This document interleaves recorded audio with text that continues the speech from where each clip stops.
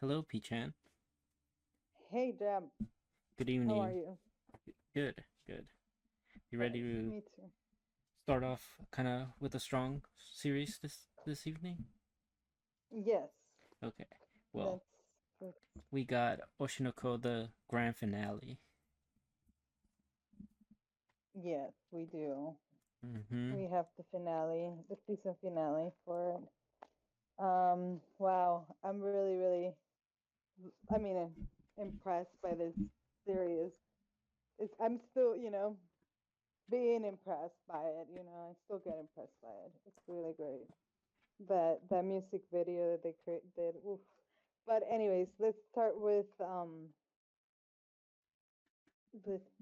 where the episode left off last Yeah, time. with Ruby finding the That was body. that's right, with Rui finding the doctor, his body, Yep. Aqua's body. Well, that was unexpected in a way, Mm-hmm. but I'm glad that it happened. Well, Um, it was sort of unexpected, right? Because we find out later in the episode that oh shit. Okay. Sorry. Uh, something yeah, dropped. the It Aqua tried. Something got dropped and my mic picked it up loudly on my headphones. But Oh, Aqua was kind of like telling Akane how he was putting in hints and stuff, right, to get her to find the body. mm-hmm. But we'll get to that in a bit. We want to talk about Ruby first, I imagine, right? Yes. Well, Ruby was the start. It's like she's taking over the main character, for the show, Mm-hmm. which is nice.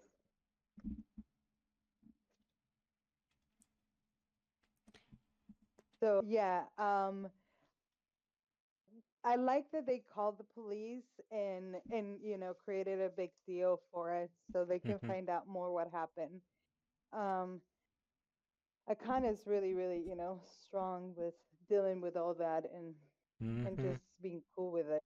So um, seems like Aqua, it's getting what he wanted, and even though he's still unsure that that's what he wants, since he's still Yeah, under the which is impression like really odd, right?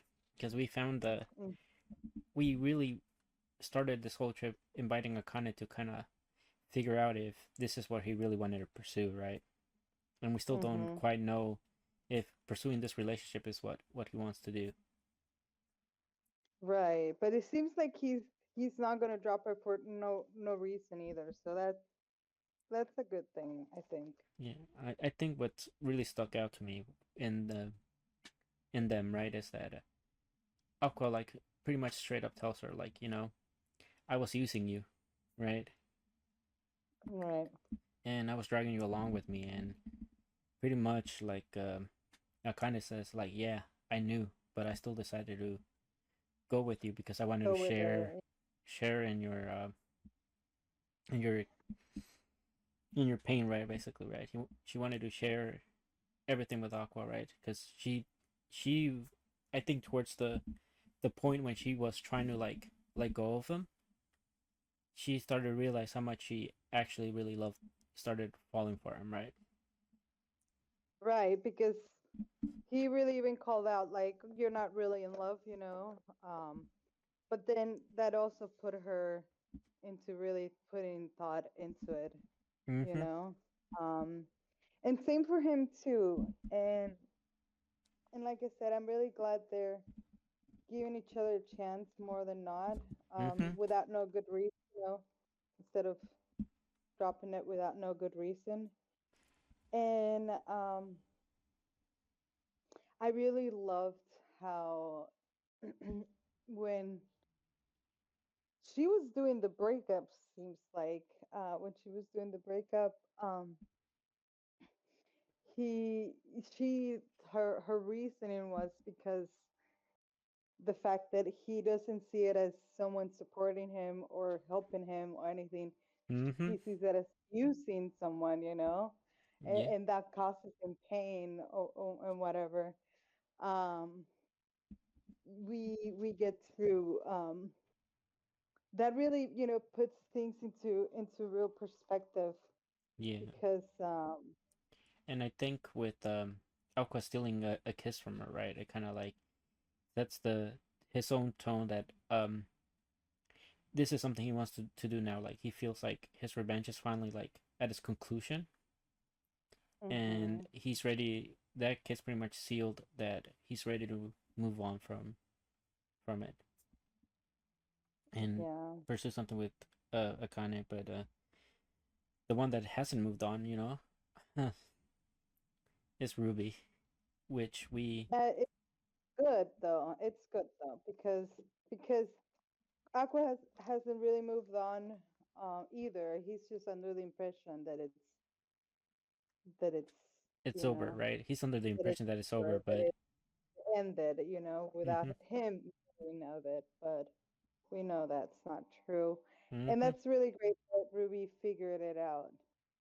Well, she got a lot of help, right? Because like even at the beginning of the episode, you start kind of seeing her and trying to like piece things together, right?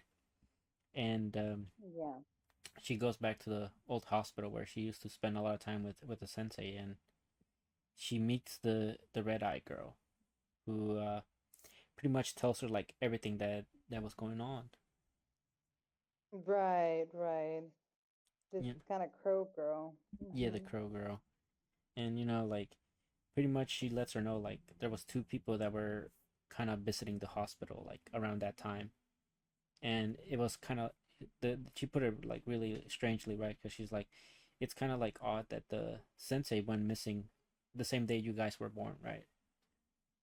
Or the same day you guys were supposed to be born. And Yeah.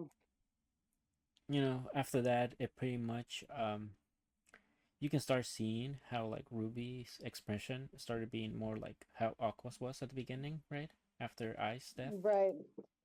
and even like her eyes were starting to like shift into what Aqua's eyes were prior to Right. thinking he was freed. Yeah, we kind of see that in the well, I kind of figure from the OP that was that they were going to switch places in a way because in the OP he smiles Mm-hmm. but she makes a very serious face, when it's Mm-hmm. focused on her.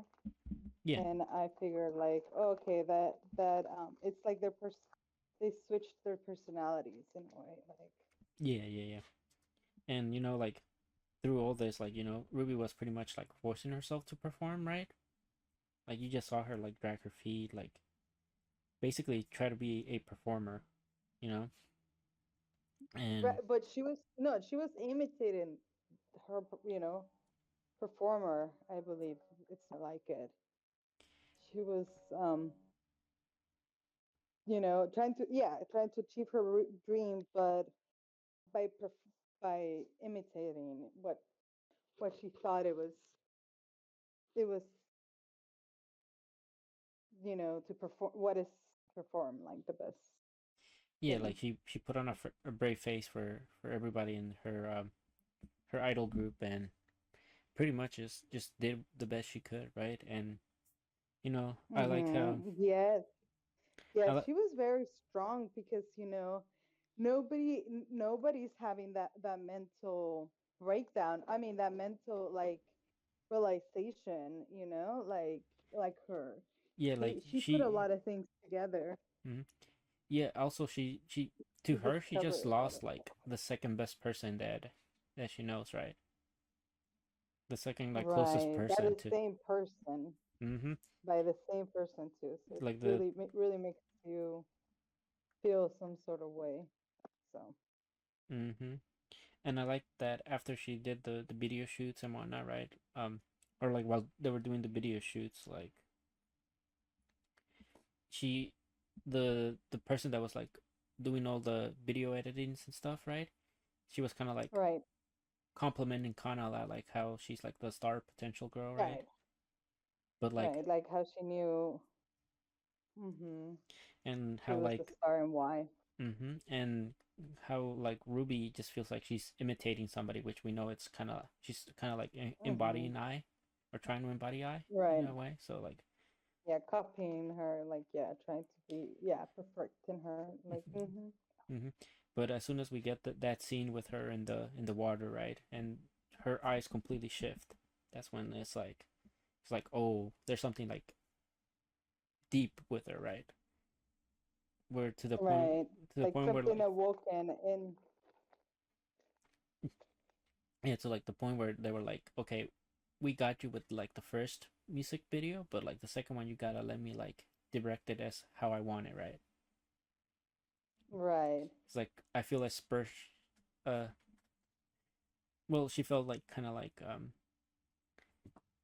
what was it, like a lightning bolt, right? Kind of like she had ideas for it of what she wanted to do, like artistic ideas that she wanted to I implement. know, and I really loved the video, to tell you the Yeah, the truth. video It was was great at the end, you know. like, yeah, I love that we get a whole like video and this Yeah, and I love that.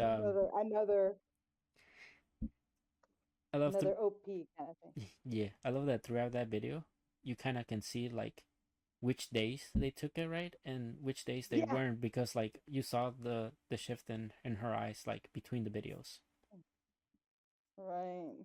Mm-hmm. But Right, right, right. yeah, Ruby and Akana had like a nice like chat, right? Because Ruby was trying to extract info from Akana or Akane. Mm-hmm. You know, like she kind of deduced that And Ruby and I kind of definitely bonded. they Yeah, did.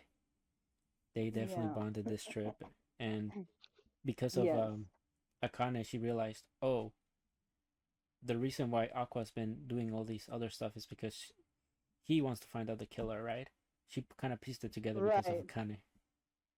Yeah, I kind of like that she really put everything together. Mm-hmm. And you know, I like that toward after all their hard work of during that weekend, you know, they go and they pray for what they want, right? And the only thing she wants is for Aqua to get revenge for her, Mm-hmm. for the sensei and the mother, their mother. Good for her. Good for her. But she hasn't realized that he he he doesn't know that there were two.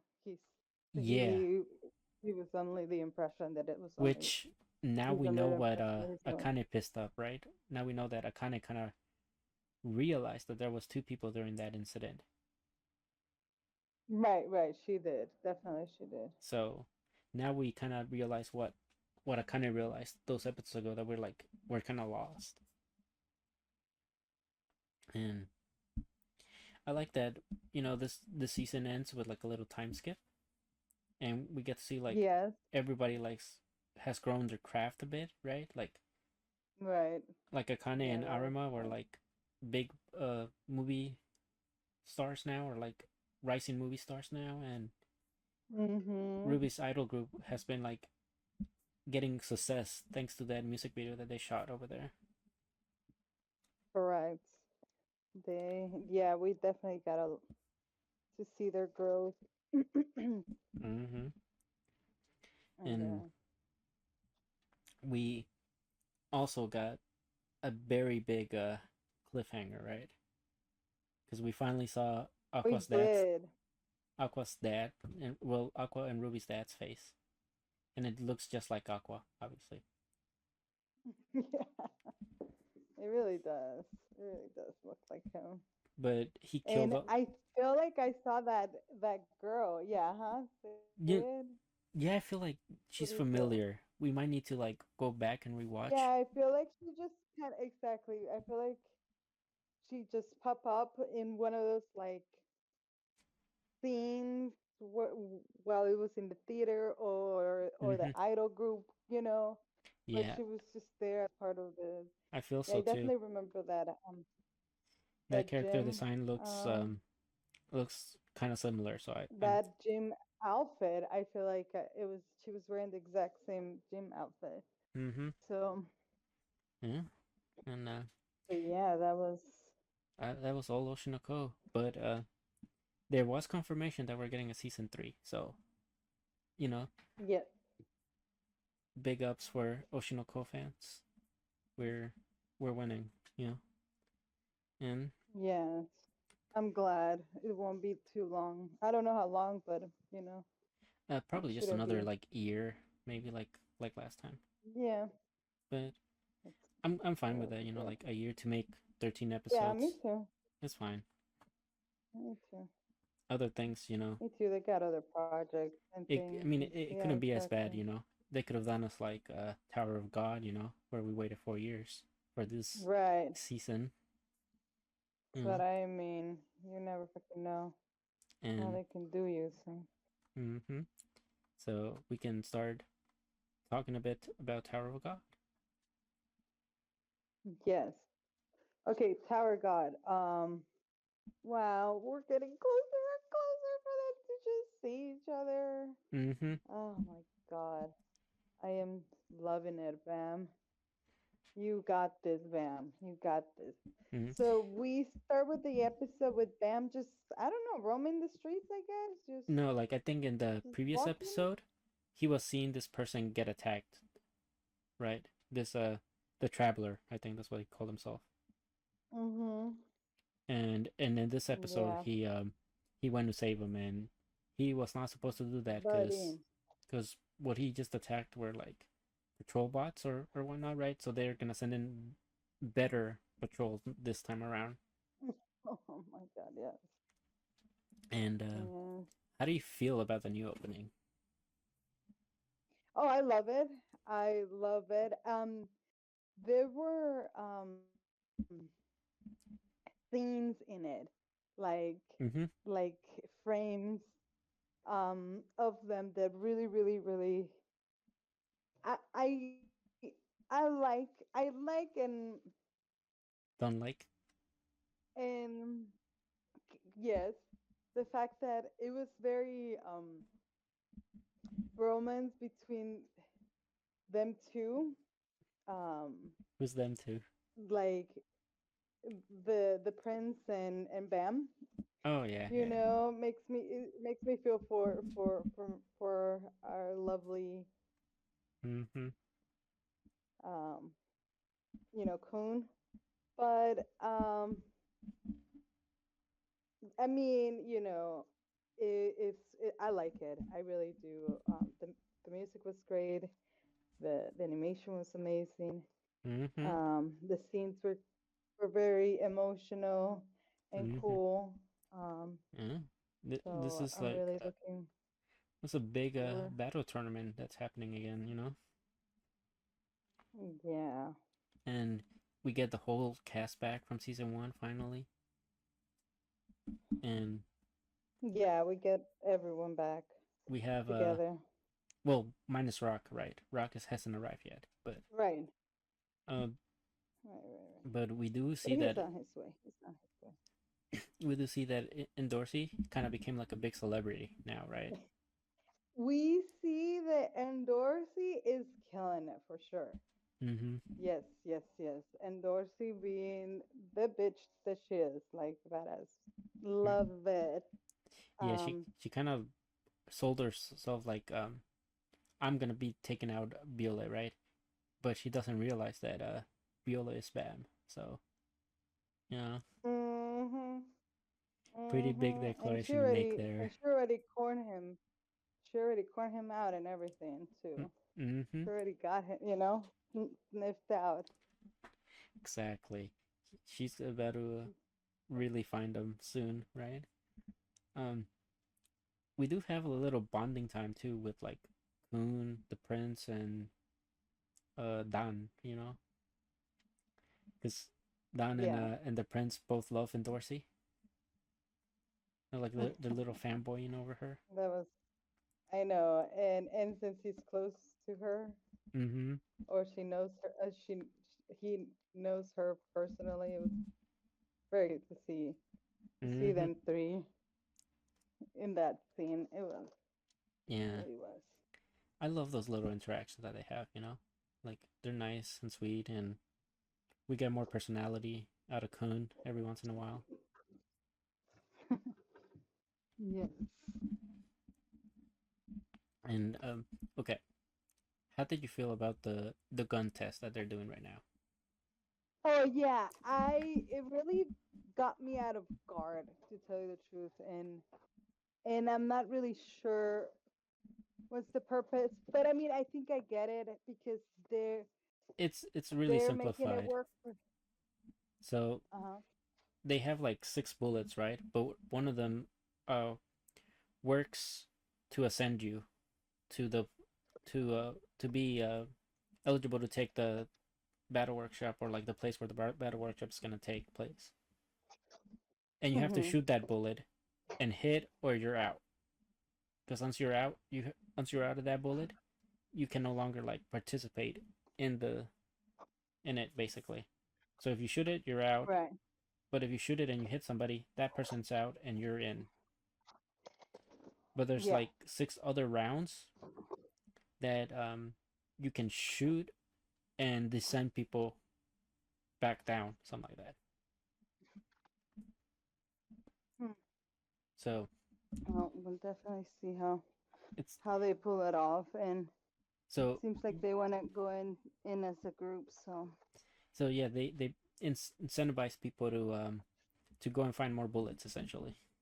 And Coon, being the smart ass he is like, oh, I got a scary cat with me, you know. I'll pull up on him with a gun, get him scared, and people are gonna come towards us, and we'll steal their We bullets. definitely. Yeah. And I love how they play it off like, do you think he would have been able to do it if I didn't if I told him ahead of time? They're like, nah, No. he definitely would I have. know that one too. I Mm, even know that one. No, yeah. he wouldn't have. And also like this is also diabolical, right? Because what Kun just did is what other people can actually do, right? They can actually betray their own team and steal their bullets, so they don't get to participate in the tournament. Right. Which Definitely. we saw a lot of that happening around basically too. We did. Okay, We did. how do you feel about the Endorsey plan with the Paparazzi. paparazzis? I love that. She knows everything. Like she definitely already. I love that she already cornered Bam out of Violet. Like she's so like ahead. So she she she knows what she's doing. Mm-hmm. Um, she knows what she's doing. She knows what she needs to do. Um, Nobody's really telling her or or anything. She's really and she's got a good gut. In my opinion, the fact that she's going to phase Bam like that Yeah, she went is straight gonna for come him. to I their mean, she advantage. said so, right? She said she was gonna do that, and I like how like she did that, but she made the other people say like, "Oh, we saw these people at this hotel, right?" It's like, and you're gonna pick on the weak ones, but not like the strong people, right? Like Yeah, she kind of used uh that little naivety that Bam in placed in all the group, right? Like just right. just more Bam influence with the group, and Agreed. she used that to her advantage to supposedly get rid of Violet, you know. Yep. And we have Anak pulling up to the building. How'd you feel about that? Oh, I love that. I'm saying, like I said, I like that this is how they're gonna see each other meet. I Mm, feel like um, it's going to, because he's away from the team or what team he's in, right? That he's been forced with. mm-hmm. So this is very unexpected. This can turn the tables on the people that think they're calculating everything. They got everything under their control. Right. So I'm really, really, obviously Bam cannot help to not react or acknowledge her. So Yeah. He's we'll gonna. see what that brings. being, seeing, running into each other, what that brings together, Yeah. So And yeah. we also found out what the main prize is gonna be, right, for the battle workshop. They said it was a human, Oh yeah. which Wow. you know who else wants to be a human or be Bam. treated as a human? Well, aside N- from Bam, it's Emily, the AI bot. Wow, I didn't catch that one. So you know how in the previous episode we they talked about how like that one doctor that was helping the devil arm people, right? The Kong and his Mm-hmm. they were talking about how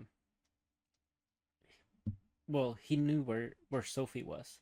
So giving all the context that we have now, I feel like one of the good predictions is that Sophie is the one that's controlling the Emily bot, as we saw somebody controlling it. Sophie. Yep, Okay. that's how. Like I'm not sure. Definitely know that someone's controlling it. Like, someone's, yeah. Well, they have to be Trying using to. it, right? To it, they have to be gaining intelligence through some way, and they always respond with a precise, like almost like human like. Agreed. So I feel like that's what is gonna be happening, and I'm all for it. Like this is we're getting reunions, we're getting good fights. You know, Yes, we are. friendships are being tested, for sure. Um, yeah. What are you looking forward to seeing in the next episodes? Well, the reunion, really. Mm-hmm. I'm really, really, like, cannot wait for them to, see each other, be with each other, Mm-hmm. um, figure out how they're going to one up everyone, Yeah. or whatever, whoever thinks, it's in control of what they're doing, or behind this, I should say, Yeah. So, Good so I'm stuff. really excited to see that. Yeah. That'd be good. Good stuff from Tower of God. We can move on to the next one, which is the Reincarnated as an Aristocrat. Okay, that one was great. So very political, very heavily political this episode. Yeah. So we essentially have like Alicia is basically telling them, I'm gonna be dealing like the main negotiations, right? But they're gonna bring in some people, to like kind of like back her up, right, through all this, Right. which is Because because they're just kids. yeah, because they're So just kids essentially, right? they need that. They need that. Mm-hmm. They need that. And So. we get a little hint of Charlotte being a bit jealous of the wifey. Oh, come on, Charlotte. Mm-hmm. But the wifey being such a good negotiator, just like instantly knows how to like you know say, oh well, I kind of it's kind of nice now because I get to be with you more now too, right? You know, kind of. Yes, she did. She did great. Yeah, she got accepted pretty quickly, pretty much. And big ups to this anime. I think this is the first time I haven't seen CGI horses in a while. So big ups. Yeah, I didn't notice the CGI, to be honest with you, but Not I don't think they're CGI for at least for the scene we got in this one for the horses. So that was good. Nice and refreshing okay. for my eyes. Mm, yeah, and it's just more kind of like Alicia talking with Ars and how they're like she's like, "Oh, I want to be I'm grateful that you put so much faith in me, right? And that I just Right. want to repay that, basically, right? And that not to worry that she'll take care of everything, right? Of all the negotiations." she really is, she really wants to succeed, no matter what. She really wants to Mm-hmm. um um come through for him. Yes. Like I think So, what's kind of like cute about her and ours, or that they both feel inadequate for one another, right? Like they both feel like they need to prove themselves to each other, right? mhm. But obviously, like ours thinks highly of Alicia. Alicia thinks highly of ours, and just it makes for like really nice moments until like Charlotte just wakes up and it's like you were expecting me to like fall asleep through all that, you know, kind Mhm. of ruining their little moment. Um, how do you feel about that one annoying guy that almost ruined negotiations? Well, he's just a kid, really, like very immature. Obviously, as his dad said, he neglects him for too long. Mm-hmm. Um, he doesn't know how to act. He doesn't understand how to be diplomatic or Nope. politics just as a whole, to tell you the truth. So it was already annoying that he just kind of showed up and without even, at least if he had his father's blessing, it would have been like, okay, I feel like, but he just said, I'm an adult. Yeah, like I can so I he can do the behaved kind things of I like want to. how us in like the modern society behave, right? Where it's like, Yeah. since I'm adult, you can't really tell me what to do. That's kind of like the vibes I got from. I didn't. He had like a weird name. I didn't write it down, but Yeah. I can't think of it I either, but yeah. I do like the boat scenes that we got, right, with the fake pirates that came charging at them. Yeah, that was, I really enjoyed that scene too. The whole just aspect of the situation, I guess, or just perspective of the situation. Mm-hmm. Them feeling, that need and him feeling responsible of it, for it, or as the Lord. Yeah. Yeah. It And was. I'm really I really am looking forward to see what will come from it. I definitely Yeah, because we'll see more, from that. Like, yeah, because this really yeah. showed like what ours is good at, right? Because he's always comparing himself to how his father was. But That's also something that I wanted to mention, so I'm glad you brought it up. Like, mm-hmm. I definitely had flashbacks about his dad and and how, he was such, because he is surrounded around good adults, Mm-hmm. and it does make you miss his dad because he should really be there. Yeah, Um, and yeah. like I said, like because he has his dad, it's kind of like the main guy he compares himself to. He doesn't see like his qualities as like being understanding of like what his people need, you know. And Mm-hmm. I wrote down like one of the things he told those people, right, that he after he learned their story of how like they were like in debt because they had no other way, they had to like uh borrow from a merchant and the interest was killing them, right? Yeah, yeah, And definitely. it was basically like hold on, I got the quote right here that he said. Mm-hmm. Can a lord who doesn't trust his people expect their trust back? This, you know, Yeah, that definitely. so that was I think that was like really powerful because then he just followed it up by like we're kind of be stuck in a deadlock, right? If Yeah, if one of us doesn't take make the the change, or yeah, yeah, take the take. first step to change, and he's like that's why Yeah, I'm doing it, right? So agreed. that was really really cool, really showed his leadership, you know. I And agreed. It was very, very good.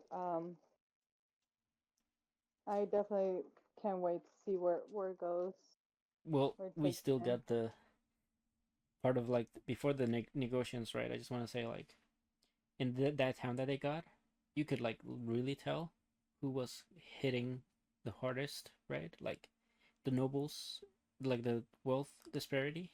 Ah, I know, right? Feels like America.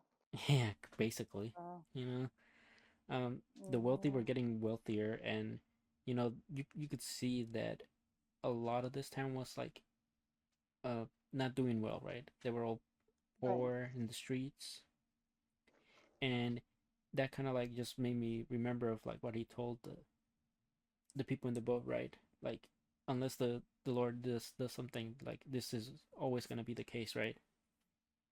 Right. So like something he needs to he sees and he internalizes that I can't let like my domain end up like this, you know.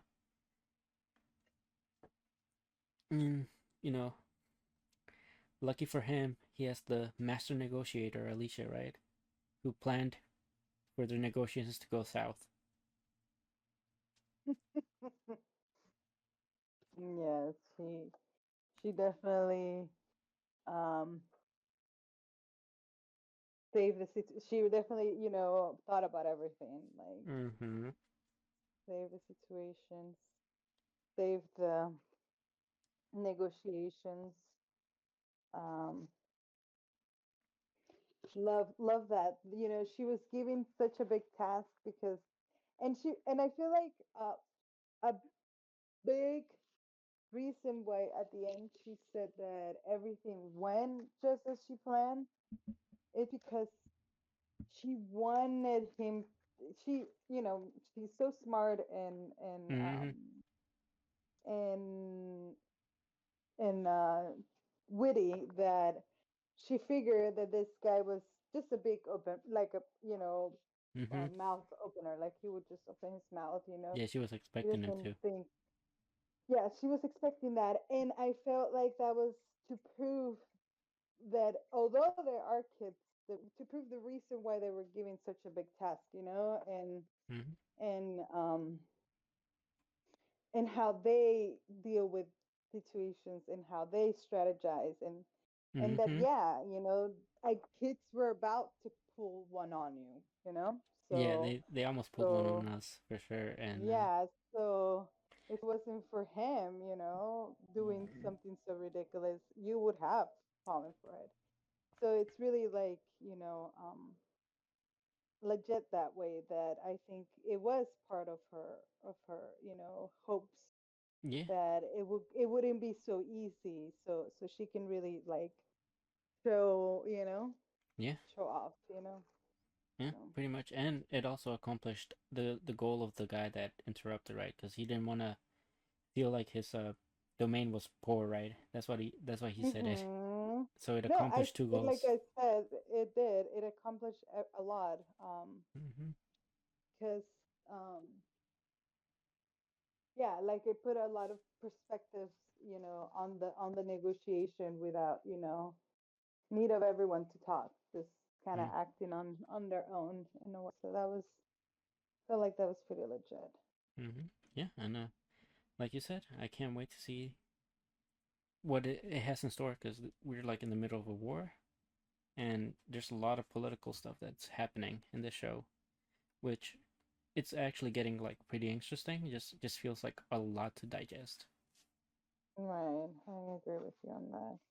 Mm. Yeah, the whole thing, when they were giving the message that they were even, taking it further with trying to go into negotiations with someone else, like Yeah, um they were like getting about to get screwed, basically, right?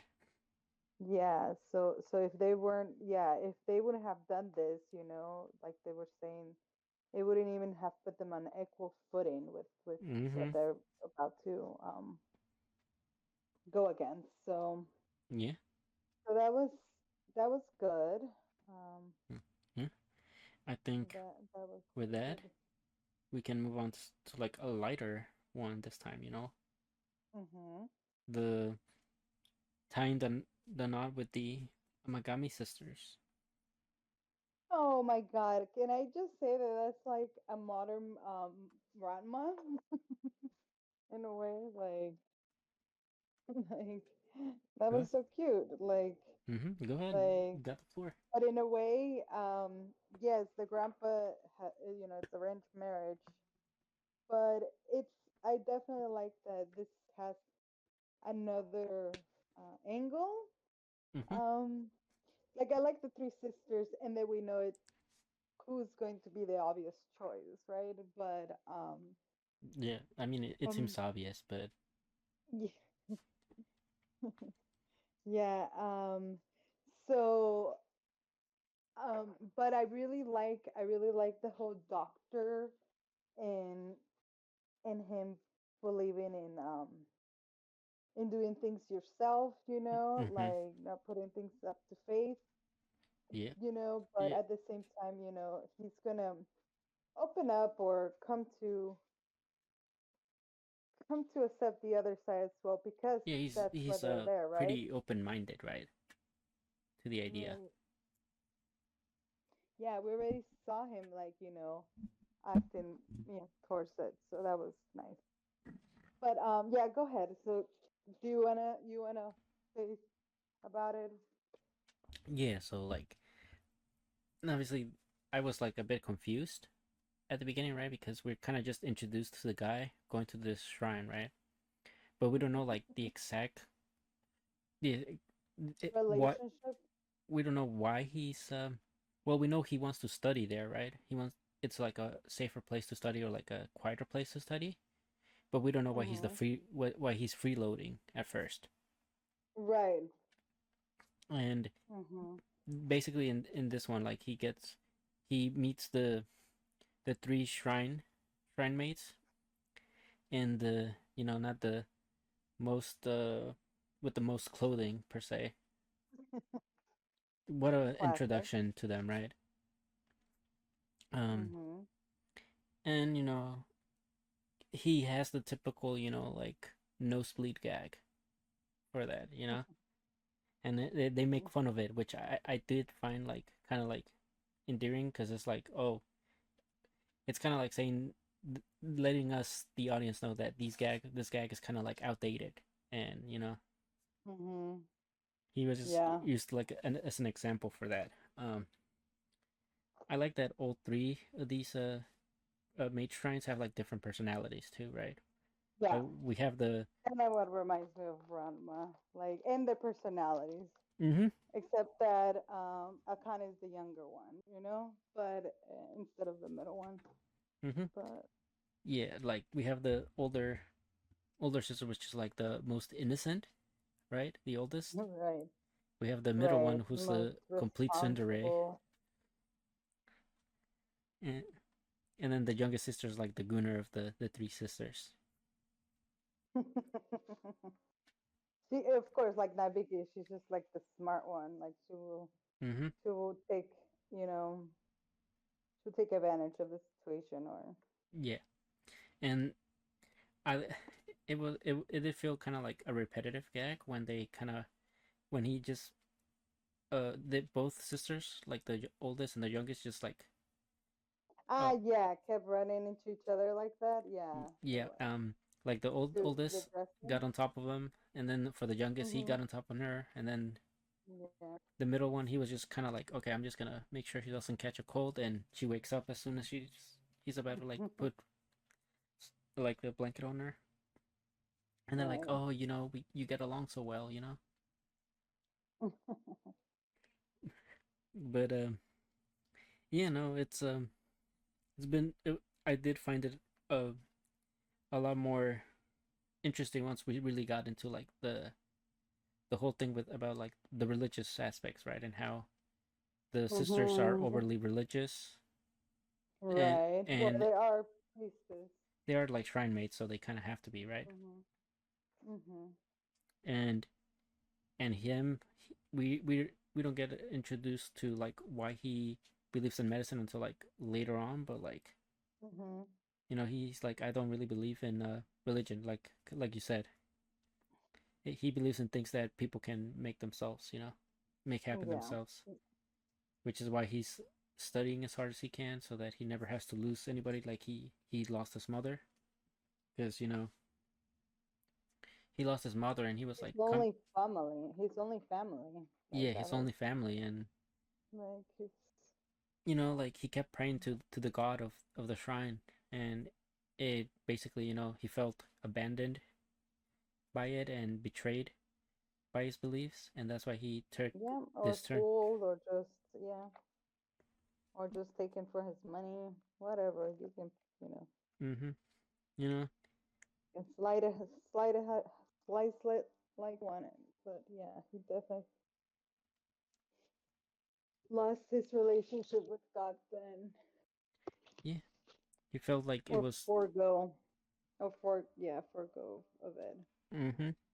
I mean, Yeah, so like understandable. He's a kid. He was a kid, and his mother sick, yeah, died. And I mean, and I'm sure he's he heard of a lot of people, recovery, surviving. yeah. So it So really like makes you wonder why not him. yeah, why not his mother? Yeah, right. So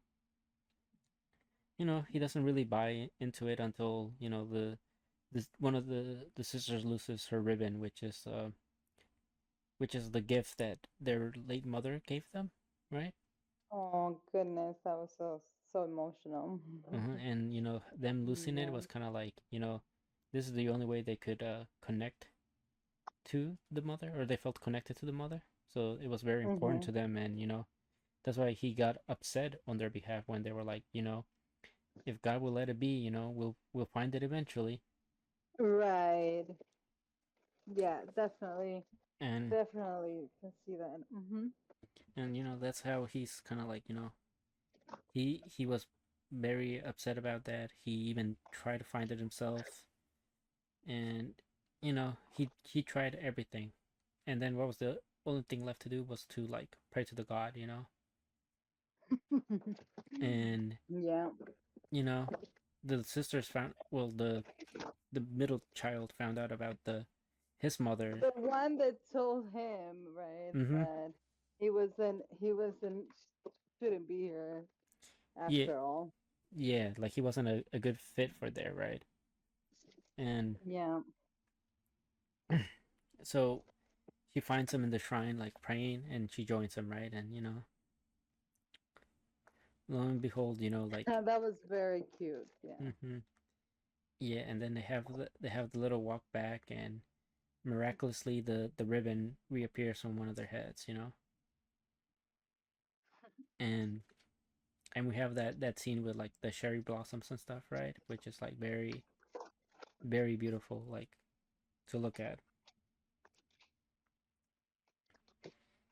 Yeah, the cherry blossom and then him ruining the moment, but it was still cute. Mm-hmm. And I think this was like that. There was some like folk tale, right, about like, if you look at the meteor showers, right, something like that, during the night the meteor showers or something like that are filling the sky. You get the person you're with. It's supposed to be like the person you stay with forever. Yeah, that was cute. I picture them, the middle girl and him, Mm-hmm. being the silhouettes of people. Yeah. So Yeah. Wait until he gets all three of them, because of that dream he had in the beginning of the episode where he was marrying all three of them. oh, that's right. Right. And Yeah. now we found out why he's freeloading at the very end of the episode, and that's because he has to choose who to marry. Yay! Yeah, that's because the So, grandpa has mm-hmm. plans for him. Oh yeah, and yeah, I mean, this is one of the ones that we said we were gonna give it 3 episodes, see how we feel about it. So, I like it. Like I said, it reminds me of Ranma. mm-hmm. So I definitely enjoy it, but it has more of a serious note of it with this whole like medical mother dying and Mm-hmm. you know yeah, but it's gonna I think it's gonna be a good one. Yeah. So Even the whole ribbon thing, even though it wasn't like obviously that serious or whatever, I got emotional with them. So yeah, it it was did still pull. I like how they shaped up not shaped up, but like how they structured this episode, right? It's like they gave us the all the obvious gags at the beginning, and then they're like, all right, Mhm. halfway through, we're gonna start getting like more serious with how the story is told, Mhm. to like the point where Mhm. like they try to pull at your heartstrings with the ribbon and the mother and all that stuff. So like, I like how it's being structured. I think this one has like two cores, you know. Oh, really? Yeah. Oh, wow. So we we're probably gonna be watching this all throughout this one. If you know, I believe so. if it keeps like this, at least if it keeps like being this good, like this episode was like really solid. Right. I enjoyed it. I did too. So that's that. We'll see who he ties with the knot with, you know, at the end. Um, Yeah. speaking of you know, tying the knot, we have people that are tying the knot within a year. You know, Oh, yes, the 365 days. to the You wedding. know, Yep. I really thought that was going to be like a romance. Mm-hmm. You know, like childhood friends getting married together. Mm-hmm. But it's more of comic gag, like comedy romance, right? Mm-hmm.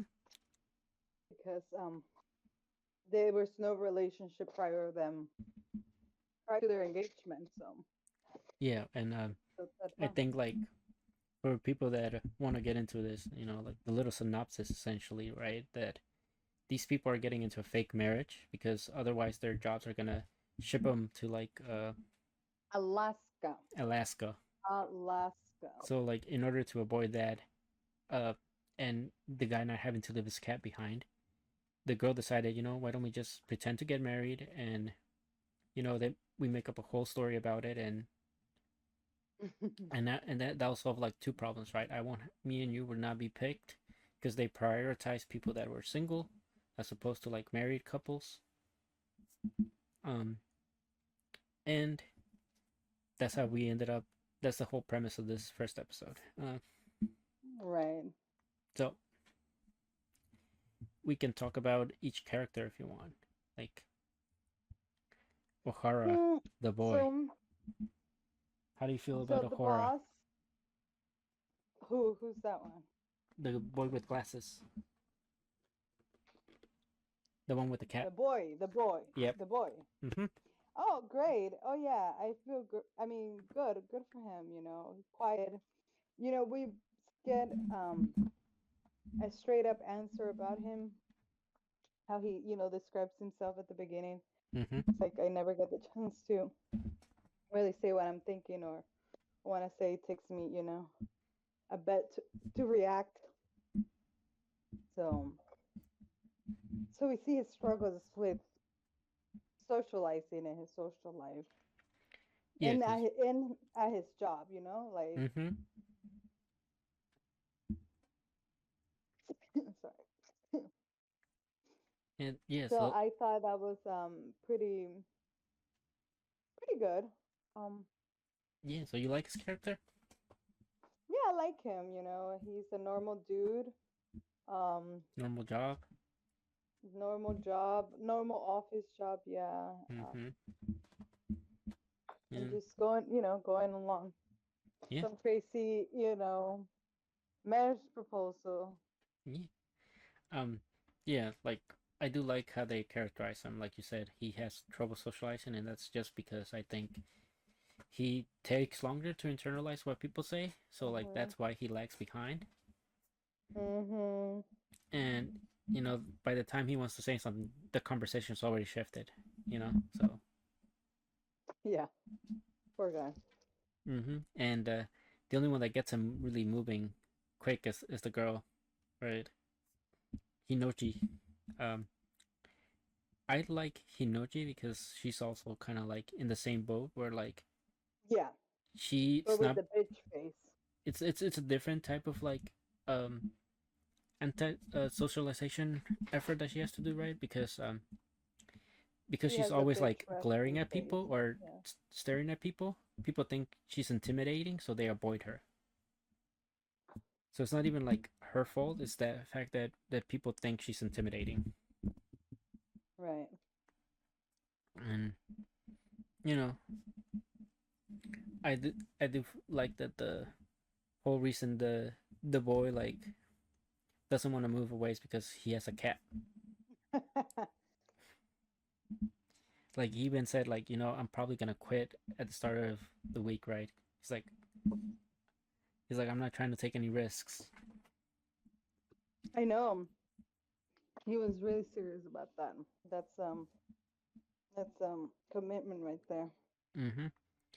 So the guy's is obsessed with his cat, and the girl's obsessed with maps for some reason. Um. Yeah, we did see that, huh?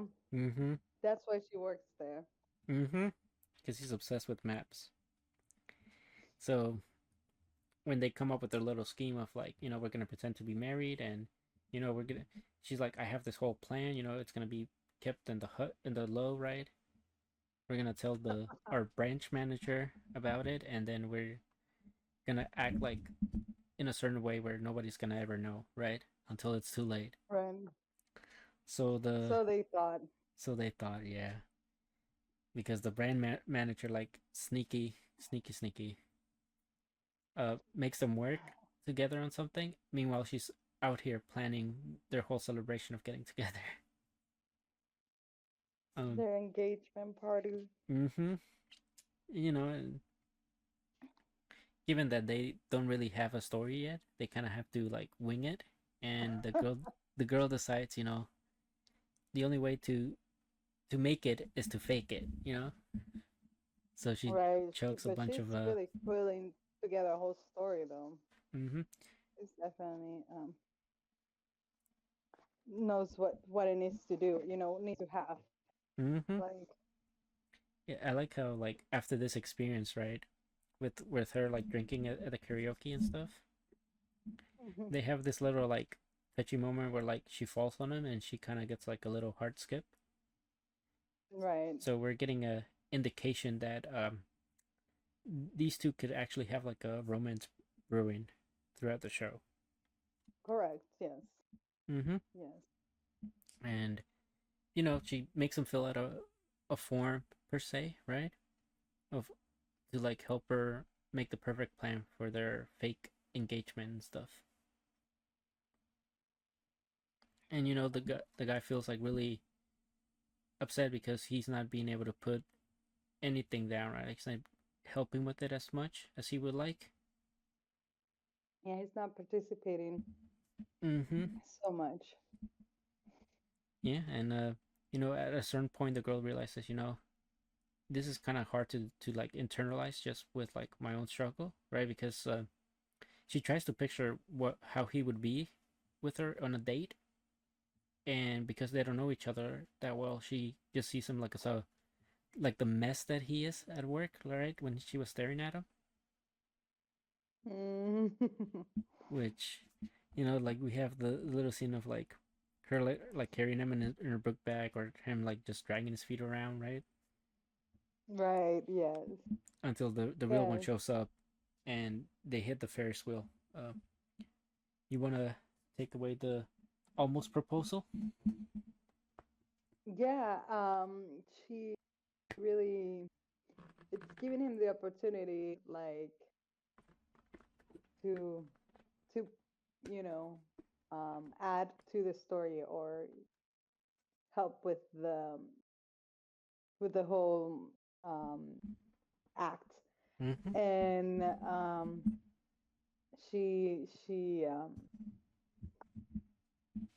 I like that he really couldn't say it, right? Like, Yep. it could have been as simple as would you marry me on the Ferris wheel, like, Mm-hmm.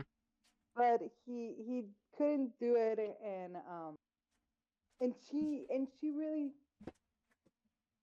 still lets him have it, like still says, well, just take your time, Mm-hmm. and then whatever whenever you have something, you let me know, and you know work with that. So Yeah. So that was um very neat, because we're seeing they're building a real relationship in their own way, Mm-hmm. in their own matters, with their own circumstances, and they're getting to know each other for who they are, and you know because he also the reason why he's even taking part of it is because he felt that he left her on her own with the Yep. whole karaoke and singing, and then taking lead of everything. Yeah, And then she's she was even the one who brought up the idea. So, yeah, so I but can see how he wants to feel like this is just as much as his, yeah. something he want, hmm Mhm. I like that, like you said, he couldn't do it, but because like we get kind of like an internal monologue where he kind of realizes, these words mean something, right? And he didn't want to just Right. say them out because it would like break the meaning of the word that he holds certain value to. Mm. hmm Yeah, good for him though. He got a free ring though, at least. Yeah. Yeah. So pretty pretty interesting romance series, I say. Yeah, it is. It is. It is. Like I said, I thought we were going to get an established relationship, Mm-hmm. but So did we're I. getting a developing one, so it's okay. Mm-hmm. We're still going to enjoy their growth and their relationship. So Mm-hmm. Other thing that you know has like a certain relationship to it, but probably we should hopefully it doesn't cross that bridge. Is the TsumaSho anime? The one about what's the that? hmm? Which one? TsumaSho, the one about the wife that gets reincarnated as a elementary school. Oh yes, that one. Wow, that is another one that um you thought it was just going to be fluffy and interesting, like in like unique, setup, but it's way more than that. It's got a lot more depth and So layers and things to it, for real. yeah, so the premise of this one, for people tuning in, is the person has a beautiful marriage, beautiful like child with his wife, and then it gets taken away from him, and she gets reincarnated into a elementary school child. Which premise seems like I said, like don't judge a book by its cover. Like if it feels pretty bad, right, from that premise alone, but starting this show, you get like a sense of like the how much this person really loved this wife, right? And Hmm I love how this show like starts you off with how they met in the job and how he was coming up with ideas on how to get sales, and she's the one that took initiative to allow him to implant those ideas. And then it all started with the bento box, right? She started sharing bento boxes with them, and then eventually they got married. They had their kid. Then Yeah, we got a whole summary of their relationship. It was very yeah. cute. And as we're getting the summary, we get like flashes of like what's happening currently, which is Right. the wife His dark base is moment. is dead, right? So you see him really happy, and then the next shot you see him like extremely depressed, and Right. it goes like kind of like that for a bit until we get told that she died, right? After like 10 years of like happy family life, the they finally the the mother finally dies. Yeah, that was definitely sad to Mm-hmm. know that um we are to witness and see them going through that. Um, Definitely, sad to see that the dad neglects his daughter. And Well, it's not just I mean it's not just that. I think the daughter was already like in college, right? she was already going through college at that point, so like there was no really neglect to that. But there, Right. but they really started like neglecting themselves, right? Because the mother was kind of like the Mhm. center of their world, and she was kind of like the Mhm. one that imposed on them healthy lifestyles by like eating inside and stuff. And as she was gone, Right. it was just like convenience store food every day. Every day. And Yeah.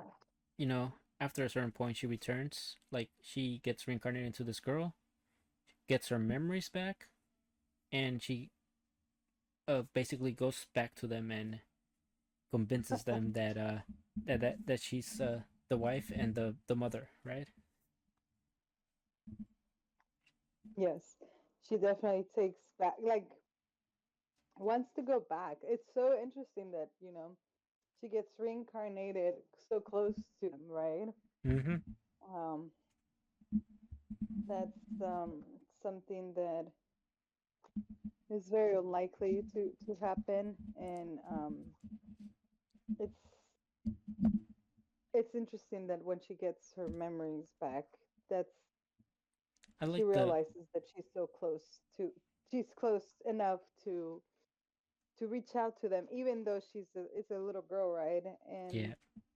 And like she said, she wanted to just kind of like see how they're doing and call it a day, but she couldn't help to feel getting involved by seeing that the damage that That her death that it caused. left. Yep. Yeah, that her death caused. Yeah. So Left. like most of the first episode was just her like you said, letting trying to get them back on their feet, right? Because even the husband said that after she died, like his whole world just kind of like stopped, right? The time stopped moving. Mm-hmm. So she went there and she was like, you guys need to move on. There's plenty of life left. If you guys really wanna do my death, like I don't want to say justice, but like to make me feel proud, of you guys. Just make sure you live your lives. Right. And we see that because the father gets friendly with like a coworker, right? That they're like bento buddies. Yes, they became. She's single though, and Mm-hmm. and she definitely seems to have alternative motives. Oh, for sure. So. And I will say this is where like I kind of like the show because in a way, once people are gone, you don't really get to say goodbye to them. You don't, or like sometimes you don't get to say goodbye to him, which the guy never did, right? Hmm. And Right, sometimes because there's a he lot of just things. kind of got killed in a car, Uh-huh. or by a car, I should say. Yeah, and sometimes you're left with like, if only I would spend more time with them, right? Right. And this is their chance to like do do all those things that they wish they could have done. And that's why he's like, okay, well, something happened in my life that filled the hole in my heart, right? To the girl that he was on those bento dates with. Mm-hmm. Yeah. And I as mean, it was something very noticeable of what happened to him, like it was yeah, very, like everybody at work was like, oh, he's smiling again, he's productive right. again, you know, Right. Like, he's eating good food again. and right. It's really, and really.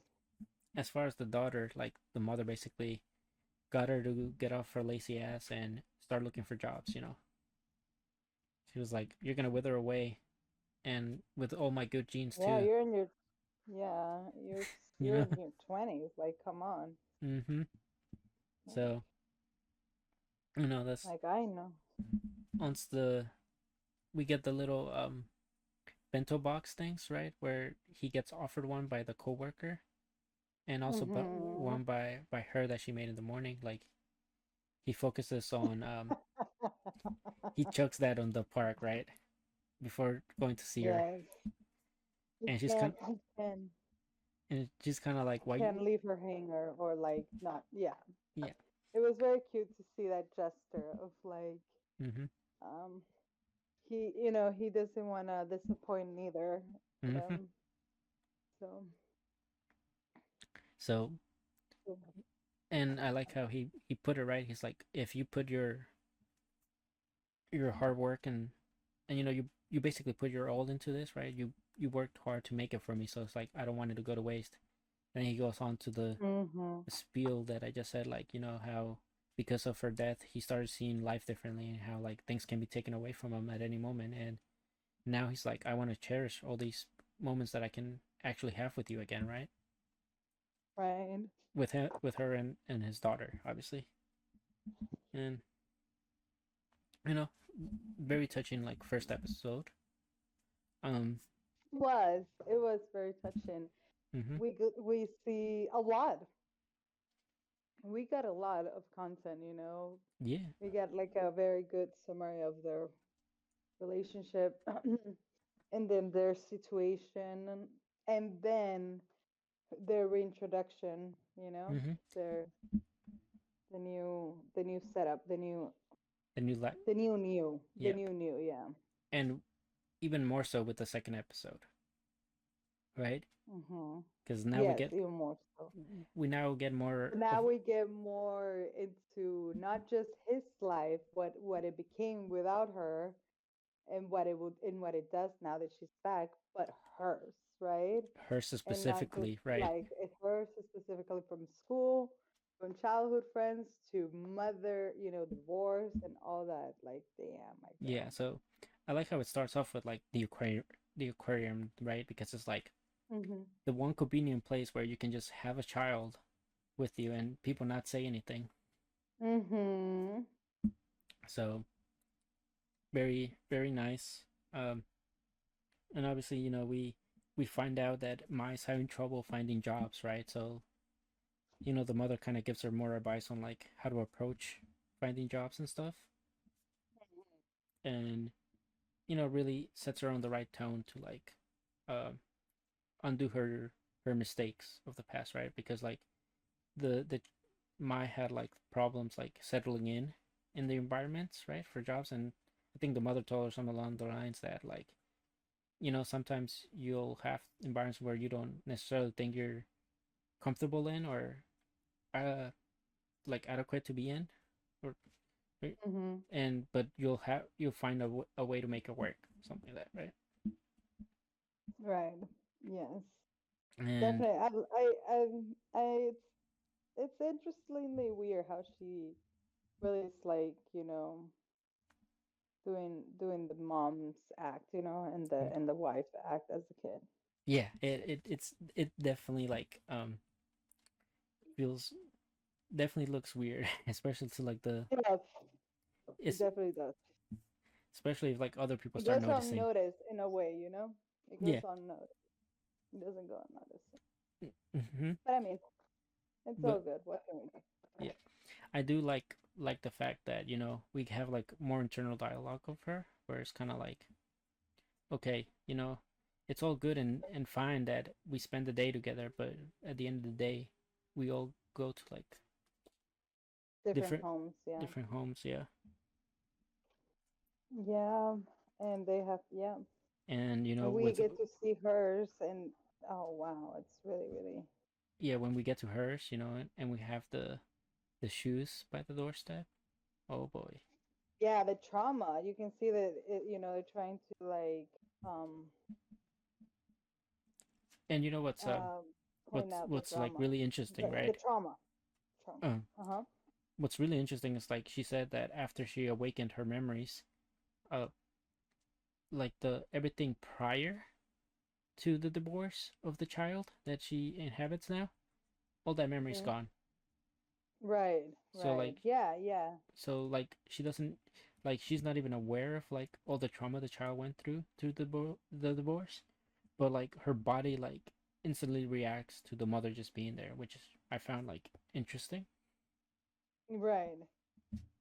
Same. And Same, we have same, same. like the little cute scene where like she's like being diplomatic with like 12-year-olds, right? Like being the judge, and they're kind of like, you sound like an old lady.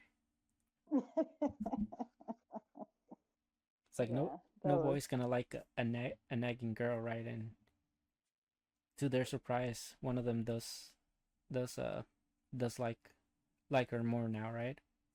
Takeru, right. which And it just happens to be the popular guy. Woo that woo. all the girls like were fighting over too, right? Um, Interesting enough, I think that one was the voice actor from that one show of like My Annoying Friend, right? Oh yeah, the boy. Yeah, You- Okay, that's nice. I That's cool. I didn't catch that. mm-hmm.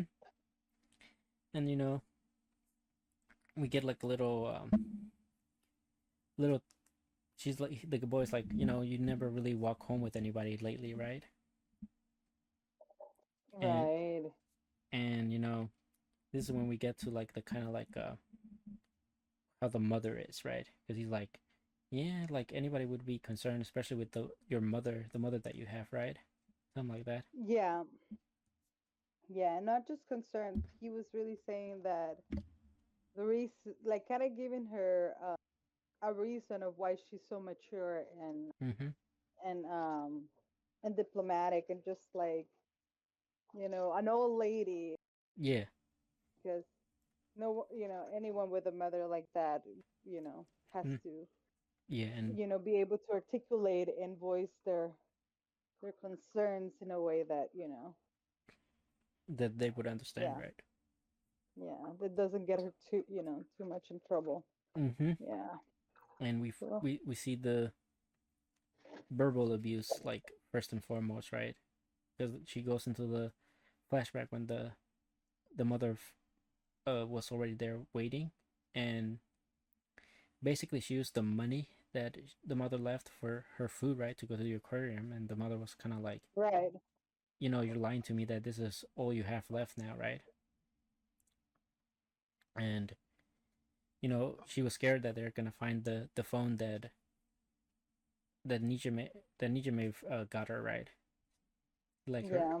And lucky for her, I guess her sugar daddy Buddy, her called. lover, yeah, Yeah, her lover yeah, her lover called, and called she didn't get and a distract it. her from getting it. Yes, thank God. Good timing. Yeah, good timing, because Because that was really, I mean, she would have done a real, mm-hmm, show. it She definitely really feels would have. like not only the mother verbally abusive, but also physically, right? You got Yeah, that feeling. yeah, definitely. Yeah, definitely. Me too. Like she was trying to find an excuse to like hit her Mm-hmm. already. And And we also see that it's very um, obvious the abuse because all the nice things that she has, right? She mm-hmm. she gets to have like everything so nice and new and Yeah, and and meanwhile beautiful and she's like wearing like boy clothes essentially, right? yeah, yeah, exactly. So, Like, and what is that all about? yeah, and this is what causes kind of like the her internal struggle for the rest of the episode, which is kind of like she knows she can't stay with the family, right? But she doesn't want to let him go, or at least that's how she's thinking, right? Like if she continues to stay with them, it'll only like get worse and worse when she tries to Yeah, leave I them. mean, yeah, she knows that no matter what it is, the world sees her as you know the daughter of that person, and that's her family, Mm-hmm. and it really makes you question how they're gonna make it work. The longer it goes. Yeah, because Um. even she starts like kind of saying like I probably can't make bentos for him anymore, right? Mhm. But at the Yes. same time, she couldn't be able to say it. She couldn't say it to him, right? Because he was like, ever since I kept getting your bentos, I look forward to them every day, right, or every other day. Yeah. So like she wants to, she feels like she needs to disconnect, but she's afraid to let go of this connection that she desperately needs in her life. Right. Yes.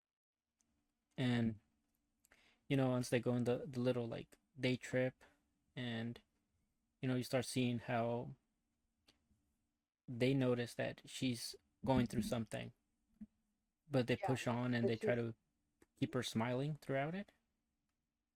and not yeah, and no pride. Not pride like push her or Mm-hmm. They do force her ask, to. but they don't really pry much. Mhm. And this is like when you get like the fact that she's starting to view them as kind of like her son, right? This is the warmth that she craves. That she can be selfish. Yep. The Yep, That be that she knows selfish. what what what she that she knows that where she belongs, right? Where she Yeah, where she truly. belongs, and it didn't come more apparent to her like until they went back and they surprised her with the birthday cake, right? Mhm. Which that got me like emotional, like watching. Because they were like talking about her, and like they were like, you know, she's obviously going through something, right? But we shouldn't. We don't know what she's going through, so what we can do now is like support her the best we can. Yeah. And that got her like crying and whatnot, and she didn't want to show him that. So like when she got back and her daughter started crying again, she's like, "You dummy! I purposely didn't want to be crying, but here we are, you know." Yeah. And I love how it basically like it is looking very likely that he's gonna end up adopting her like as a child. I feel like that's Adapting her? Yeah. Yeah. I don't know how that's going to be done or pulled off, but definitely he's going to have to adopt her. yeah, because Um. like he said when he was like telling her like about the values he wants to treasure now, he didn't even say that it's like the love he has or the fact that he's his her she used to be his wife. It's more so that Mhm. the company that she provided, right? That's kind of like the value that he feels that she has now, or like the value he wants to the thing he wants to value, I should say. Mhm. I And agree. yeah, it ends off with I think both of them, both parties, like realize that they are they belong to one another. They belong together still, right? They're like the Yeah. sons of their worlds. And yeah, um, you got anything else to add to it? No. I mean, I'm just really curious about how. Oh, I mean, and also the fact there's a lot of layers to it. I feel like Mm-hmm. the fact that it seems like each other have a crush for their own age, and it's really going to put their love into test, kind of thing. Yeah, but And I and think then the mother, mhm, and I how they're think going the mother's the to. big conflict that I'm Yeah, interested. definitely the mother is the most conflict. Mm-hmm. So, I need to see how but that yeah, that gets resolved. yeah, I definitely need that problem gone out of the way. Mm-hmm. Yeah, and with that, we got Ichi the witch left. You know, for this. Okay, So you want to start it off? sure. So we left off with them getting dragged, or no, them crashing into the building that Mm-hmm. they needed to be at, where they were requested to to present themselves, right? Mm-hmm. We see that he arrives and They need special access. Uh, you know what the access code for it was? Say that again. Uh, Descara's, they needed to use Descara's access code. Oh yeah. The like the password. Yeah, I yeah, I saw It that was code. Yeah. everyone's favorite uber talented badass Descaras. That was the code. Yes, yes, She's so yes, funny. yes. She is hilarious. I Hmm. love her though. Hmm. And we got afterwards we got introduced to some of the witch research group, right? We have the main analytic and the Right. assistants. We just happened to be the girl that he helped with the letters. Yes. Um, and then we get to hear how they have enforced a law or a requirement for them to see him. They Yeah. need to go through a lot of paperwork, right? Yep. And that's why we realize that he's not being, yeah, he's not being terrorized or being, you know, stalked by a bunch of witches. Yeah. I do like that before that the Scar is kind of like, you better not cause any trouble, right? Like he didn't already, right? For her. Right. Um. Yeah. So they basically take him to this room, the research room, I guess we can call it. Um. Where he has to like use his the new magic he acquired from Rajic, right? Mhm. And I found this relatively interesting, right? Where these stones, like only the person that passes the challenges can actually see the writing. So like they're the only ones that are able to, and that's how like they make sense of them being the only ones to be able to use that magic, because only they get to read the magic from the magics that they hunt. Yeah, that's right. So he gets to call, right? Call upon them, He basically and reads the magic stone, which in it is engraved the true name of the magic, right? And right. the the true name of the one he just got is Inasuri, which is lightning claw, and that's what happened. And he blew up. He didn't blow up the thing that they wanted him to blow up. He blew up the mirror. Yes, where he felt that there was power resigning. He's Yeah, he's he's good like that. Yeah. yeah, and it's interesting because the analytic witch instantly realized, oh, so you use magic based on how you feel, right? And it's like, Mhm. and it's in Which is your kind of like a woman thing, or apparently like mm-hmm. And it's like that's woman. very like novice of you, but at the same time, you do feel very experienced when it comes to hunting, and so it's like it makes for like an interesting uh separation, because now it's like, okay, so you're a man and this is how you behave with magic, right? And Yes. of course, like you said, he went in there because he sensed a presence, right? A presence, and it was actually the entire like witches association that were just watching him. That was legit. Yeah, That was super legit. and I like how like that brought up the that one panel with Uros just behind him covering him, right? Mhm. And he basically was like, listen boy, like this is how they are. They treat you like a beast. It's like, so what do you say, like, instead of hunting more magics, we start hunting these witches. He thought he could take advantage of the situation. He really did. I mean, good for him Yeah, good for him. for trying. He's trying. For And trying. I mean, at the same time, we can't blame him. He did die. He wants his freedom back. Well, yeah. um and And you he know was never caught before, right? Like that kind of hurt his pride a lot. yep. He was never caught before. He was one of the magics that, Untouchables. yeah, we're not, yeah, we're never, yeah. And So.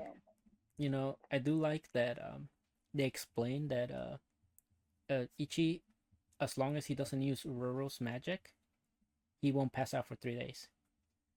Right. That was really great to see that, for him, so he knows how to really take on battles or what to do, Yeah. during So right battles. now, Because that was something. mm-hmm. So right now he has Lightning Claw. That's another magic tool that he can rely on more than Uro. So that's good for him. And one of the things I really liked about this is right because throughout this entire chapter we see Ichi looking around, observing the entire place, right? Mhm.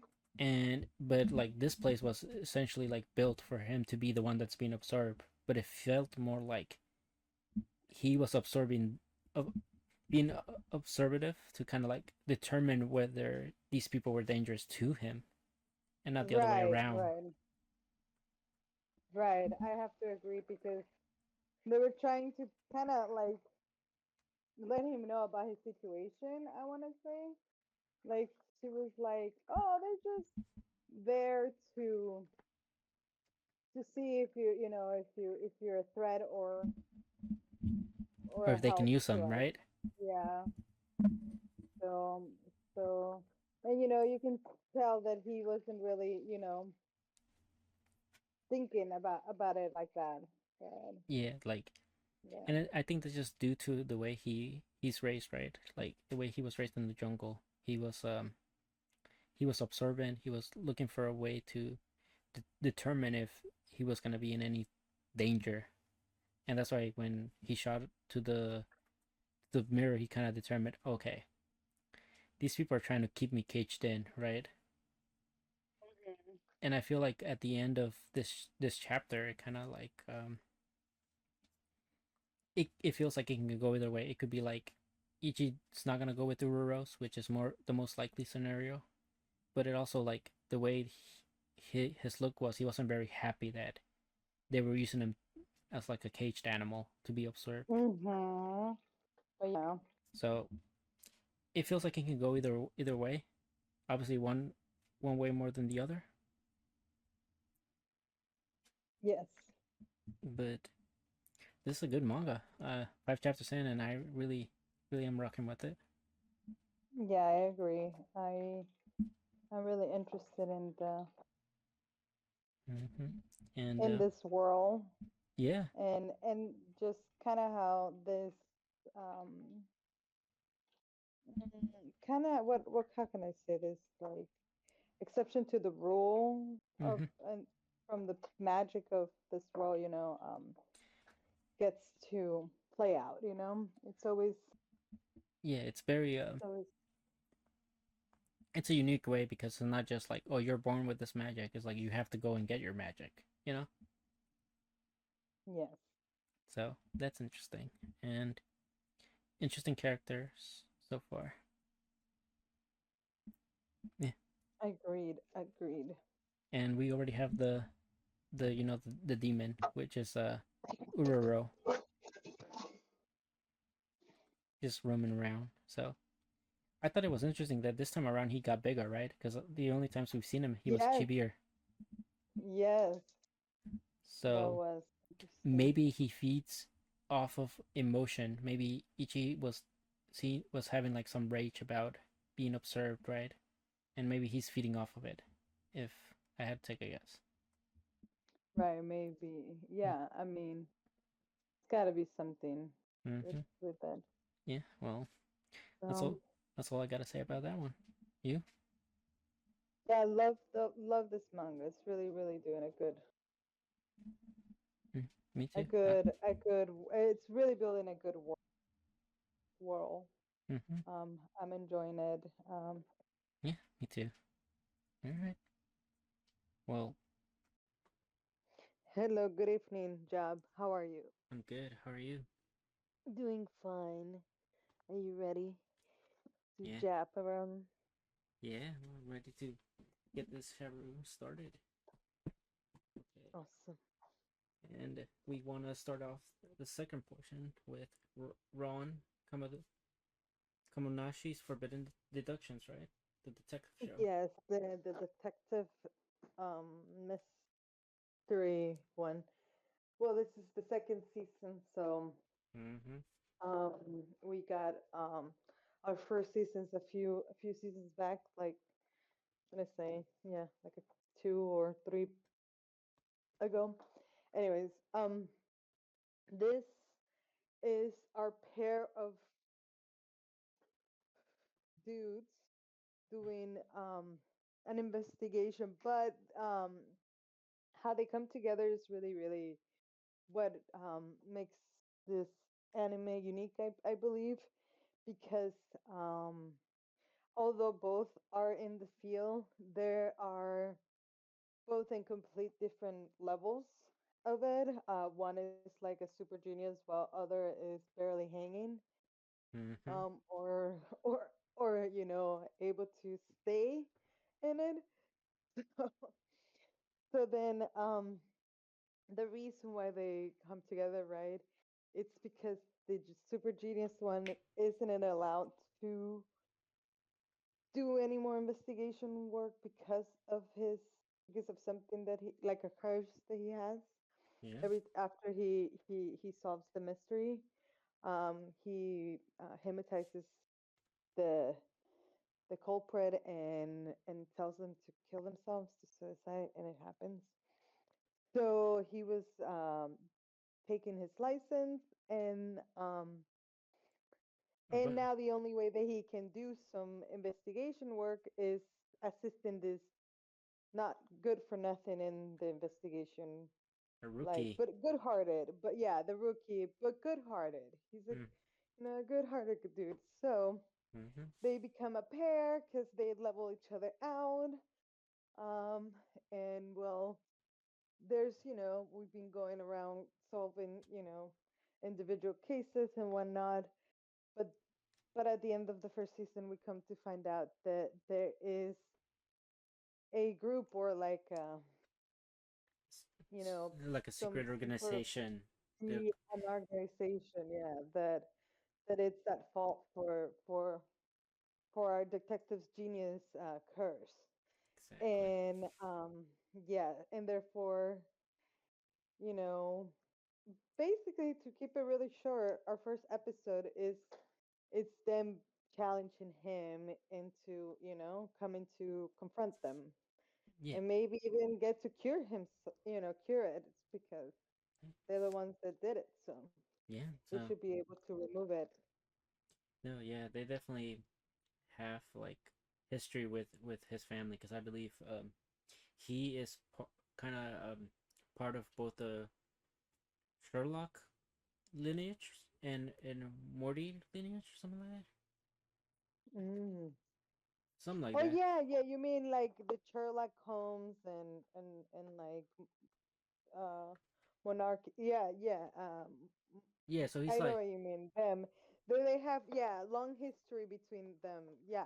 so Mhm. that's Was why mentioned. they framed them, and now they're kind of like Mhm. and technically he's supposed to belong to that house too, so they're kind of like also testing him to see if he actually belongs as part of that family. Mhm. So Mhm. Yes. I do love that this sickness is gonna be finally That's right. the time for them to This confront. is this is an investigation, you know, anime series that has Sherlock and the other one. I can't even remember his name, and they also, uh, take Hmm, part of it. Like they're also like embedded in there, like the fact that they're part of the family or whatever. So. exactly. So I like that. That's kind of Mhm. like what's going on in the background, but I like how this episode started, right? Because it starts off kind of like with our boy Ron, kind of like reminiscing of what happened in the previous season, right? And then Right. he gets a radio message that there's a new crime, right? And it's interesting because you said he has to, because he's not licensed, so he's not technically supposed to be around Correct. any detective duties. So like the way Mm-hmm. he starts going around it now this time around is to he basically fakes being a business of sweets and fakes that he has a contract with Toto. I think that's what it calls him, right? Mm-hmm. And Yeah. that's how he's gonna move around into like getting these cases with them essentially. And we have his fan club, the chief of Toto, the boss essentially, who's kind of like also wants the sweets and probably some other sweet, but Yeah, definitely a mm-hmm. fan. Yeah. and uh, So. and basically he kind of like tricks her and like, oh, okay, well, I only have space for like one more contract, right? So it's like this is kind of like this is a hot commodity, so you gotta like either do it now or like forever not get to it. And obviously she decides to like go with it because like sign a contract with him means she'll get to spend more time with him, like at least see him more often than usual. Yeah. Mm-hmm. Yes.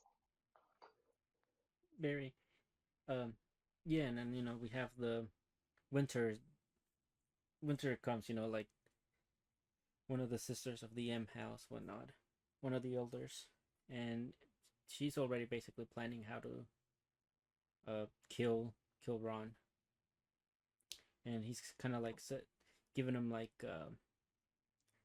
breadcrumbs by like commit other people dying essentially, right? And the first one is like this guy that just gets skewered Yeah, into the statue, into the a horse statue, statue. yeah, which that was like really gruesome, pretty Mhm. gruesome way to die. And they're trying to deduce how that could come to be. And it's like brutal to die that way, but it's more brutal after we know like how he died, because given how high it was and given how secure the building was, like Ron pretty much Right. said that he did it of his own like he it was his fault for like falling, but it wasn't because he was hanging by like a thread on the top or something like that. So like Mhm. so Yeah, he base noticed that his hands were hurt, were like um had friction, like they mm-hmm. were holding for they were, yeah.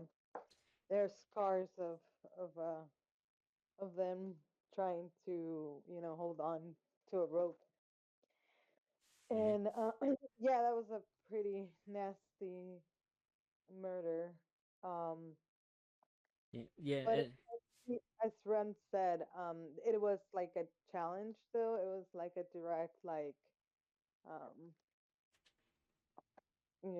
challenge to him, and to try to get to them and face them. So yeah, they're calling him. They're calling him over, and we'll see what. And I'm really excited to see what what will become of him when he realizes this this whole thing that you said about being part of the family, having them test. He's just being tested. yeah, Um, yeah, it should be interesting.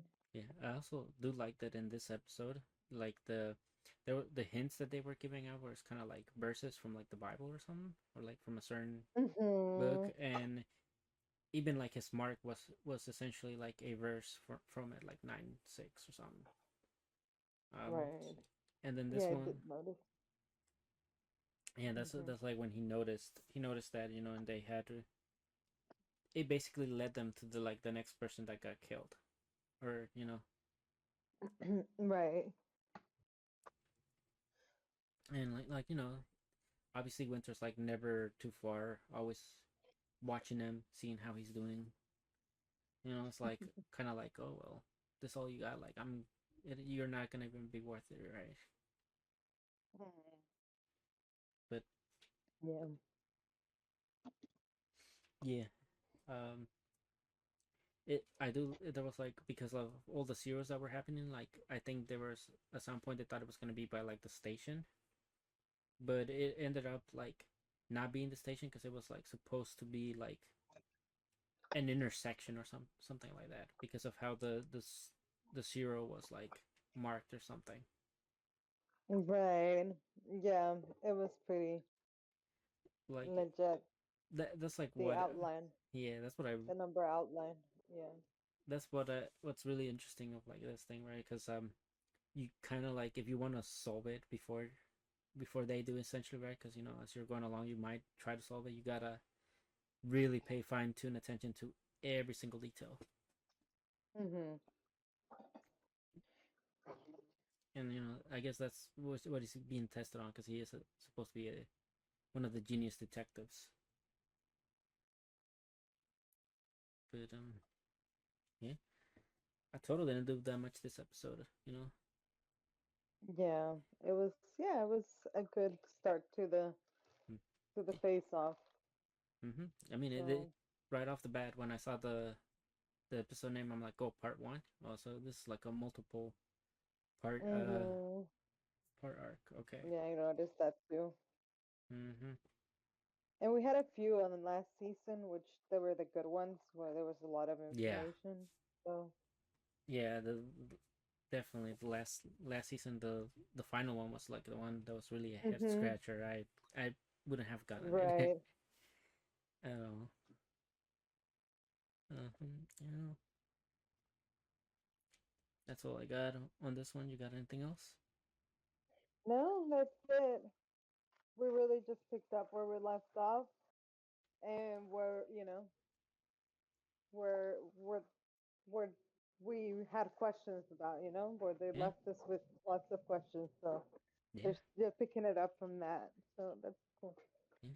Yeah. I agree. And with that, we can move on to the most notorious talker, because you know that Well, one. that was really good. Second episode. Mm-hmm. Uh, So yeah, one of you know I one of the first season, first of the season. mm-hmm. Well, um, I really like the title of it because it was really what um it was left with, Mm-hmm. the rootless talker, something like that. So it was like it kind of already told you what he was going, how he was going to avenge the betrayal. Mm-hmm. I mean, So we were left, or it ended. Go ahead. so I want to say that I've never had this many twists and turns based on one thing that happened, Hmm. right? Because we're like, oh, they're left on the Hmm. betrayal, but then it turned out that the reason they left was because he made like poor Gamble. investment gambling. He was in Yeah. debt, and you know both of them both, and then it was both of them that were in it too. It wasn't just the guy. Right. It was the girl too. Hmm. But the girl, you know, tries to play it off like she had nothing to do with it. Um, but yeah, I do like how we start off from like the where we left off with them going and you know Walter, the goody two shoes, was kind of like, you know, let me just clob him, right? Like I need to smack him real good, and he's like, no, no, no, no, no, dude, they just like stole our money. Like this is like I like that this MC is not like a goody two shoes, right? Because he's like they did us dirty. Hmm. My whole thing is if you do me dirty, I do you dirty 10 times fold. I like in Friends and Foes. He was Mm-hmm. like, whether you do me dirty or you do me good, like I'll do it 10 times full. Mm-hmm. Yeah, I like that. I definitely like that cash spread he has going for himself. Mm-hmm. I I definitely thought it was really like it really made shine of his capabilities and his worth, or just Mm-hmm. like they did say in this episode, that he, at the end of the day, in that group, he was the special one, Yep. even though he have like the most like ordinary and useless like quirk, or power. Yeah. But what I really liked about this episode is that he calculated the whole money thing, right? Like Yeah. he said to the like he offer in a bar anyone that would capture them, one like 2 million, right? 2 million. Yep. And then everyone left the bar, and he knew that the people that had seen them or had, you know, noticed them leaving, because someone had to had like seen them leave, Yeah. or last seen them. They were going to stay behind and try to negotiate just with that information. And then he negotiates back with like, okay, come with me and I'll pay you then, when we find them, like, Not only that, and he made him go down in price of the original, right? Because he realized that these people, because he has really good observation skills, so like he noticed that these people were like kind of like in retirement phase of adventuring. Like they had really poor equipment. Like it looked like they weren't that strong, so they couldn't grab any of like the bigger jobs. So like these were like hmm people that were desperate to get any sort of money, right? right. So he took advantage of. I want to say took advantage, but like he was smart about it. Well, I was trying to say how like he told them that he wasn't gonna pay them until he got them, but it was because he didn't even have the money. It was coming from the fact that he was selling them. Yeah. So he was counting on that to pay them, Mm. and then to get back to what they stole. So it was like Yeah. yeah, he just Well, came up like real. even that, right? Because even if he was just able to recoup what he had, what they stole, right? He still had the enough money to pay either or, right? Either way, he had enough money because he had like 7 million of money to himself. Hmm But obviously, like if he had to give any of that up and only recouped what he had, he would have been gonna be able to make a clan. So like he had to be smart about it, right? hmm So these poor fellows, you know, they get they get tricked. Well, not tricked. They lower their wage to 1 million. They tell him where they are, and like I like how like even though he seems kind of like cold, he still has the wherewithal to like know or like understand people. Like he's not closed off from people.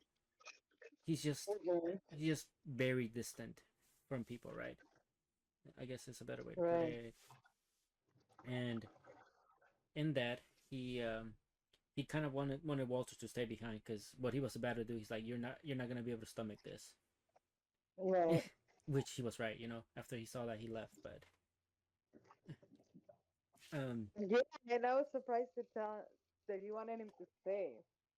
mm-hmm. That he told him that he was a good warrior and whatnot. I was like, oh damn. Yeah, I like thought you guys definitely didn't like each other.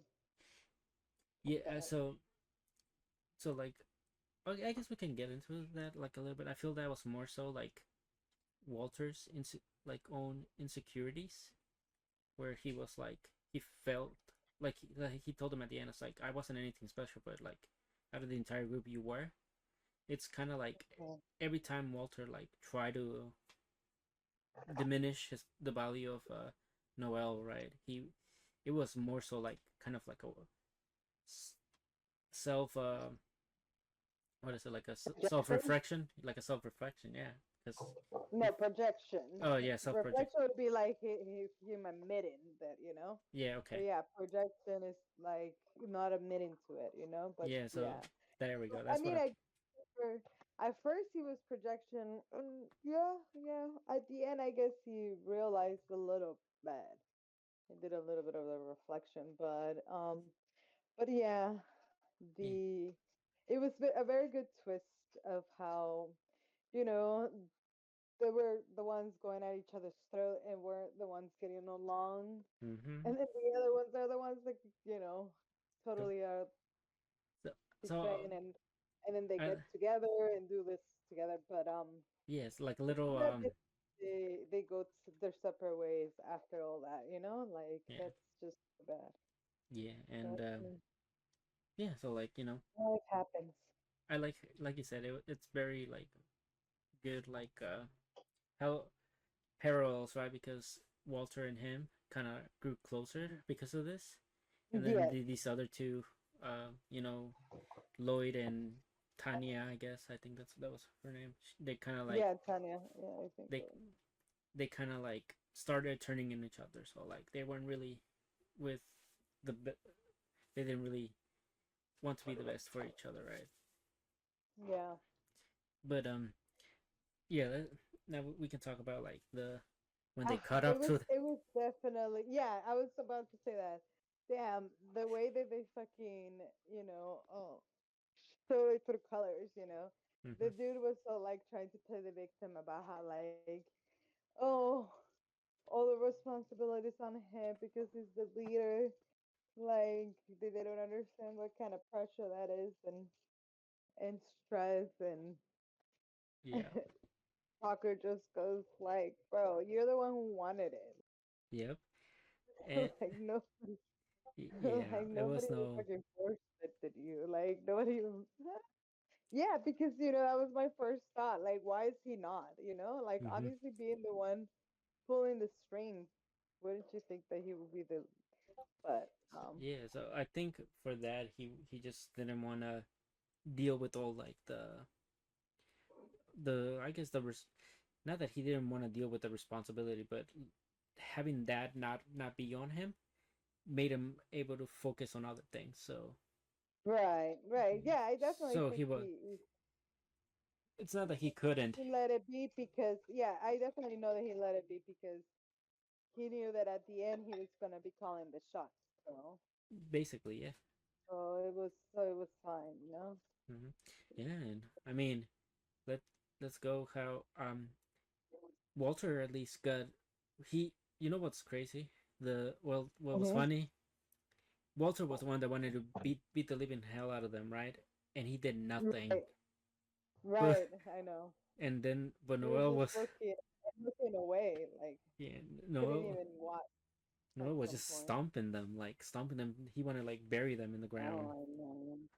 And I like how I they had that when the girl was like like we were teammates or trying to like Yeah, sip pull the emotions. Yeah, yeah pull the emotional card. And, he was like, oh no no no yeah.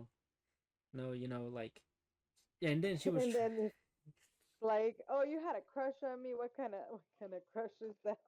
Like, yeah. I'm like, damn, bitch, that's so cold. Yeah, Like, yeah, and he was like, she tried to like play it off as like Lloyd also. Like, I think she said that like Lloyd was the one that forced her or something like that too, and he was like, yeah. and then she tried to then say like, oh, if you're gonna sell us, you're gonna be in big trouble, right, or something like that with the authorities and Hmm. whatnot. It's like, well, you know, you could that could be the case, but like you stole from me, you'd be put to death. It's like Yeah. at least I'm giving you a chance to stay alive if you work hard enough.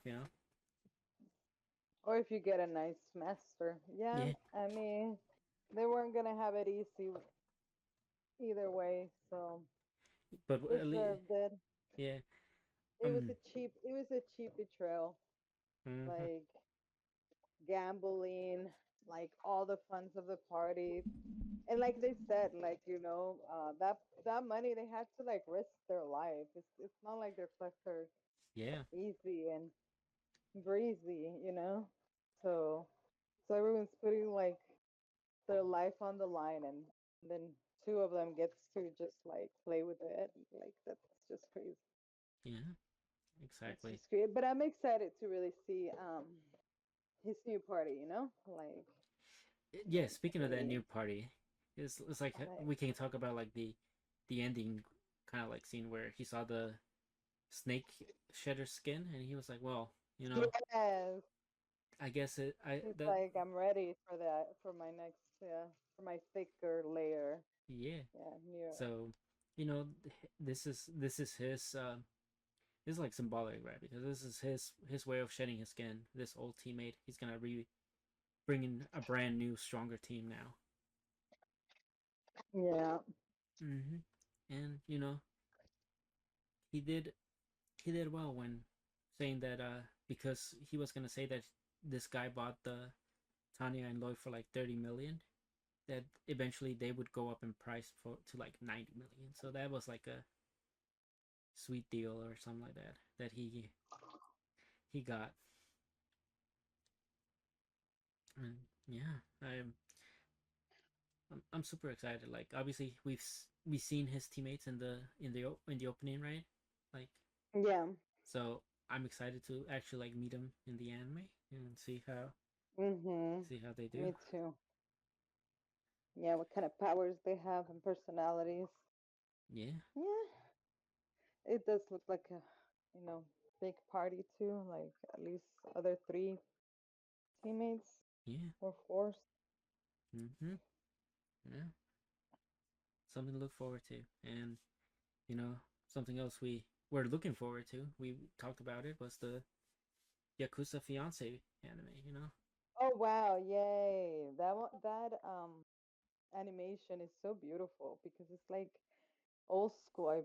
Feel like It's like and very comic, like very manga old school too. Like I don't so know.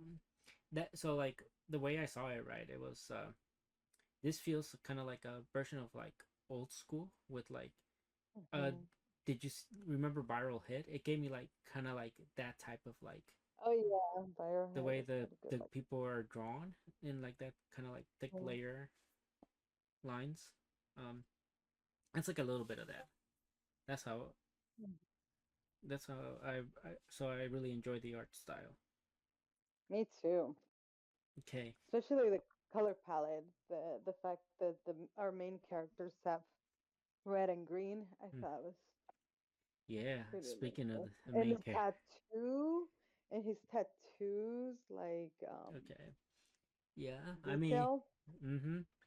So That was speaking of really pop. tattoos, that opening had a lot of Yakuza members. How'd you feel about the Oh opening? yeah.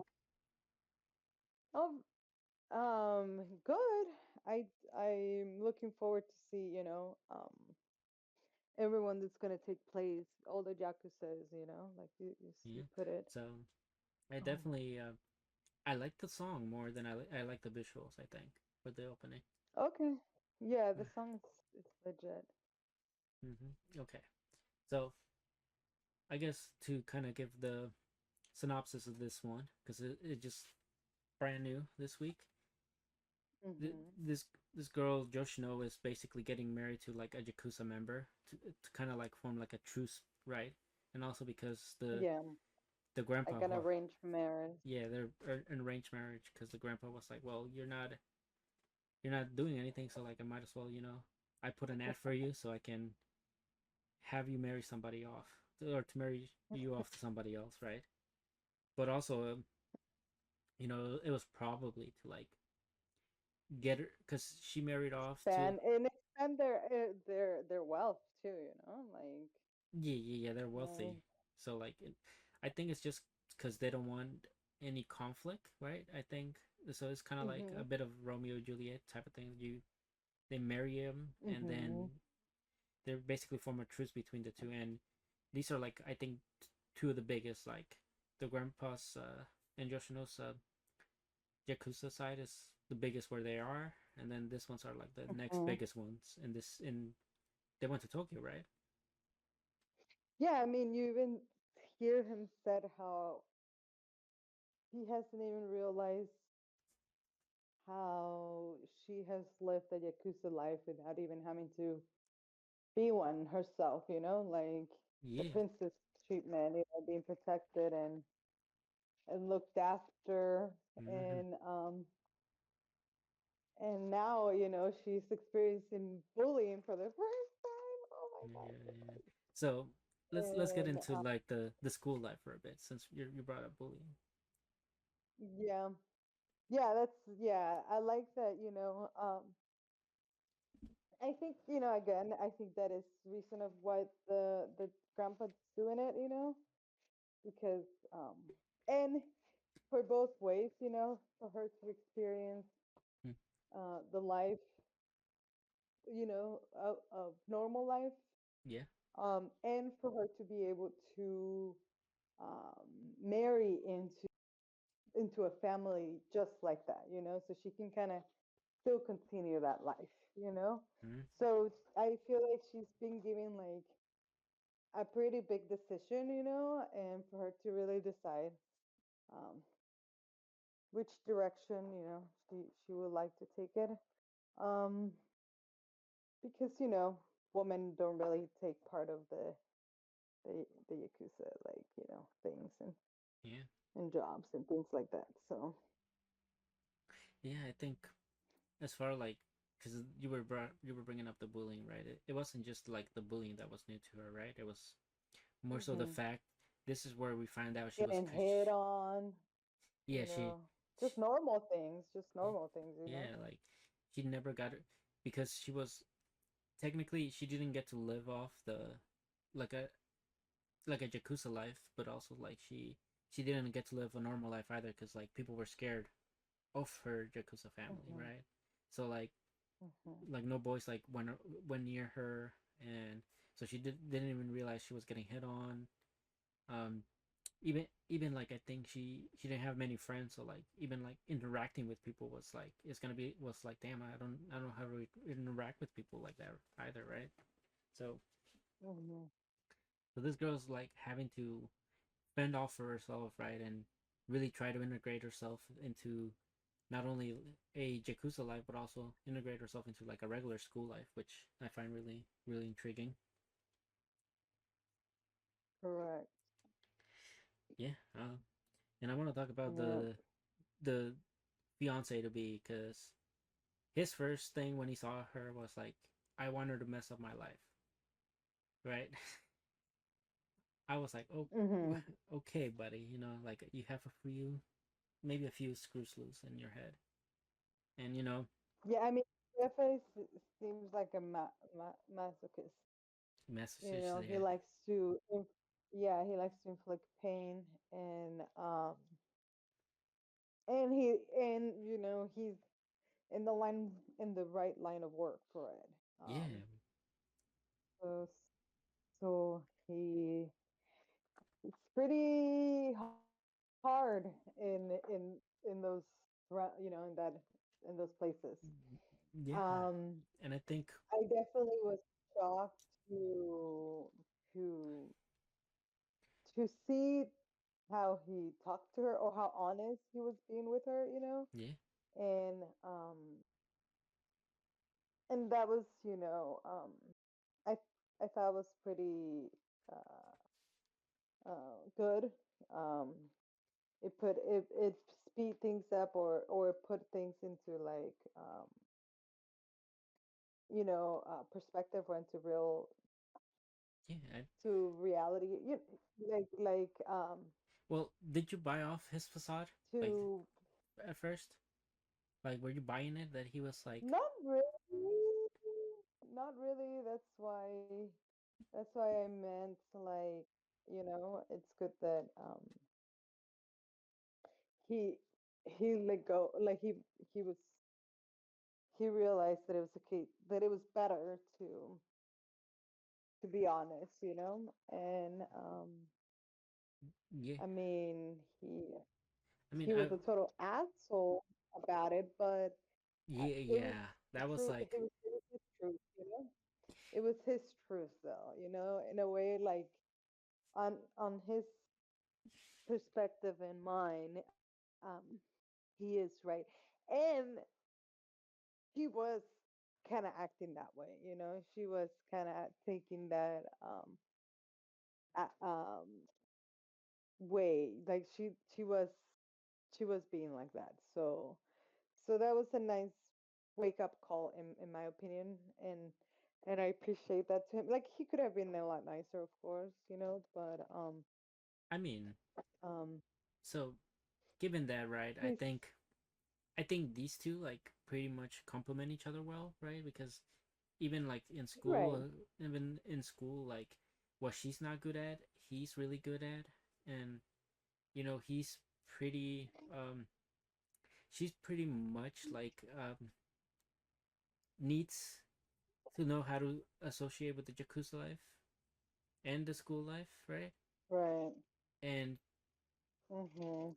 but he also like I guess the way she's gonna compliment him into how to be just a better person overall. I think because like he can do Right. all these things, but like I think this guy doesn't really have good social skills for people.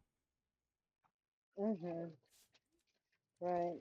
I do think like what Yeah. the moment that she pretty much saw him come out with the bloody knuckles was the moment where he kind of decided, okay, well, she saw this. Like I don't know what else I'm gonna do, right? And that's when he was being an ass in the alleyway. Mhm. And he was like, oh, Yeah. he was like, well, I got pretty bored out of you really quickly, you know, like, eh.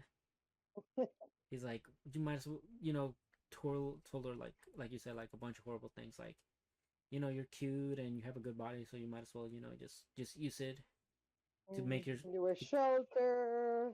mm-hmm, Yeah. and You can go back. You can stay. You're all your choice. yeah, Yeah. I mean, he was he was definitely giving it to her. he was really trying to get her to leave, you know, and you know she really did have. And more like he was more like letting her really know that he's done trying and she can just you know kick rocks. So No, but I think he actually was meant what he said when he did that. He actually meant it, that's what like I mean. Yeah, like that's so. what I mean. Like he just didn't care. Like Yeah. he was done. Okay. He was done trying, hosting, even giving it a chance. You know, like Yeah. Yeah. or pretending to give a chance for that matter. So Yeah. And I want to talk about the real MVP of this episode, the grandpa. You know, set her up. yeah, the year Yeah, set her up at the beginning, said and said the to for the to what? break his heart. How the grandpa is encouraging her to stay so she can break his heart. Oh my god, Yes. damn it! He, Good for yes. him though. Good for him. Yeah. He He's like, encouraged. I was just like that. Trust me, we need that. And she's like, I'm surrounded by horrible men. I'm like, well, yeah, Yeah. He's like, but on the bright side, you know, he kind of was like, well, just play them. They're men, you know. Like that's kind of like it's like yeah, they try to devalue you, right? It's like so just make it, make mhm, yourself valuable, right? Essentially, right? mhm, And what she do? She yeah. sells her kidney for 4 million. I mean, it is a pretty strong point that she's a you know Yeah, she. badass, like a strong, not a damn swell, not a hopeless, not a, Yeah, you know, so that was weakling. like the resolve of her to kind of be like, well, you said to sell my body, so I did. You know, there goes one kidney. It's like basically, you know, saying I am built for this life, you know, and you're not gonna tell me that I don't belong here. And then you know Right, she right. stands up to her bullies, you know, the ones that all love Yeah, one they all love to the, this yeah, Yakuza guy. the bullies, yeah, Mm-hmm. And then after the ones that she's we mentioned earlier. mm-hmm. I mean they didn't play any big part. They just like muddied her shoes and whatnot, you know. Mm, That was it, you know, like right. child prank. Um Hmm. but yeah, so like after he sees how she threatens them and how she talks to him, he's like, okay, well, you know, you should just marry me and ruin my life anyway, right? um and that Dude, I was loving her face, like yep, like her like angry face. It was. I was also falling in love with her. I was like, damn, she looks pissed, mad, just angry, yeah, the facial expressions are really furious. good. It was really good though. Yeah. Yeah, All right, and yeah, it was. It was. I I like it, dude. Like I think so far she's like one of my new favorite MCs this season. I mean, oof. Really? I mean Me too. Me for too. I mean she's the best female MC we have. Second best. Never mind, we have a lot because Blue Box and Dana have two great ones. Never mind. No, we have a lot. We Yeah, have a lot, we have. but she's definitely We pulling have up there um. for making me want to keep watching this show for sure. Oh yeah, Mm, she's definitely, you know, yeah, keeping herself um yeah, relevant and stuff. So yeah. Okay, legit, I'm excited to see how their relationship me too. develops and what are the other characters, Mm-hmm. that take part of it. They look pretty evil. Not gonna lie. There was one in particular in the Yeah, one of in the them. opening, they just look like, oh fuck, like Yeah. what the fuck. By the way, I like how her first thought was the dad or grandpa whatever looked hot. You know, like when she first arrived there. I, I'm like, okay, simmer down. You know, he's our evil man. Yeah. But yeah, excited for more. I can't wait. And another one that started off pretty good. Nina, Hmm. the Starry bride. Want to kick it off? Wow, that Nina one is pretty nice too. I like this um kind of church like uh custom when it's like set up in those eras or just in that um civilization or personnel. I'm really loving the outfit. Mm-hmm. Um, I'm loving the jewelry and just the accessories as well. Um, Yeah. I love how she has like a wig. Well, anyways, we're gonna start with like the fact that this is the story of a girl that basically has such rare eyes that no that that she's able to replace the princess Yeah. from her region for because of them. It's kind of sad uh, Yeah. So and and and and crazy that this princess girl was basically sent away for so long to become the ruler that nobody really even knew her that she was could be easily replaced like this. So yeah.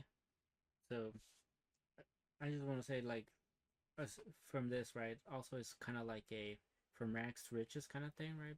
Not necessarily in the way that she worked her way to riches, but because of her opportunity she was given, she was able to become somewhat of importance, right? Because it starts off with like.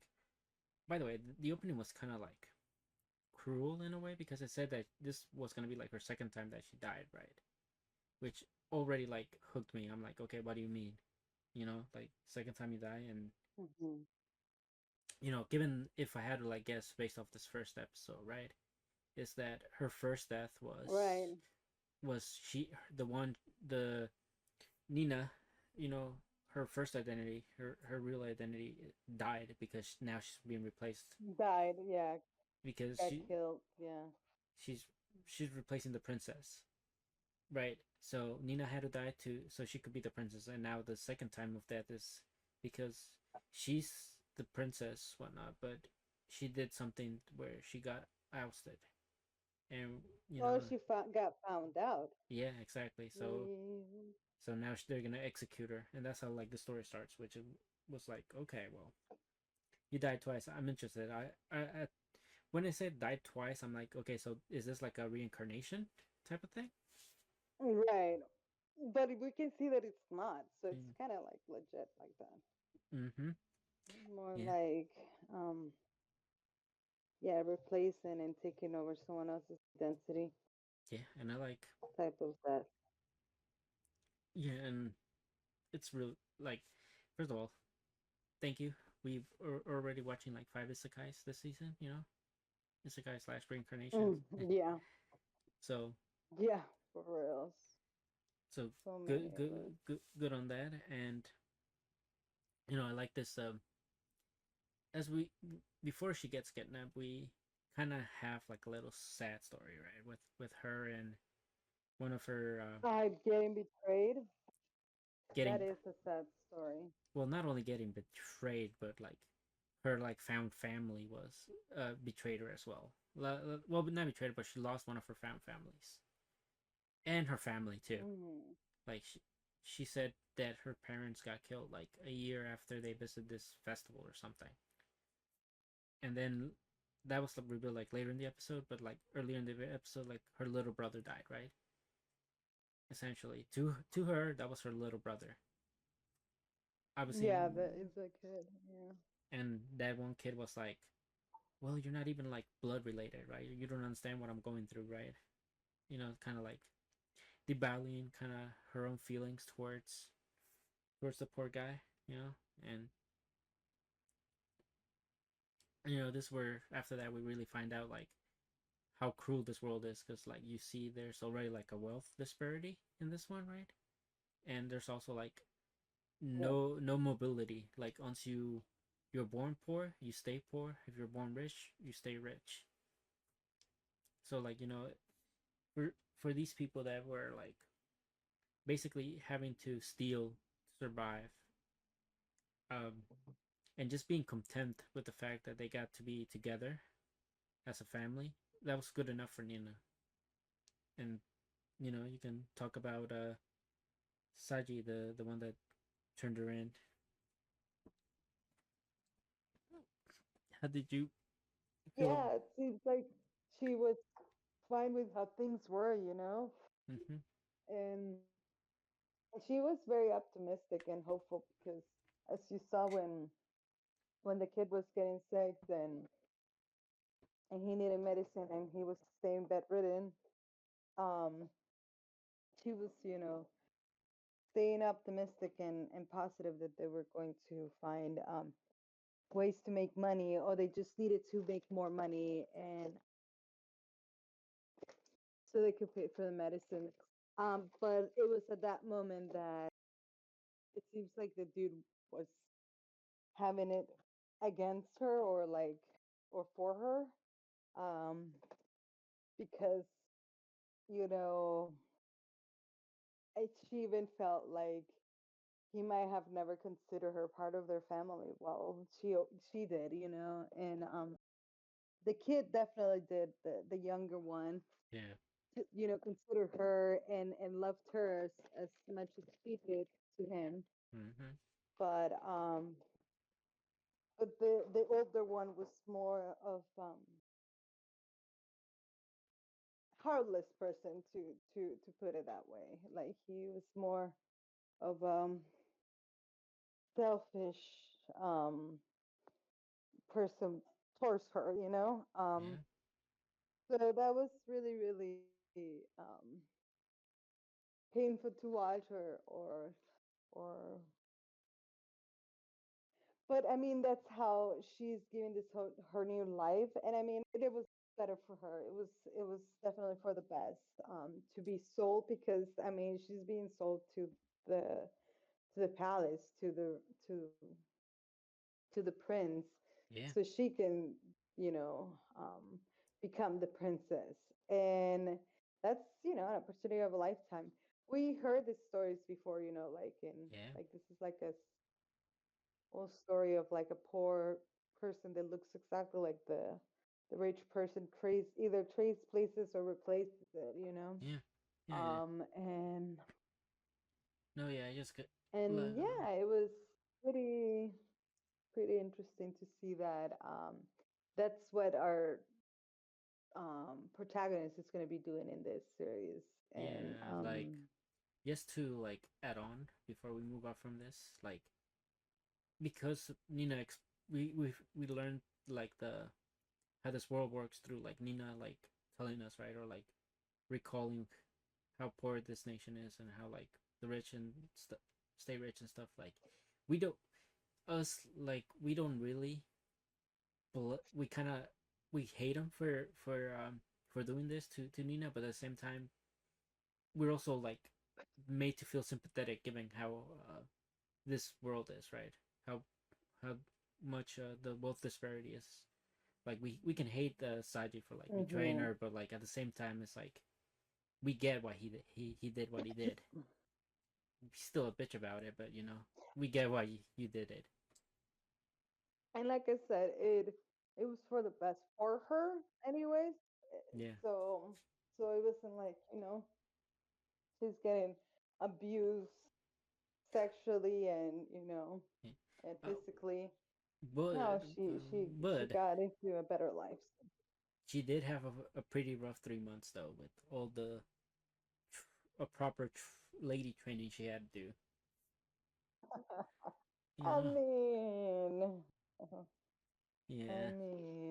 yes, she was having a hard time, but she pulled through. She pulled through, and it's all, and again, it's all for her well-being and best interest. So, Yeah. And um, at it's this. just very, very annoying to see that we're going to have an evil queen. Yes. Okay. That was like, first Like, of all, like, just the way you know I figured we were gonna it wasn't gonna just be like all roses and daisies, right?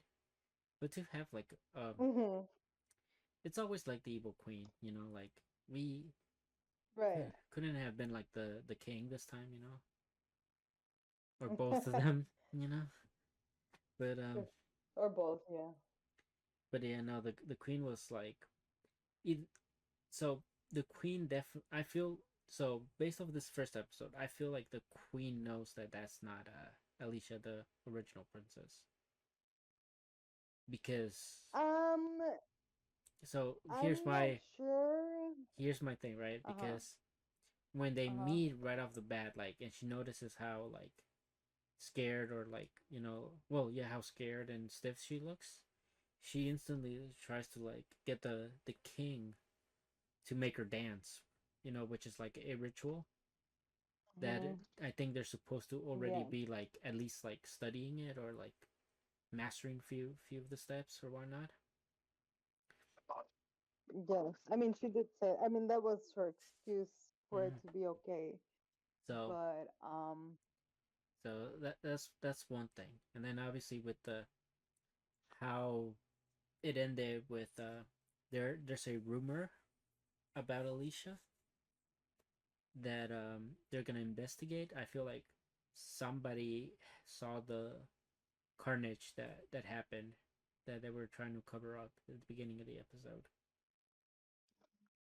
mhm. and it's either that they found the body, or that somebody's kind of putting a rumor that Alicia's been replaced by somebody that just looks like her, which I feel is gonna Well, which I feel is the queen.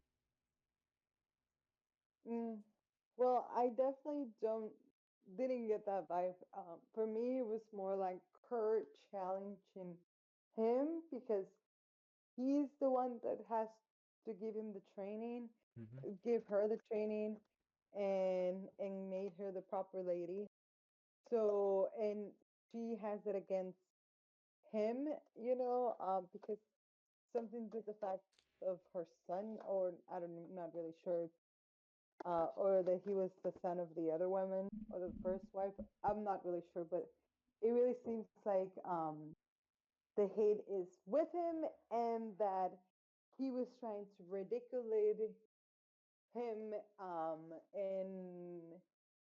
and the thing with her, I think it was just to, again, just to ridiculate the whole, mock the whole thing, because she's jealous of of her, and the fact that she was basically raised by him, and she hates him. Okay. So regardless of that being her daughter, I feel like her politics go above that, like, Yeah, most definitely. family matters. Mm-hmm. So that was my take in it. Like, it was like, she almost, like, for me, it was like, damn, she found out the truth just because she has it for him. Okay. That's what I thought. Like, that's the vibe I got. So, Yeah. but we'll see. We We'll could put definitely paper. see what it was really, I mean, what was I, really I do, happening. I do feel that In her intentions. she definitely does have Hmm. animosity towards him, because she got got to see him like in the courtyard or whatnot, or like next to the pool, and she was basically telling him like, "Get my fan, right? Like a dog, right?" She threw it, and it's like, "You need to go get it." Right. And So, it was so cute and nice to see that she felt offended, the girl, right? mm-hmm, I mean, the one that got bought by him like a slave, and then been mm-hmm, told to lie and just pretend, like she felt offended for him and went and did that on his defense, like, he was like, "Oh, I couldn't take that. I didn't mean to wet you. I just wanted to get her." yeah, And I was just like, damn, yeah. I mean, so good. He's like, she's "Yeah, already attached. yeah," and I mean, you know, basically, she he was like, "It's a good day for a swim. It's fine." I mean, she is a kid, so. Yeah, exactly. So like they can't. I think they have one more year, right? She's like 15, and yeah, that's all I really have to say for that one. But pretty enjoyable first episode. Me too. Me too. I'm really just kind of like looking forward to see. Uh, I'm like you said, what you pointed out, like why she's getting executed. It could be because she got found out. It did something.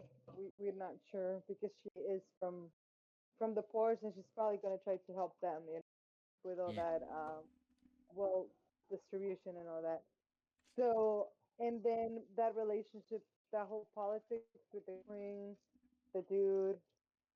yeah, Um, they definitely so made a point to prove to made a point that these two are special because like they had that one scene where when they shaded everything black except both of their eyes, right? So I know, right? What's up with that?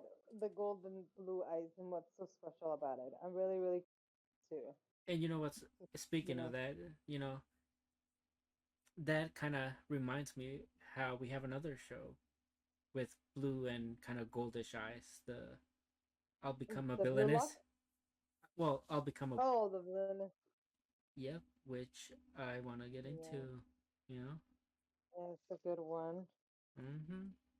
Because both we have a blue prince and the Yeah, golden heroine. So, yes. the, The gold rose for the heroine and the blue rose. mm-hmm. Yeah, All that's right. so So true. I one of the many guys we're watching this season. Um, I so this episode kind of started off with Duke, the prince, why not talking to Mel, which I might have not seen it, or maybe I wasn't paying close attention, but I feel like that's the spirit of like the Blue Rose, right? Because I don't think I saw a single maid in his room. How did you feel about that opening? Mm, um, not. I just feel like it's an like all like something so valuable that that he gets, energy from it too. But I feel like the value it's put by how people recognize it, right? The fact that people believe that if you're born with this rose, you are the special, one. Right. I feel like that's what makes it special, the fact that people believe that. But we are to see if it really holds any special power. And with that, That's what I'm saying. Like it could be a spirit of some sort that's within the rose that he's born with, right, because he was right. talking to So, somebody. I just didn't. right, right. Oh yeah, yeah, yeah. Yeah. She's like, oh, I conceal my identity. Mm-hmm. So yeah, I mean, we definitely, yeah, it was unclear if that was part of just his family, like, or of the whole Rose spirit, you know, so, or power, Yeah. I We really don't know anything of anything. So, no, so that'll be interesting to learn about. So I like how based off that we have Alicia going into the woods, or like the Red Riding Hood. oh, yeah, that was very interesting that she and it wasn't just like one trip, it was Multiple. a habit, Yeah, uh, yeah, and like a relationship, like an actual, well, he did end up like calling him like Grandpa Will, I think, right? yes, yes, that So was like cute. she definitely like bonded with them. I like how when she first got there, he was like, "I can. You don't even have to worry about about like doing anything, right? I can tell based off like sounds. Like that was crazy. Like Mm-hmm. just based off how she was stepping, he could tell that she trained with the sword, which Had a is like store, mm, yeah, and stuff. yeah, So I that was was like, cute. okay, you you are probably crazy. If you had like magic, you would be kind of crazy. I think he, Mm-hmm. I think he was a soldier, right? I think he mentioned that he was a soldier in the past, and then he didn't. One of the nations that he worked with, the nation that he worked with, didn't agree with something, and banished him there after losing his eyes or something. Yeah, he was part of the court, you can say, part of the court from some royals, nobles. Oh, there you go. Like Yeah, they, yeah. yeah, he was part of the court, and and then I think he said that he started getting like comfortable and started treating one way above him like a like like telling them the truth, like basically saying, letting them know that you know Mm-hmm. they're doing this bad, or they're judging them basically, Right. and that caused him to like be like damn, Yeah. like he was like yeah, oh I Yeah. A lot yeah. of like people that just like blind themselves. Yeah. Based off that. Yeah, and I mean, and he did that too, right? The Yeah. novel like also hurt him, like it also like Yeah. um did that like like turn him blind and stuff like yeah. Yeah. So That's fucked. crazy. Mm-hmm. Yeah. I mean, we did have like a after we got his backstory. I guess we did get a nice like thing with Alicia, or like prior. Alicia was kind of like, oh no, he's a really good listener. Like I rambled on about me becoming a villainess, and he just kind of stood there, listened, and shook his head. Mhm. Because she was saying all this, and then when she like says she's gonna be a good great villainess again, right? He kind of just like was like, what's that, Because because like he was just kind of like baffled because he didn't know what the hell she was saying as a kid, right? Yeah. So, and Yeah, it was a cute little relationship that developed there. yeah, I do like that this is kind of her way of like becoming a villainess is basically Mhm. making the lives of people better. Like she wants to make this side of the world better, right? Which is kind of like anti-villainous, I would say, right? Mhm. But I guess if she does do good, like they're practically her minions, so I guess in a roundabout way, maybe it helps her become a villainess, but she's doing more good than harm here. Yeah, yeah, yeah. For sure. For sure. All right, and how do you feel about Alicia being told no to take the swordsmanship? That It's was really, really, really rude, but you can obviously tell that there's more to it. mm-hmm, But it's really, really, I don't know, stupid at the same time to hear how they're just buying each other time. Like they, I don't know what I don't see there being any good reason for her not to be able to do this. So that's what I think about that. Yeah. Um, it pretty much was like, like they're trying to keep her from growing. Like, I think it's because like if she passes it, then they have no real way to control her, right? And also like she'll be sent to more danger, exposed to more danger, I guess. And she was barely like 11 at the time, something like that. Um, Mhm.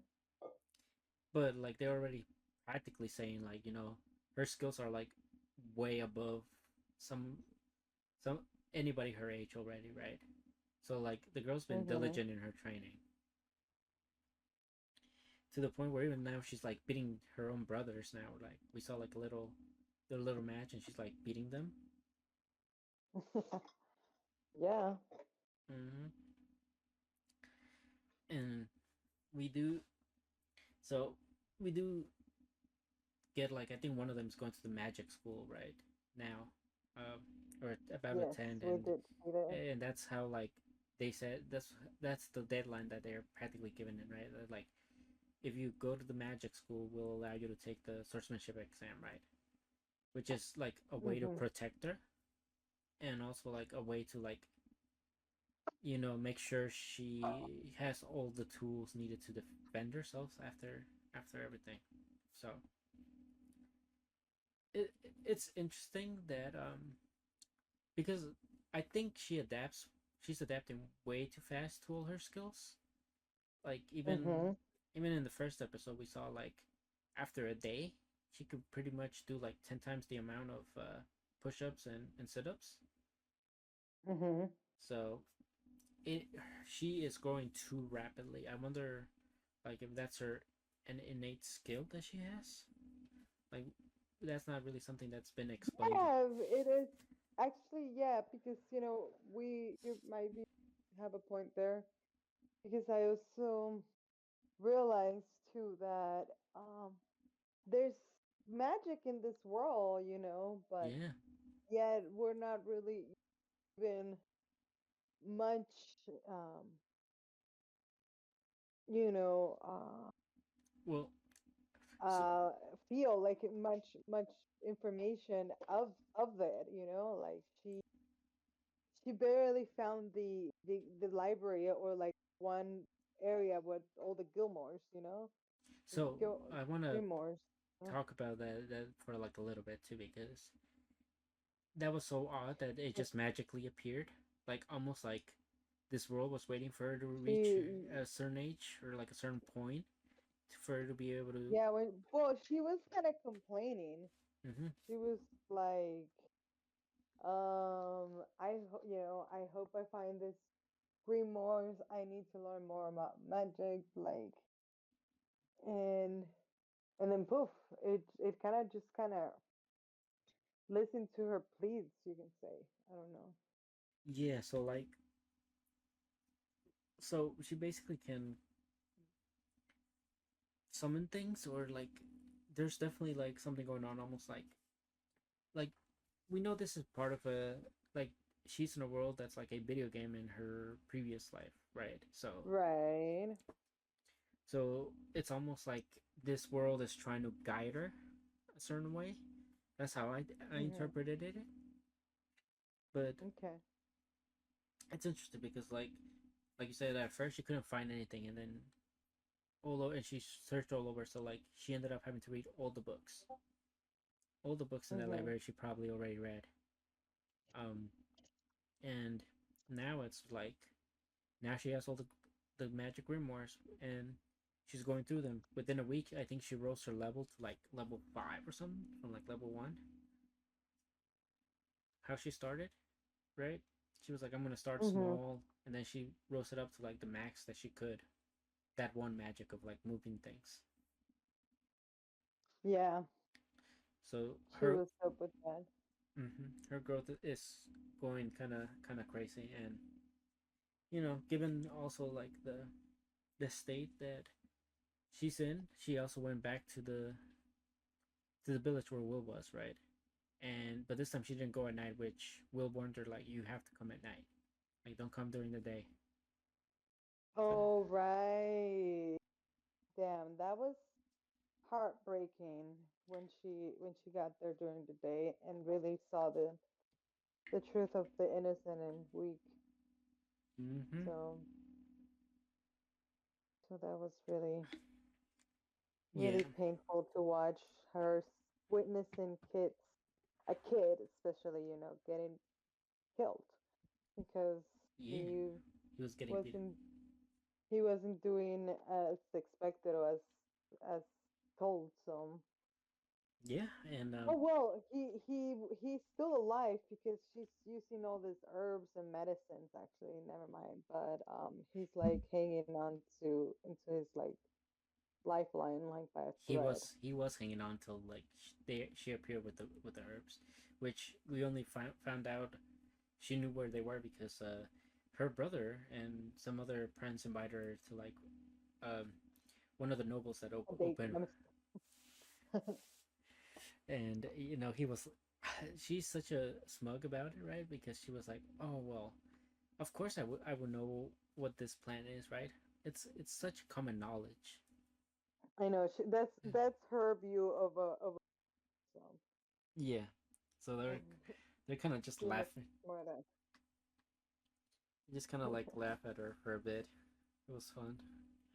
Uh, yeah. and well, now that we did talk about her like using magic and like practicing magic, she hasn't slept.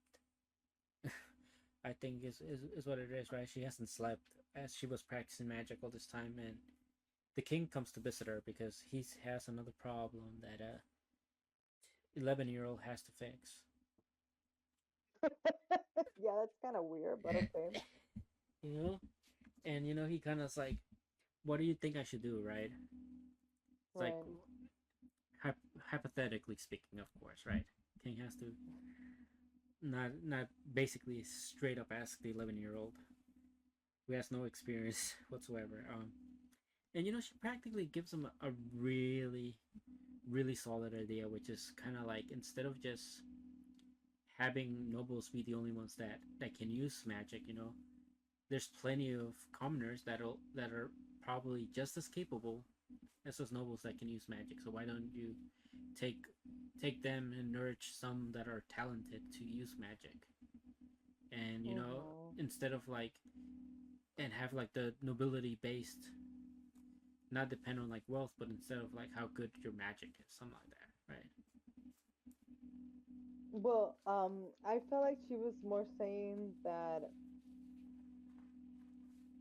being a noble doesn't mean that your magic is good. That or that you already know how to use your magic the best. There's some people maybe without even magic that know better. They know how to like come up with better plans and Yeah, ideas and yeah, equipment and support for it and that he's missing out on a lot of talent because he's just considering novels whether they're good or bad with their magic. So, yeah, and that's why I think she wanted so to make it so to include the commoners, that right? yeah, he was saying that it was too exclusive Yeah, and but that and also, that yeah, he's missing out on talent because of that.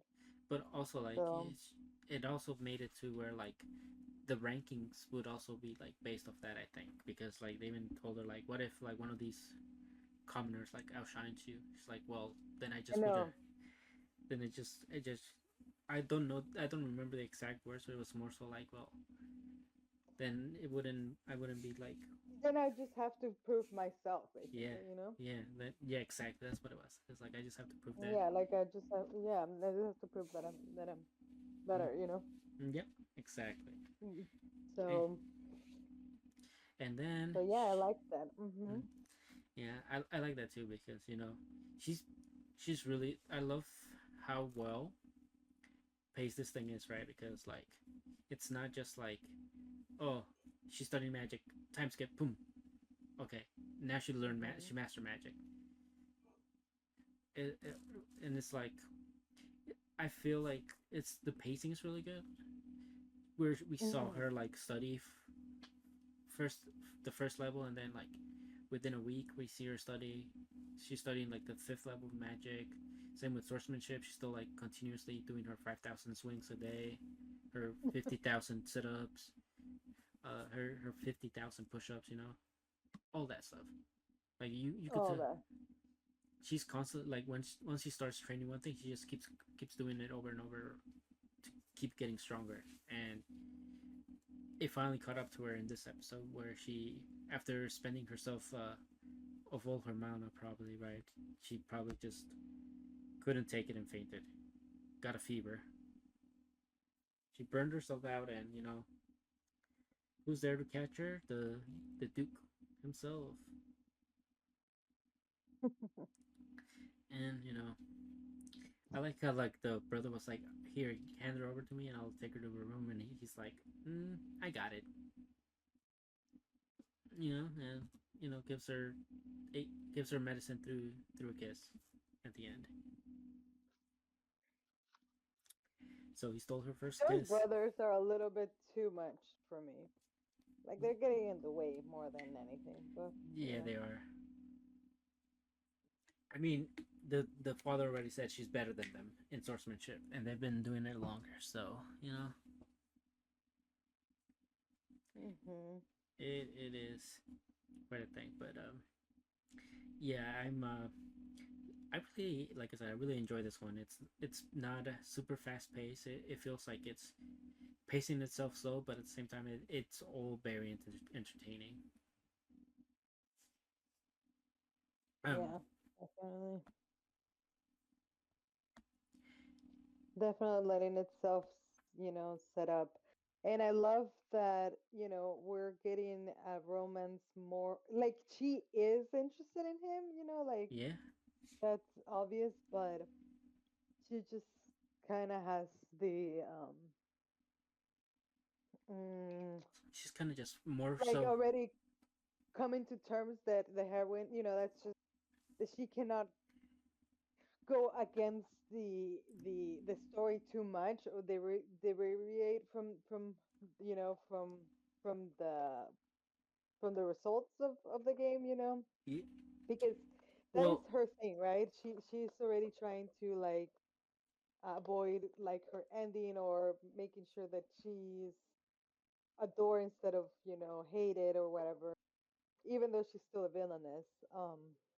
yeah. So like, So yeah, I agree. Like she doesn't want to deviate the story too much. She wants to let, because her thing's not really to find love or to be the heroine, right? She wants to be the villainess. So like, the heroine can get marry the prince and all that stuff, like just like in the game. But she wants to make sure that, because I think I will disagree. She does want to change one thing from the game she knows, and that's the fact that she wants to never be forgotten. She wants to leave a permanent mark in the history.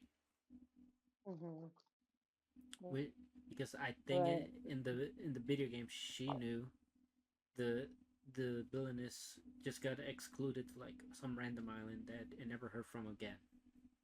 Mhm. So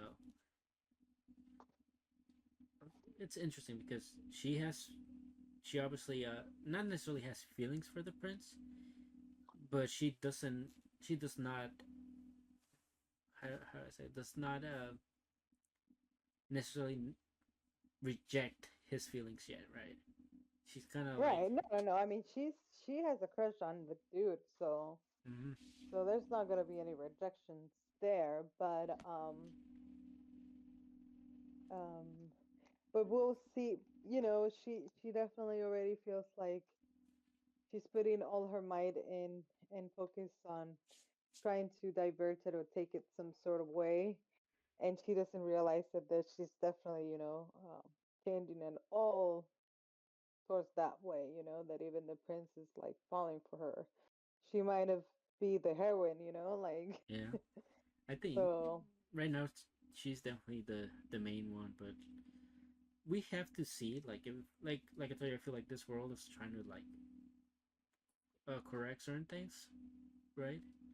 So I want to see like if after the heroine meets the prince. I know. I'm really excited to see this heroine. Yeah. and see how much it changes the Yeah, dynamic exactly. between. The dynamics. Yeah, Yeah, yeah. especially with her and the prince. Exactly. Um, okay, really great anime. Now we have to really talk about this this anime that just I don't know what happened. Uzumaki. How do you feel about it? Okay. Definitely we got a kind of aspect of the spiral. This time was more of the nails and the hair, and I want to say that it was still just as creepy. Um, So, we start with that dude that had that spiral on his back. yep, Come to school all late, and that spiral ends up being like more of a hunchback, Hunchback. and Mm-hmm. yeah, and then it be he becomes Nell because of it. Yeah, Yes. very creepy shit, and then they kind of caged him in the school, Yep. and some other dude it happens to, and then the mates, crazy creepy shit. But then on the other side, we're getting that our Yep. main girl, getting Kiri. some curls, in her hair, and that's creating a lot of attention. Yep.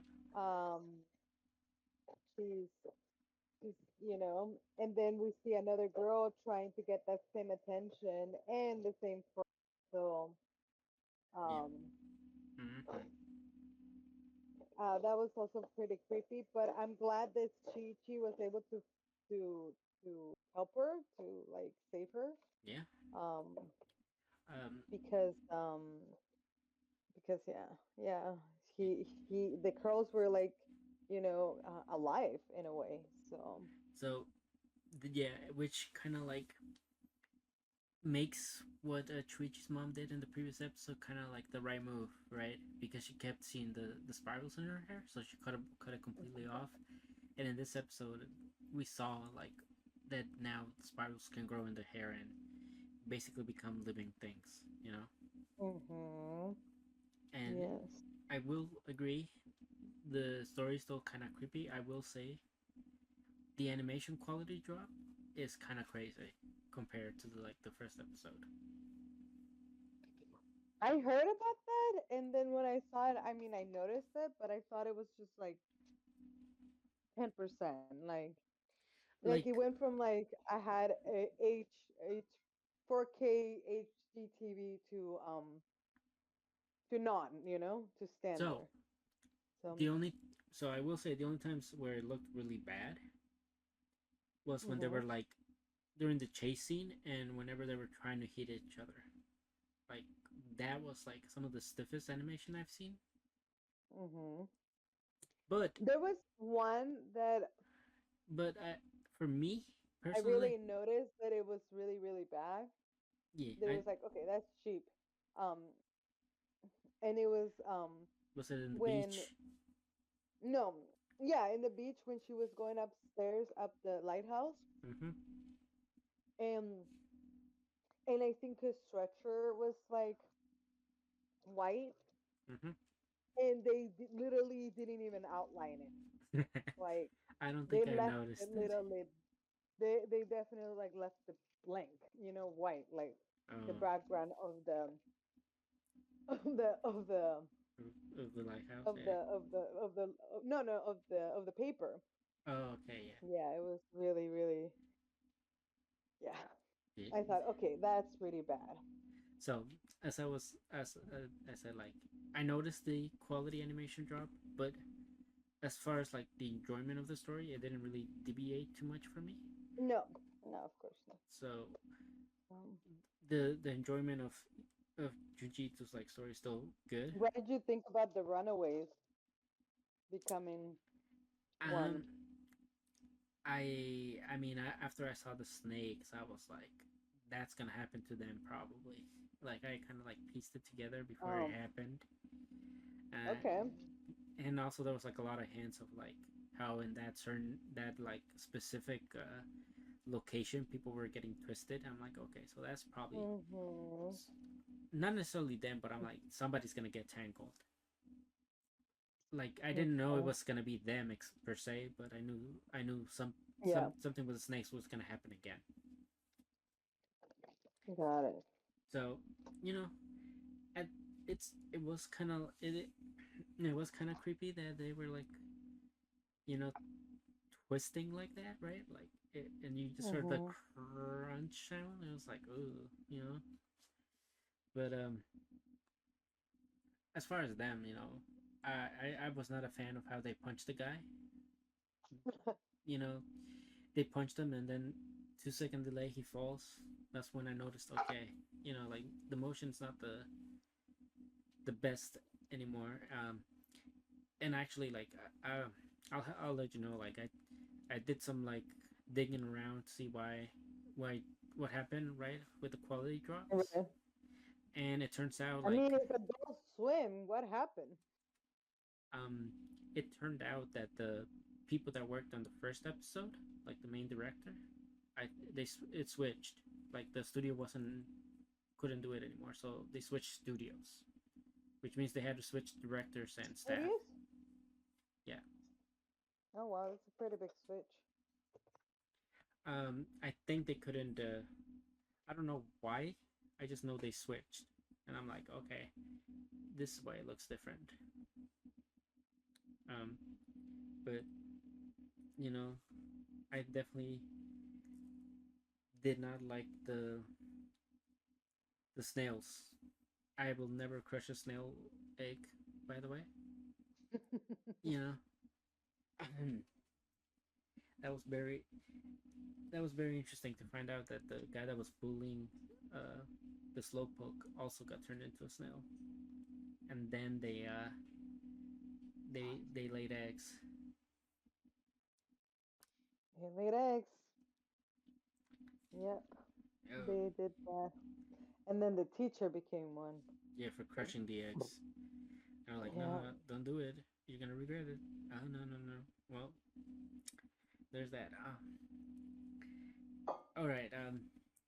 The kid that was stupid enough to get in front of the car. How'd you feel about that? Yeah, I don't know what drove him to it. Like confessing his love and So whatnot. I think the same thing that was happening with the girl in the first episode was kind of like happening with Kiri this time, where like because she was getting Mhm. spirals, like it kept Mhm. attracting people to her. Right. Well, yeah. Yeah. So that's what happened. But the car was just like, choom, and then he got like tangled in the tire, which was like, That was really creepy. mm-hmm, definitely. And okay, now we have the last bit of which was the lighthouse. Right. Oh my God, the brother having to chase his brother. That was scary. Yeah, Just the thought of that. that was really scary. Like the brother was going up and up, and like they're like, oh, we keep going up, but like it feels like we're never reaching the top. I know that was so creepy. I Mm-hmm. kind of did like the fact that they're using a lighthouse because it's a spiral going up, right? Mm-hmm. And yeah, that's like super creepy. Yeah, and also just the fact that they're using the I guess the thing that reflects the light from the lighthouse, because it's in a different it's in like a spiral. It like makes it so like it brightens more, and that's what like caused like all the deaths, because they were talking about how like certain people were not seen from for a while, and we saw like their dead corpses like as they went up the stairs. Yeah, that was yeah. It is like getting really scary hours in that town, and not even that town, because I think in this episode they confirmed that there's spirals events that were happening in other places as well now. Mm-hmm. Yes. So now, not even living the town will like prevent you from being safe from these spirals. Yeah, it seems like yeah, exactly. Everyone's it's not just this town. We're just getting the stories from this town. Mm-hmm. So So everything's gonna come crawling. You know, everything's gonna become a whole spiral at the end. That's the main thing. And then we're gonna be next. oh yeah. Mm-hmm. But moving on from a, you know, well, first, do you have anything else to say about us? No, no. I'm looking forward to seeing her and what what's next, like Mm-hmm. and who's gonna be the next victim to our town. Yeah. So, So well, no, no, no. I liked it. It's too bad that there's only two more episodes, but looking forward to what they're gonna do with those. So I mean, I'm glad there's only two more episodes because we're getting more, more and more next as we keep going. You know, we're so. I'm glad we will get to enjoy this for the spooky month, and then we get more. We get to replace them with something new, essentially. oh yeah, Yeah, true. yeah. So there's that, and looking forward to that. I think moving on from this, we go to something lighter, like Miss Servant. Like you are Miss That Servant. was cute. Mm-hmm. That is a cute one. Okay, Very cute. take it away. Heartwarming. Well, it was kind of sad, I guess. See that there's like a lonely boy in this house, um, just taking care of himself, I guess. Yep. And then we see that a lady, maid-looking lady, wants to says that she's been hired or she's coming to work for this family as a nanny or as a maid. Well, And mhm, well, she got fired. She did.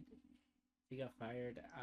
And her employer sent her here, saying like you could probably find a job with that. right, Mm-hmm. right. Well, yeah, she got like recommended same time, but yeah, because she got she yeah she was getting rid of sadly. Yeah. But it's so interesting that what she was doing assassin work, right? Like Yep. damn, like The new she was coming out, supposed to be the New York. You uh know. yeah, exactly. Like she's a fucking warrior, like ninja. So Yeah, which was it's really interesting when you consider the fact that she's really kind or really clumsy. That she's I a know, that was that she's able to cute. pull off assassinations. You know, to the degree that she does. Mm-hmm. Um, I and I'll have be to agree with you. and I like the fact that she's very prideful in those skills, right? But at the same time, like whenever she gets asked to do anything else, like she just like she can't cook, she can't clean properly, and it's you know basically at first it was kind of like, well, you're only good for assassination, so I don't really need you in this place, right? And it wasn't until after she was leaving that he went to return like a button that she dropped that she saved them from being isekai, you know. Uh, Yeah, and she she saved really did. she saved them, and it was like quick. She like bounced at that and basically she's like, oh, I never felt things like this before, right? And he was like, well, listen, I can't offer you like a regular job that you had before, but I definitely need help around the house. Like like you said, it's very sad that this kid is just there by himself. Mhm. And I don't think we got But did we get explained where his parents are? mm, a little bit. I feel like they just told us that they were like traveling, like taking care of some business. Okay. Not much though. Okay, well, he hires They her. seem like they were important. They were giving them some like importance, like Yeah, they have some important business to take care. right. Well, anyway, she's the new hired, and although she can't cook or clean, she can chop up lettuce. You know, pretty nice skill. She's very handy with the blades, and this is when we get introduced to the other half of the show, which we get into a little bit of her, right, and her character, where it's kind of like she's never had like a real taste for food because of how she was brought up, Oh, that was so sad. Yeah. and she always said like it tastes stale, right? Like it doesn't taste like anything, but like it's like I just always consider food as fuel prior. Mhm. And then he Yeah. gives her some sauce, on her chicken, and that's like that's what brings her Oh, to. you know what I wanted to bring up about this whole animation? Yeah, go ahead. Did you think, or this whole like series, did you think that the animation looks a lot like Coming Can Communicate? I did, especially the eyes from her. Yes, Like, I definitely think it has a resemblance to it for sure. yeah, yeah, it was giving me flashbacks. I'm like, oh, so I cute. I think the voice actors from it sounds like Komi a bit, but I'm not too sure. I haven't watched Komi in a bit. Um, but yeah, basically, this whole dinner thing kind of really showed me the how like her environment or her upbringing was like devoid of like emotion, and like kind of Mm-hmm. dehumanized her a bit, like kind of like because she was basically told you're just a tool now, right? She was like Violet, right? Like she wasn't taught she wasn't allowed to have any emotions Yeah, exactly. Like she or basically that's yeah she basically emotions were like gonna get in the way, so she was basically told you kind of have to get rid of all your emotions, and yeah, mm-hmm. She wasn't taught or allowed to have any. So not one bit. yeah. And it's really heartwarming that this is the this boy is kind of like showing her the normal life, right? And also Yeah. it's like it can be like both ways, because right now he has no real like semblance of having parents, or like a guardian with them, right? Right. Or any company for that matter. Or Like the poor company. kid is alone. Yeah, Yeah. or company. And she's kind of like filling that hole that he has, right? For like, I guess, having people near him, and or family and friends, whatnot, right? And he's given her the warmth, the More than just a tool. Yeah. More of a human. yeah, more like a humanitarian life, like Mm-hmm. good food, basic chore skills, Mm-hmm. like little minimal things that some of us take for granted, that are like, no, like this maid never had any. And it also like now she's actually starting to want things, right? Because he didn't give her a name, right? Because she wasn't even given a name. Yeah. That's how bad her dehumanization was. Like she just was just tool, so she had no name. So when she saw him like say, oh well, you can just be Miss Urban, it kind of like she doesn't know why, but she's kind of like felt down about that, because this person that has given her so much warmth already, right? Now, now it's kind of like him just having her be Miss Servant. It's kind of also like in a way him not he doesn't realize that he's he's treating her just like the other people as well, which is you know Yeah. kind of hard to think at, and it's really it makes for a really compelling like story right now for me. I I'm enjoying it, and we can get into like the cute stuff with the dreams and stuff. You wanna get into it? Well, I just think it goes back to what I was saying about his family. They Mm-hmm. just seem to be some important people, and they have some shady business. So I believe that is what his dream was about. You know, Yeah, how he hasn't reached those heights, and it's not part of that. And he feels abandoned, and that's why it's a nightmare. yeah, So. yeah. And there's that too, right? He has abandonment issues, obviously, because now I think he suppressed those, but it wasn't until she came back that it kind of like is starting to resurface again, because now he's starting to realize again like that how abandoned he was, right? Yeah. Mm-hmm. And of course, like our maid also has some troubling dreams with she dreamt of the sauce again, Yeah, she was found with the sauce. Mm-hmm. and and she also like saw the boy like having this nightmare too, because she went to check up on him and whatnot, right? Make sure there was no assassins that were trying to kill him, and she kind of realized he was having a bad dream, and they went outside, talked about it, and ate some food. He had ramen, and she had chicken with some sauce. Her new addiction, for sure. Yeah, the first food she could taste is the sauce. Interesting. Uh, and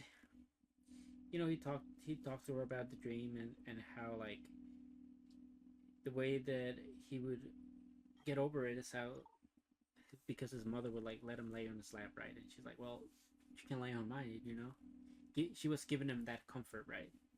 Kind of like how he was giving her. And when he said like, well, that's probably not the right thing, or like I don't think that's I would really necessarily need that. He was like, it kind of like put her down in a way, because like now she's like, oh well, I'm not even useful anymore, right?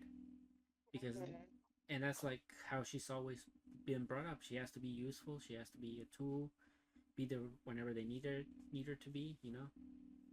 And now she's even getting rejected in that. And it wasn't until like he laid on her lap that she shattered that perception that she was brought up with.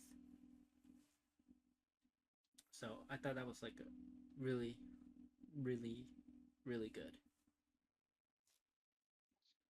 And yeah, you got anything else you want to add on to that? No, that's all. Mm-hmm. Well,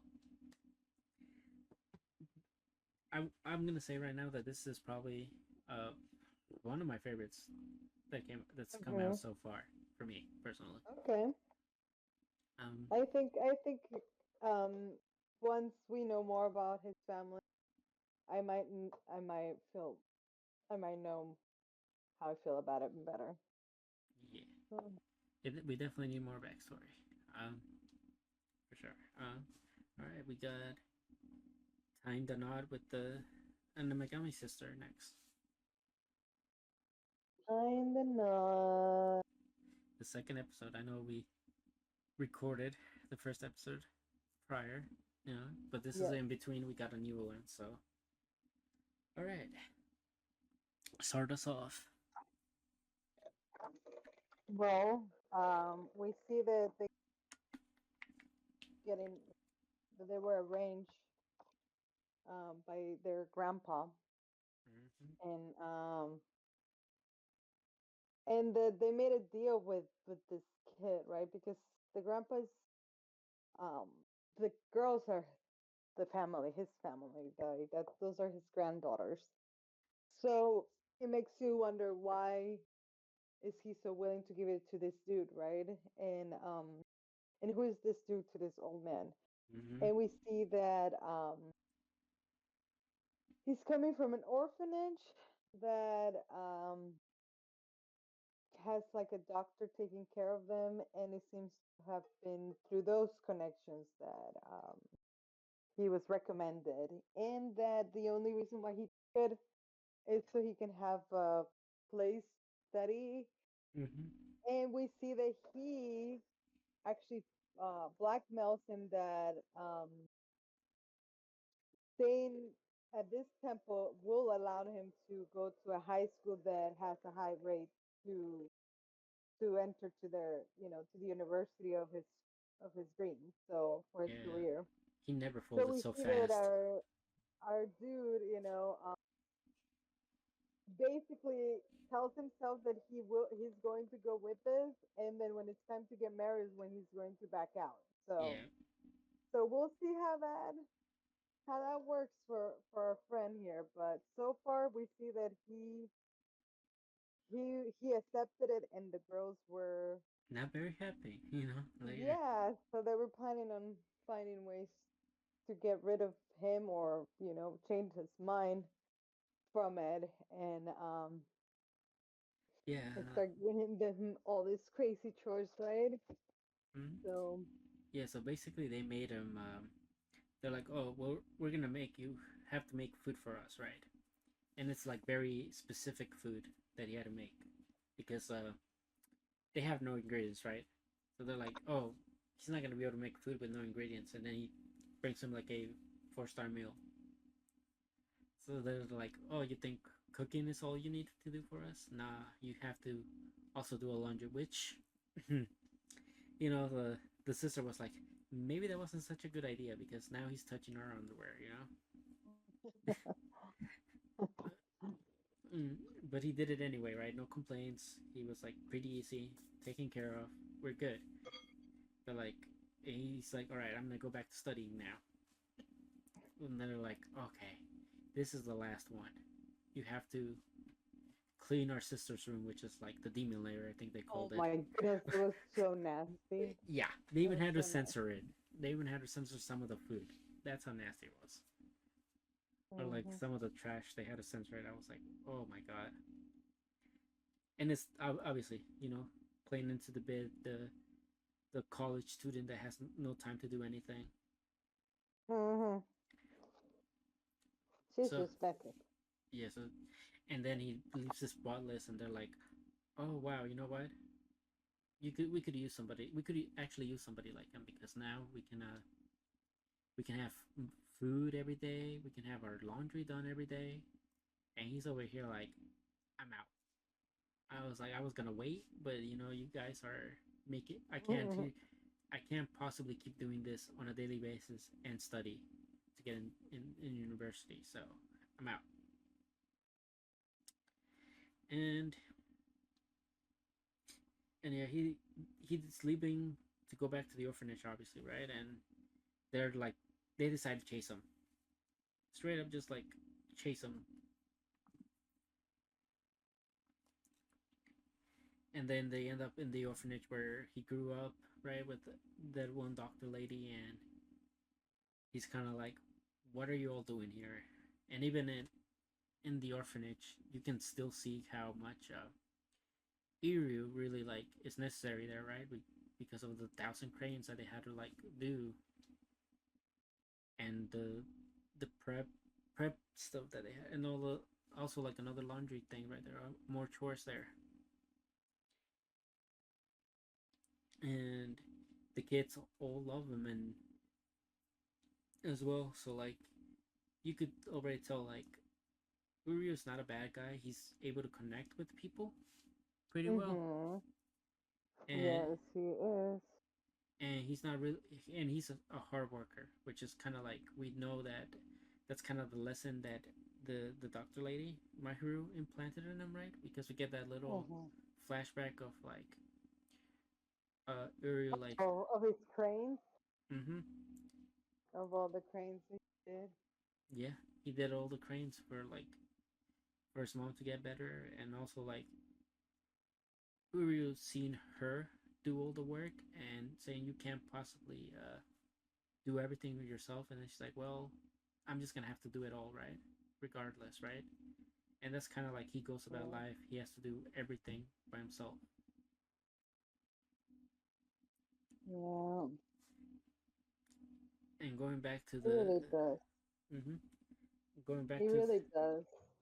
So, yeah, he really does. And like we saw it like in the previous episode too, right? He went to go find the missing ribbon or whatnot, right? That yeah. by himself. He didn't really ask for help. He just tried to do it all by himself. Mm-hmm. So I like Yeah. that continues on. And Problem solver. mm-hmm.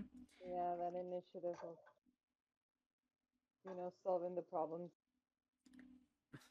By the way, one of the funniest things that happened in this episode was how Mm-hmm. one of the kids was identifying the sisters by their breast size, right? Oh, I know, right? Yeah. Like small, medium, large. Oh, those kids. Yeah, brutal kids. But what really like almost made me tear like shed like a tear, right? Was like when the kid asked if even all after they finished all the cranes, right? He asked like, Oh, "Is this gonna did help if my it even mother? work? Yeah, is this gonna help Oh, or make it work right and make my mom get better?" And in that instance, you're like, the character Uryu is and how much he really wants somebody to take like action, right, and not rely on I know oh that's kind of like, and then we see that he isn't trying to become a doctor to so he could have saved his mom, but to save the moms of all the kids, mm-hmm. of all the future kids that would be like him, kind of thing. So that's Yeah, super super cute. The girls, it was also dope to consider that because the dude left, right? He took off because he kind of got the whiff that they were just doing this to get rid of him, not because they wanted him to chair, right?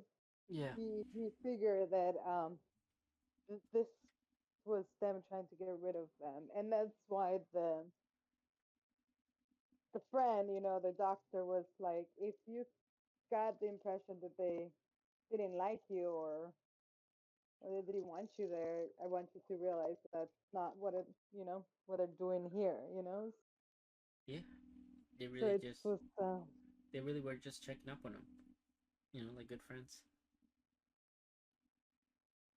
mm, yeah, because they didn't really mean him to go away. So that was cute. Yeah, I'm really excited to see what. We did also see like another character come in, right? His childhood friend.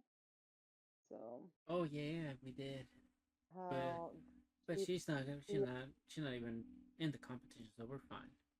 Yeah, well, maybe she just steer a little doubt and push to not be so. maybe, maybe, maybe. So Yeah, yeah, so sure of things. yeah. Hopefully, we definitely need more drama in the show. That's for sure. Yeah. And yeah, I mean, I have nothing really else to say about it. I think it's really good. Like get inner perspective of like Uryu, right? Because even though he doesn't necessarily believe that the gods really do all the heavy lifting, he does not want the children to fall in the same way he does, right? He wants them to believe. Mm, So yeah. you know, good stuff. Yeah. good stuff for him. Um, Now we should probably got into the Magilumiere Magical Girl Sync. How do you feel? Oh goodness, that one's such. I'm so glad. I mean, Amazon always like randomly gets himself into the competition, with because he's done it before. I remember that Amazon was the only one, showing some animes. Mm-hmm.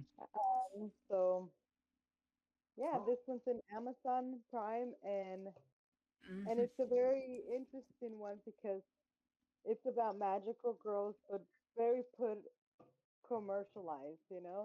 Which Yes. you kind of saw it in well, we didn't I didn't really watch it. The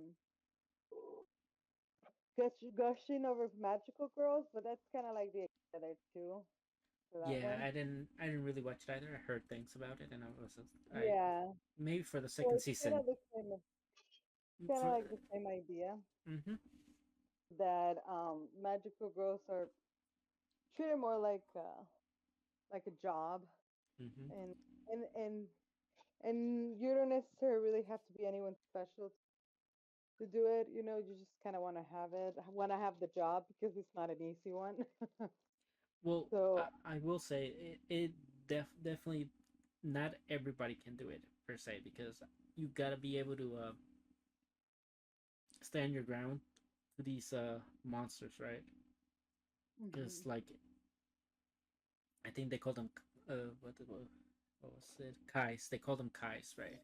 mhm, And essentially, not only do you have to be able to stand up to them, you have to know what type they are and what certain magic to use. And I want to like really talk about like how this is not just like, oh, you chant this spell, right?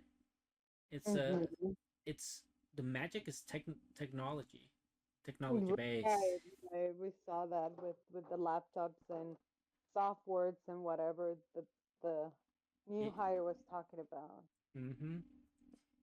So that's what I found like really interesting because it's a they found a way to put magic into technology, right?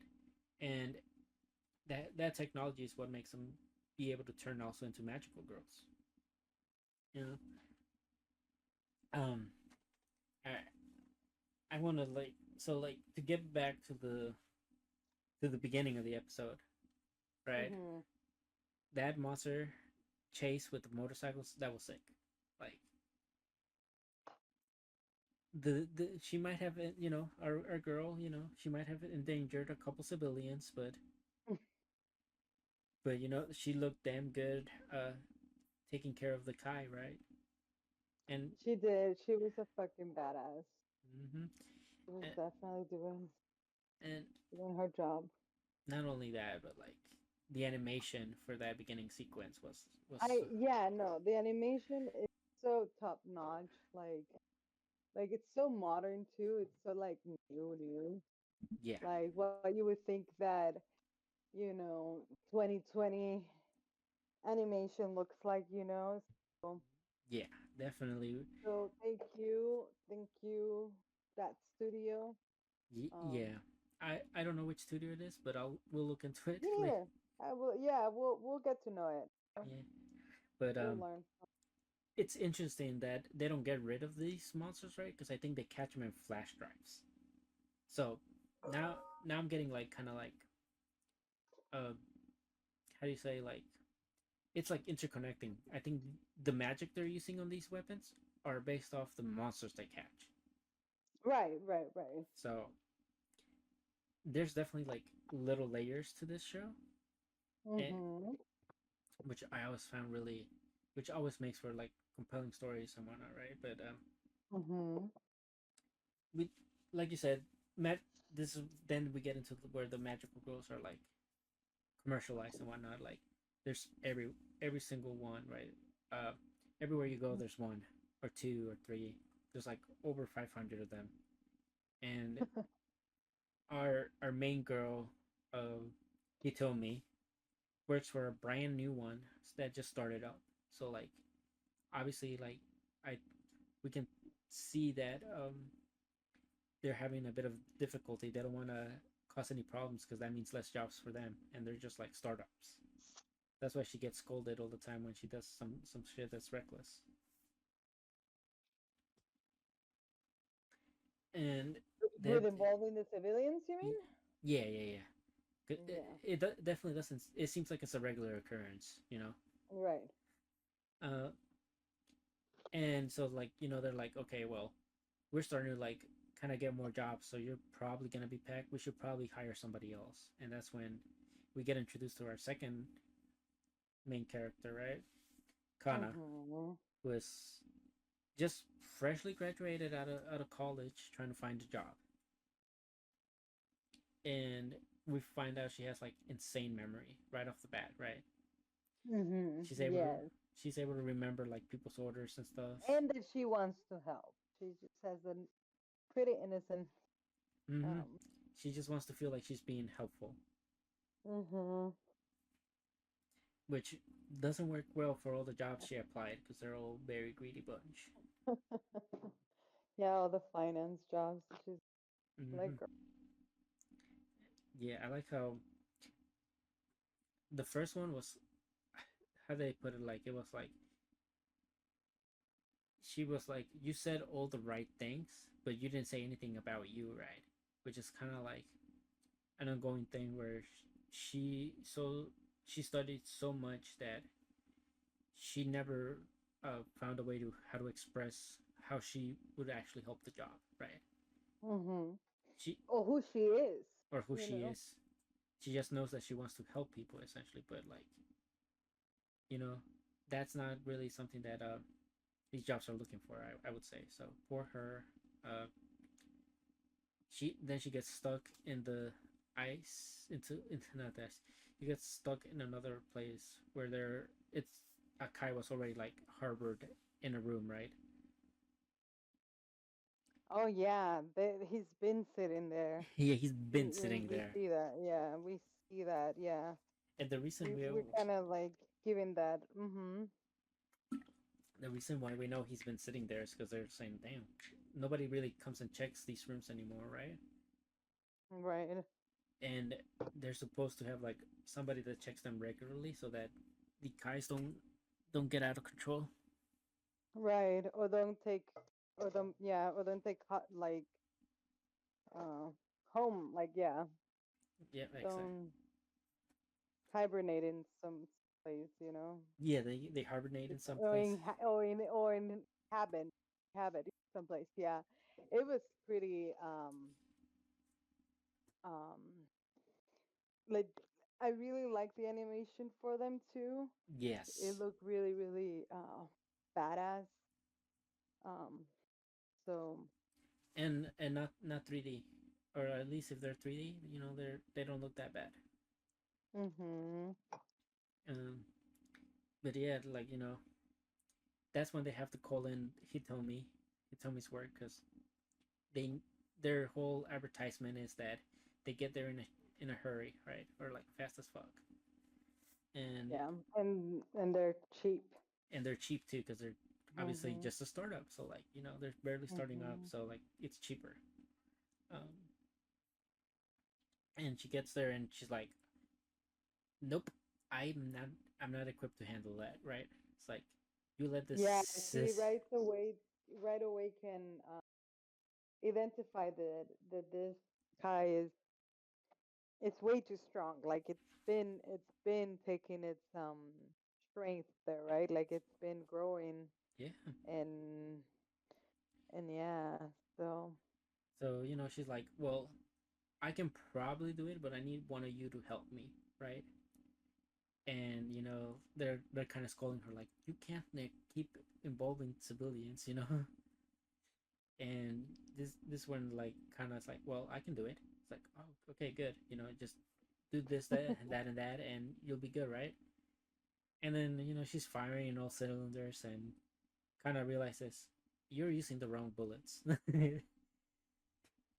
right. It's so crazy to see that the girl that hasn't even started the job knows the job. already knows already knows like And that's like kind who's of what the weaknesses and this and the powers that go, yeah. that go against it. Not only that, but like she later says that she can pretty much know how to operate the system because she studied it like as soon as it was coming out. Mm-hmm. So like she's up to date with like all the software and stuff that necessary. So like thanks to Kana who saved the day was like kind of like Hitomi's saving grace because even Hitomi's like like you focus on that and don't worry I won't let anything happen to you, right? Right. So you already have like a little friendly bond going on between the two, and thanks to Kana, Hitomi is able to secure the Kai and put it away.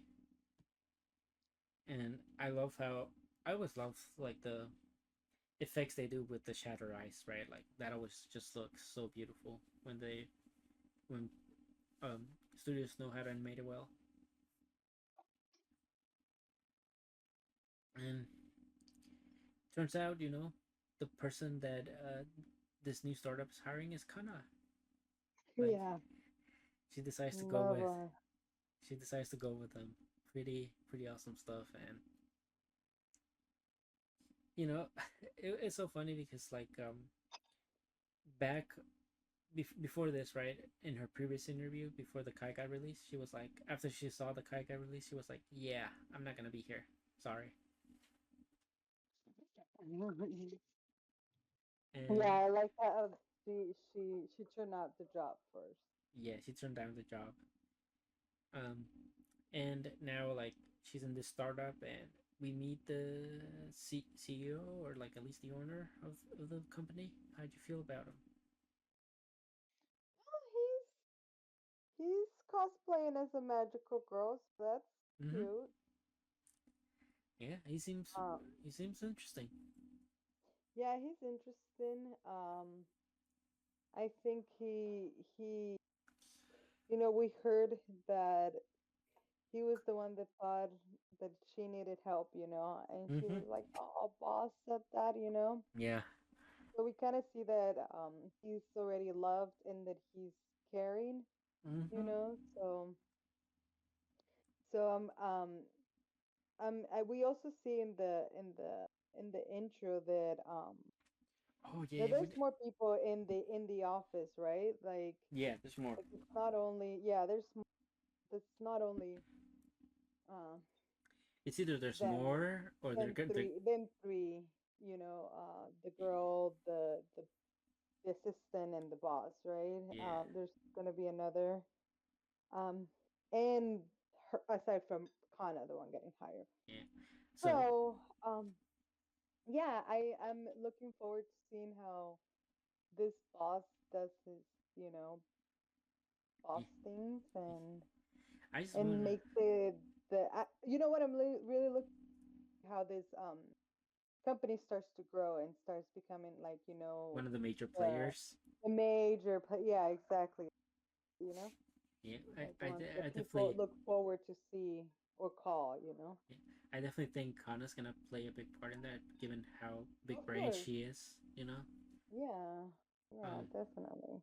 So yeah, I mean, as far as the boss, I'm more interested to see more of his personality, because right now Mm-hmm. the way he's being introduced, it seems like he's one of those like people that doesn't really socialize much, you know. Mm-hmm.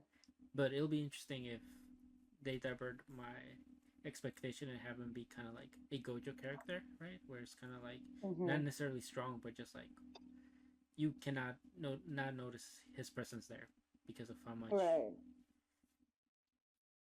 how he is, right? So yeah, I'm definitely interested in this anime. Like you said, um, I'm not per se happy that Prime has it, because Mm-hmm. now I have to keep switching between Prime, Yeah. Hulu, and High Dive. But Well, there's not one in Hulu, really, right?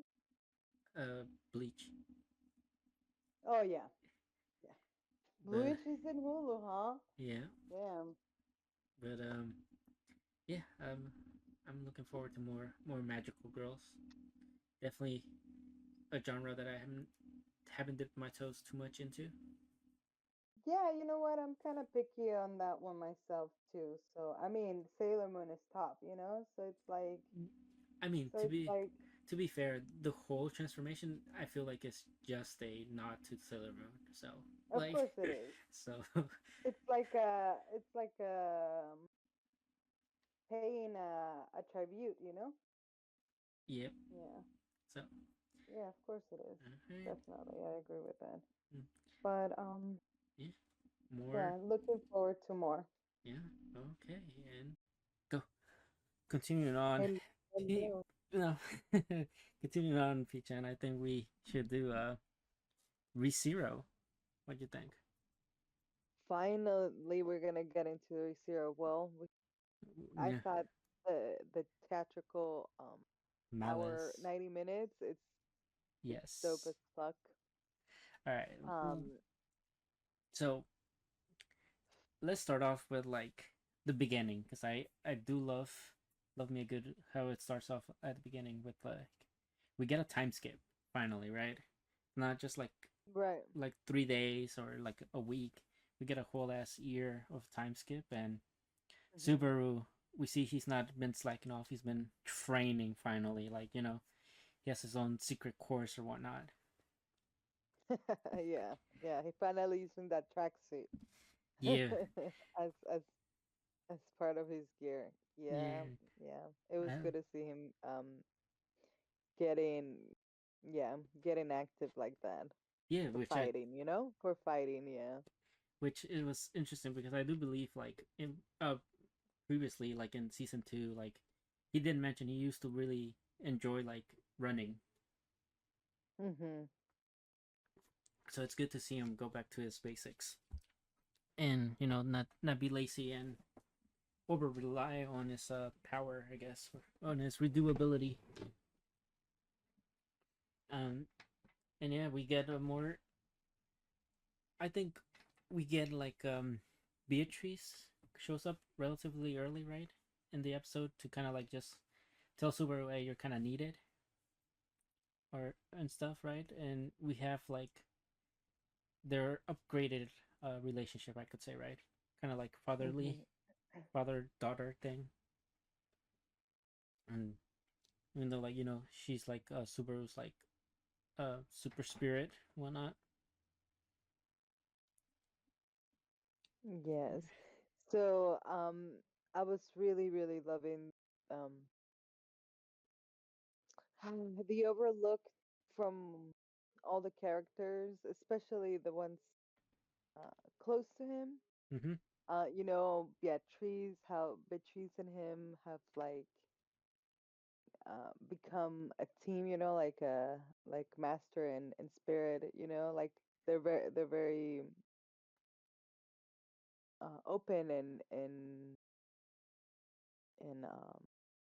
happy about that, like proud of that, Yeah, and then with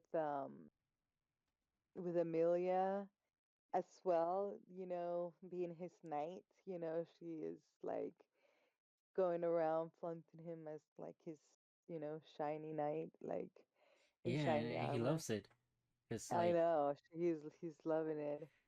And then the we get to see where Ren is, how Ren is still, we, there and part of his like everyday, yeah, that scene when he went to day. go Hmm. go talk to her that night, right? Because Right, to it's let her know about his day and everything. yeah, it just really shows like how much Ram has really impacted his life, right? And he's Hmm. how he still values her, and also it felt kind of like, for me, it also kind of like felt like sad because at the same time he knows this isn't gonna change anything, just him talking to her, but he still decides to do it almost as if like kind of like a coping mechanism, right? Like this is how he's coping with losing her by like Oh continuing yeah, continuing of to course. see her and talk to her any way he can. Um, Yes. So we also see that little meow girl, Mimi. getting and being super attached with Garfield. Yeah, Cute. And we see and and Julius's then we brother. also see that this whole court, competition, it's really out in the open too, and the politics are really put more strategically, like the fact that they got all called into a meeting. Yeah, It's really, really yeah, I do. upfront, although the Patricia wasn't really like, but that we also got a recap on, every contestant, and their Yes, status and their level and everything, it's good to know that where we at and where we need to go and things like that. So that was really really great. yeah, and also I The think whole meeting was really really um like information like yeah, very full of information. information. Like, yeah, Yeah. because Informatic. yeah, because I think they even like Mhm. Otto was telling like Amelia, like you said, he broke down how like the race is going pretty much, right, and how like she was at first like the Mhm. in last place, right, because basically of how she looked and she had like no real prospects of actually winning, but because of everything Subaru did the past year with defeating the whale and the rabbits, right, that were like terrorizing everything for like the centuries, Mhm. it made her stocks kind of rise in the ranks, and her basically people are now vouching more for her because of what Subaru's done, and at the same time, Mhm. the stocks of Krush have fallen because Yeah, it definitely shines light of the recognition they were able to build, mm-hmm, their their participation in the last battle. Yeah. It's really I really also love how where it took place and and and how it like, was like all traditional Japanese, ooh, the house, the clothes, the food. Um, so it was really nice to um, I don't know, see that they're still connecting the other layer of Resira, right? That yeah, other so people from his word have come here and they've left like clues or things in place, yes, you know. I believe that that person. Hold on, I think I wrote it down. Um, hmm, well, no, I didn't write down, but I did write down that it happened 400 years ago, which, ironically enough, was around the time that the Witch of Envy was around, and Mhm. Mhm. around 400 years ago was like around the time that this whole city where they went to for this meeting, right? Because we didn't really talk about why they decided to go to this city, right? Because I think Julius's brother showed up and was like telling Emilia that they have a stone that can grant like access to grand spirits, right? Because she still hasn't been able to contact Mhm. Puck in over a year. So they're hoping that this magic crystal or whatnot can allow her to reconnect with Puck, or at least like get him to come out of his little magic crystal. But Yeah. but yeah, this lore Yeah. dump that they had with the when they visited the Japanese style like hotel or whatnot or inn, that was that was interesting because I did. Oh, it was Hoshin, which ironically enough is the ancestor of the girl Anasia, right? Anastasia? Yeah, it's her ancestor, one of her ancestors Mm-hmm. that so her lineage goes back to the person that kind of founded this architecture in this world. Mm-hmm. And yeah, it's interesting because like this is I think the first time like Subaru really said that there's other people that were isekai. I think he just kind of like figured, but this is the first time that we get confirmation for ourselves. Um, and yeah, like in order, Yeah. and I just love the way that we have kind of like Subaru meet Julius again, right? And he's like always like on the fence because of what happened in the first season when he humiliated him. So Mm-hmm. he's Oh still yeah, yeah, yeah. he's still kind of like His salty about that and doesn't really his beef with Julius. Yes, but it seems like Julius is very mature. well just that, right? And also the just basically he wants to give Subaru like his credit because he witnessed part of what Subaru did, right? With the taking out the the what was it the sloth, the sin of sloth, and Uh-huh. also the whale. So like these are things that he kind of like noticed Subaru did, right? So it's also I think part that he wants to recognize his accomplishments, not be a prick about it. Right. Yeah, definitely like the whole um way they got together and they kind of planning, or just kind of bouncing ideas into, how they're going to win Priscilla, if Mm, anything, because yeah, she is so, way ahead of of them.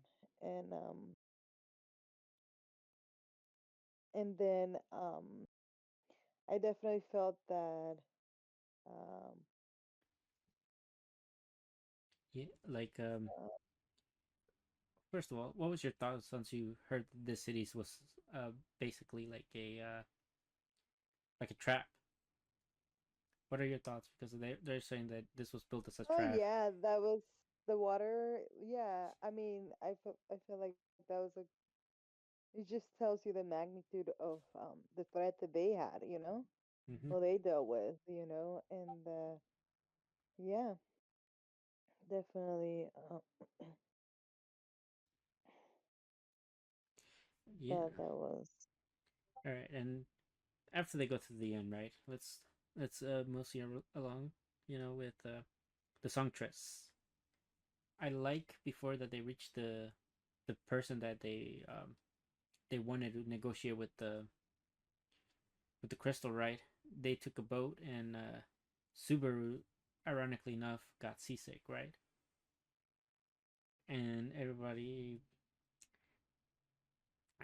else pretty much left him behind, and he was stuck once again with Beatrice, and it was kind of like this little cute moment where Subaru's like, "You just kind of wanted this to happen, right? Because you just wanted more time for us to be together."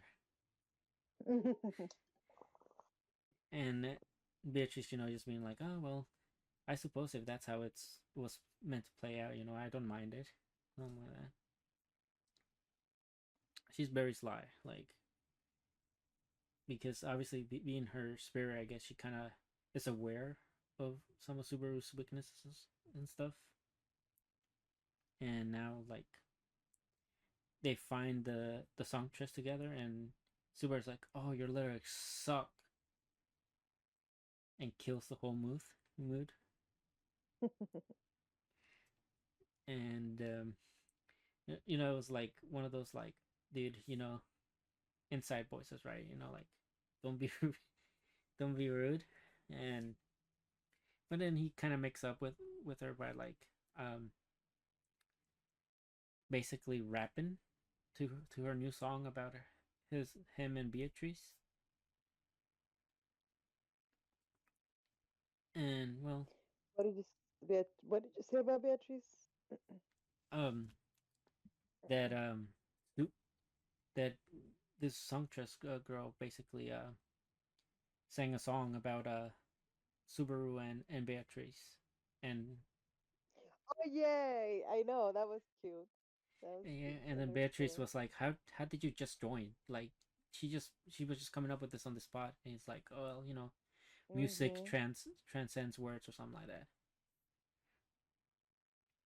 Um, but I do like that Beatrice was kind of like lost before they found her, right? And so it was like, did you did you just make sure? Did you just get us lost? And he's like, no. She's like, no, but you can ask somebody, for directions if you feel like it. Um, uh, really cute stuff, and of course, Subaru being Subaru, once they find the place they needed to be, he Mhm. he finally lets out that he's the that she was one of the most annoying people that he's met, right? Aside from the sloth, the son of sloth, and then she's like, "Oh, you're the great Subaru," which once once Mhm.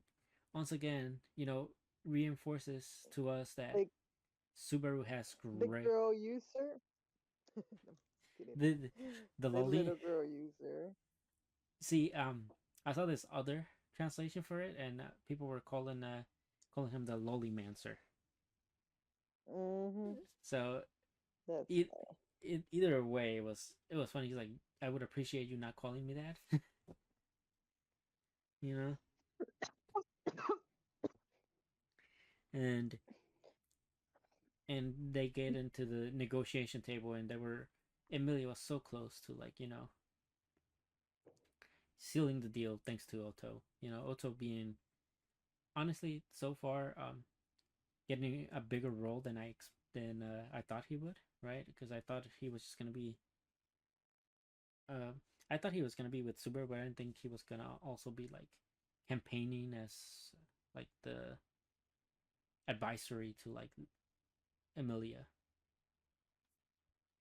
Um, but Subaru could not keep his hands off the songstress, and they got booted. Mhm. They got booted. Well, it's really, really nice how they gave us most of the episode cute and shiny and colorful things, because Mm. this is ReZero.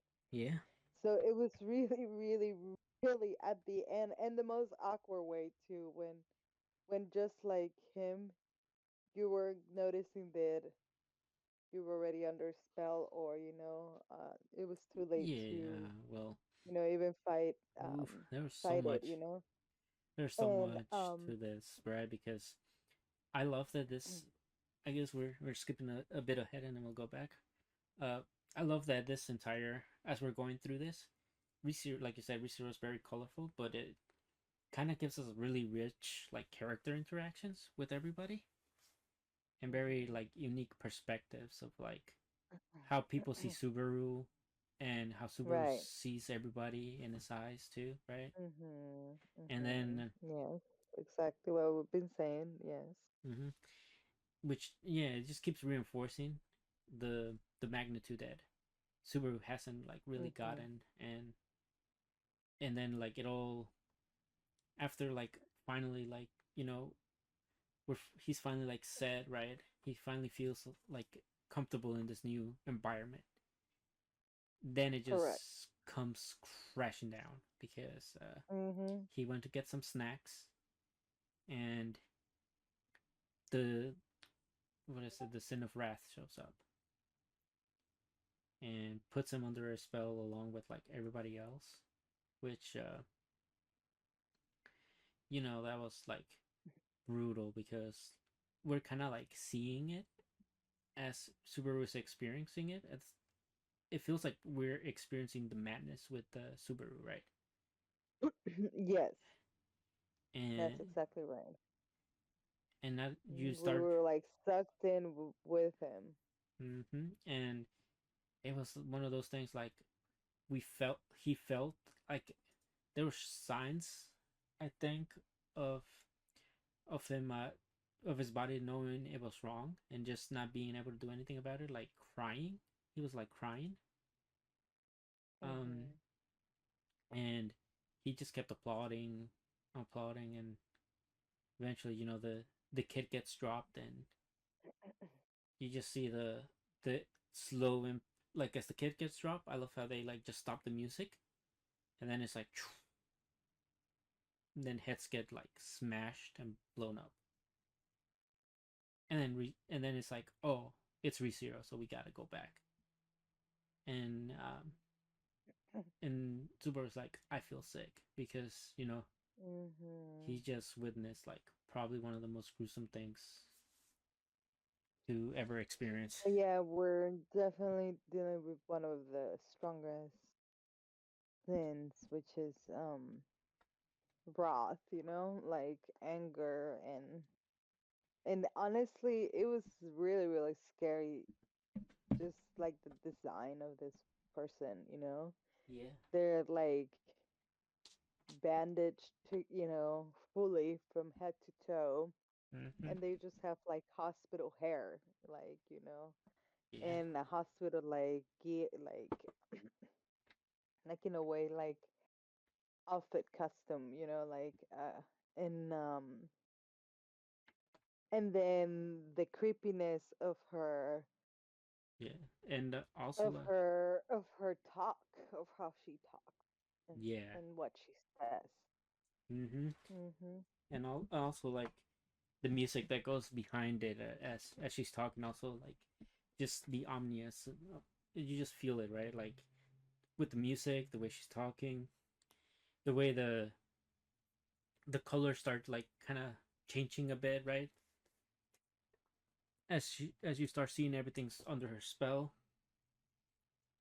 Mhm. Really, really gruesome stuff.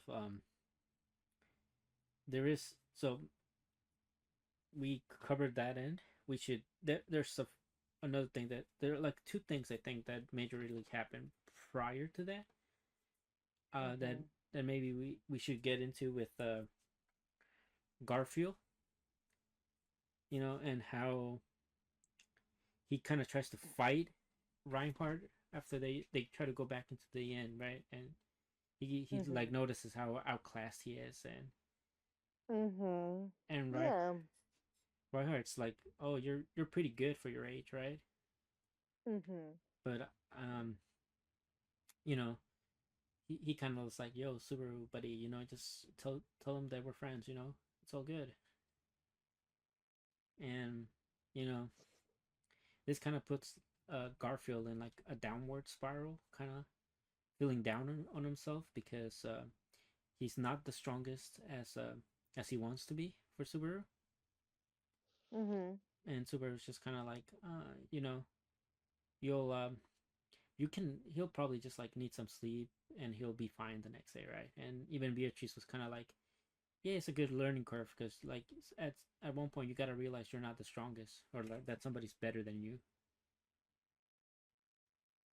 And I this is like how we say that during this is when we really start seeing how much closer Mimi, the little cat, uh, gets closer with Garfield because as Garfield's like going down his internal conflict, he sees the vampire lady, right?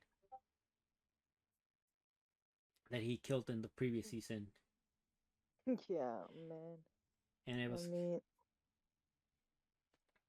and it was kind of like one of those that it's like just her showing up, and at this moment kind of just infers to us that Garfield feels like he didn't earn that win in the previous season. Like he feels kind of like almost like Survivor's Guild, but just kind of like he he feels like inferior. That's why he feels weak because he didn't win that fight as cleanly as he would have liked. I guess, right? Right. Yeah. But and also there's like that whole thing where he's so young, but he still puts so much pressure on himself that's sometimes if it's also like suffocating him. Mhm.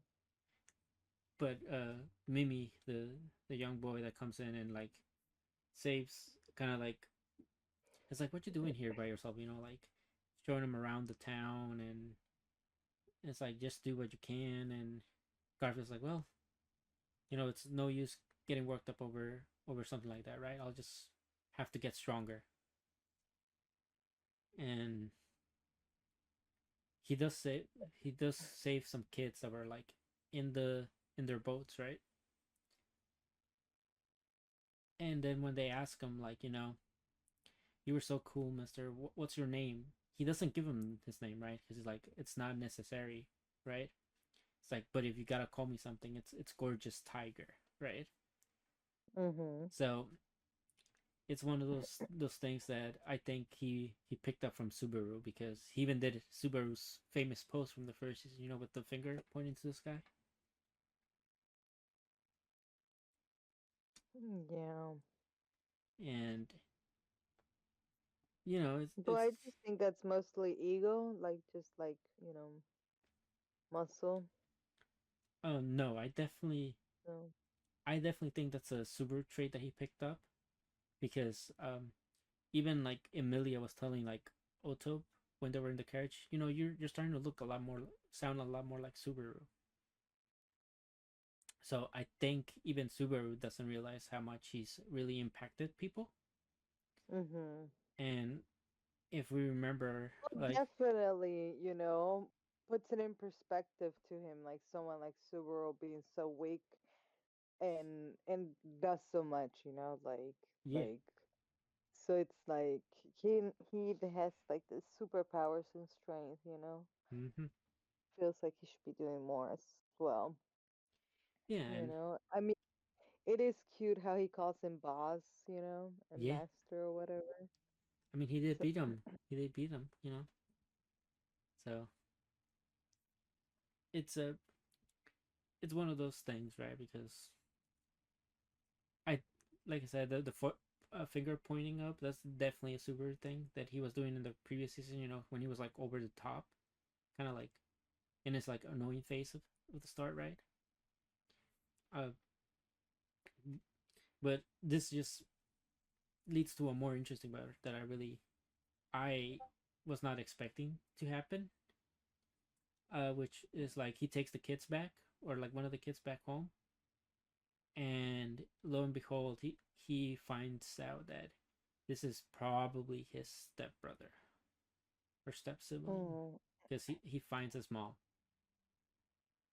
You know, uh, how did you feel about that? Like Garfield reuniting with his mom after she left him when he was a baby.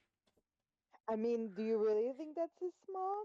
Yes, I just, you really? Wow. Well, because that's betrayal right there, seeing taking care of other kids, mm-hmm.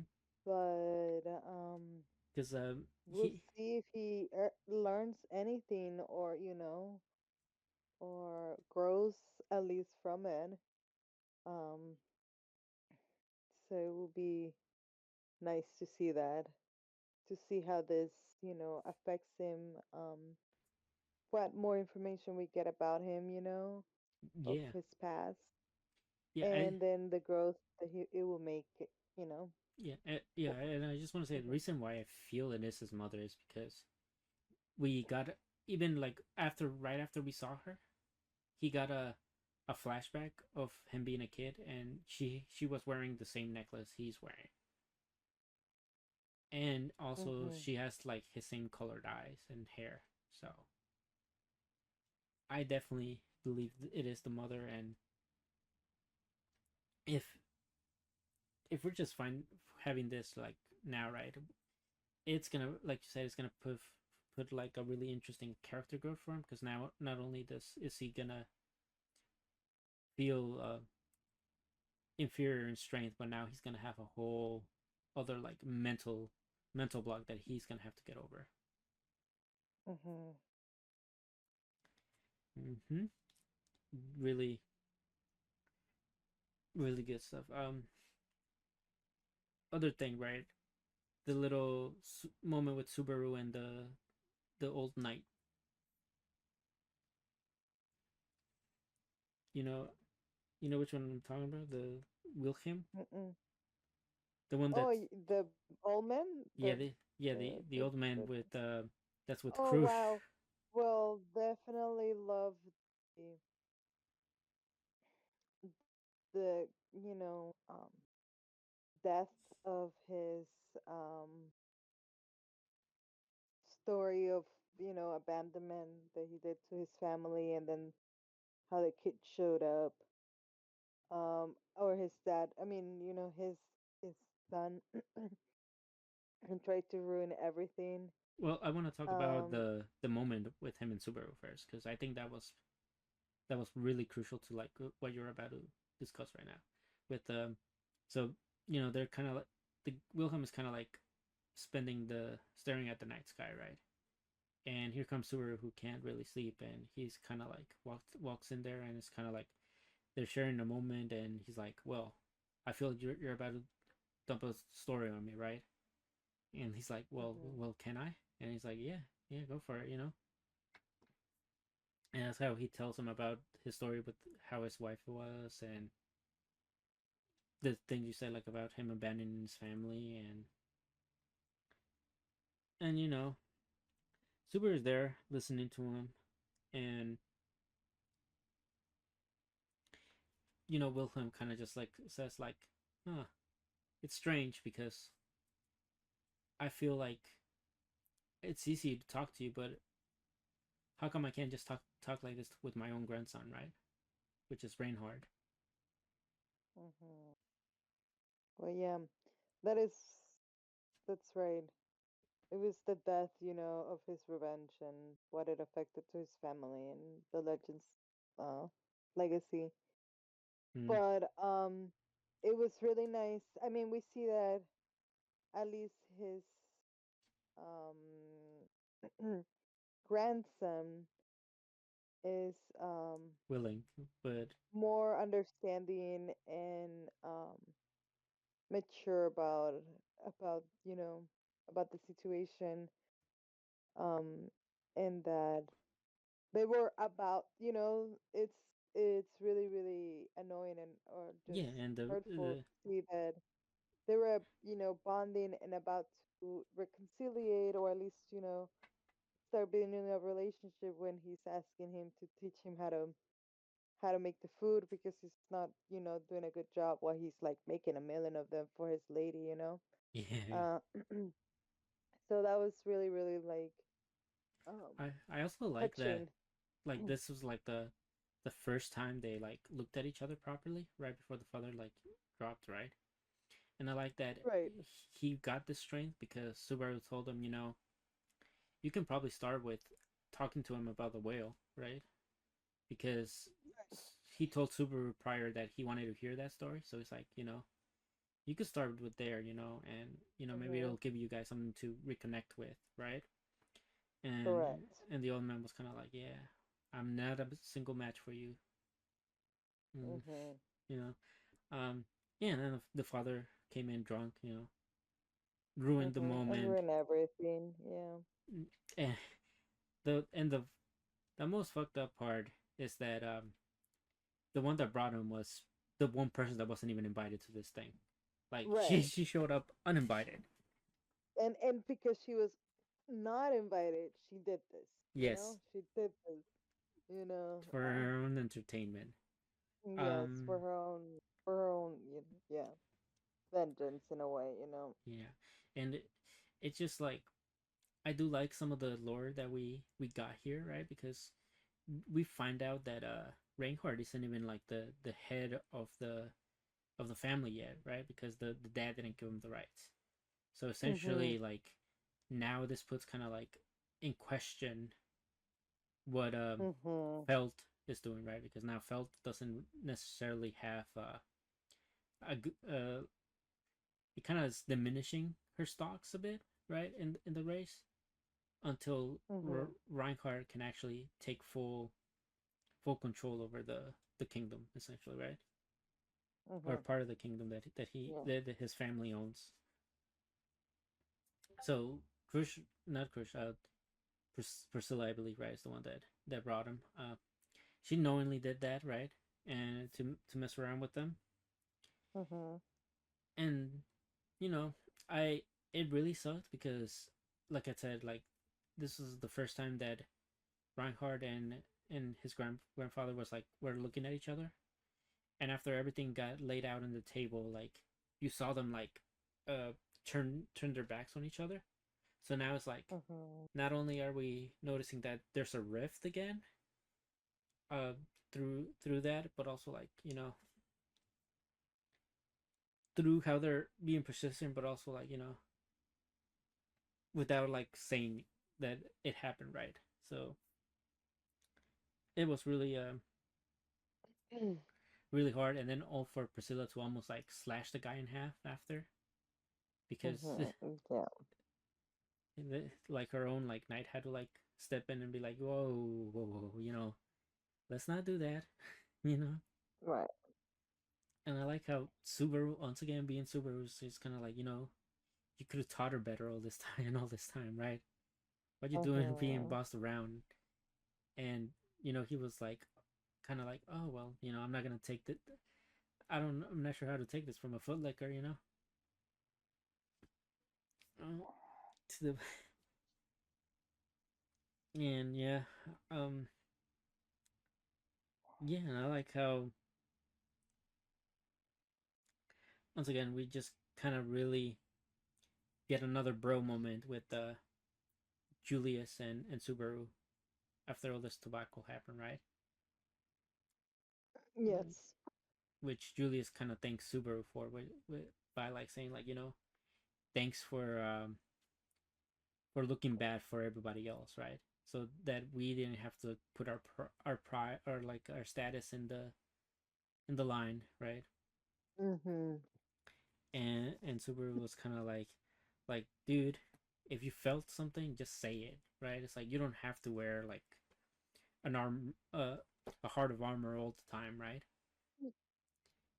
And and Jules was kind of like taken back, like he's like you know every single time that he's with Subaru, it's like I kind of feel like he feels like he can be himself with Subaru, but every other time he feels he has to put on that heart of armor, and that's what Subaru hates because at the same time he sometimes you Subaru can tell like when he's just having that, and he's like you're not Julie, you're Julius, right?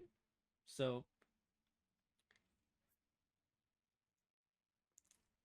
it's really interesting how like uh Julius was kind of putting it like I bet like back not I bet but he was kind of like reminiscing back to like the end of season 1. He's like those guys looked kind of different back then too, right? Kind of like showing that he was wearing his feelings on his sleeves and not having the armor that Subaru keeps telling them to put away, right? Yeah. They're very important, just like Julius and Anastasia in this like place of characters. Julius is his grandpa. Mm-hmm. Um, I have no doubt that they'll manage to um get the rights to him Mm-hmm. to the grandson. And and then we also saw that Patricia herself, did the like brought him and created this menace, but also stop it and took it away. Yeah, good So on you her. can really say how unserious they are towards this man, like or Yeah. how they how not. not taken serious. This man is Yep. to any of the important people, compared to this two, Yeah, all the knights there. So yeah, so it was uh, it was really really good. All right, I'm so really yeah. out of like all the first episodes so far, what would you say this? Because for me, from all the first episodes of this season so far, Mhm. super ReZero is probably my favorite start of the season. Mm, to me, let me see. What else have we watched? I mean, Extra Dandadan, Art, Blue we watched Box, Dandadan, Bubak, Danmachi. uh, Damachi. Hmm. I'll let you. Definitely. I think I like Blue Box to tell you the truth.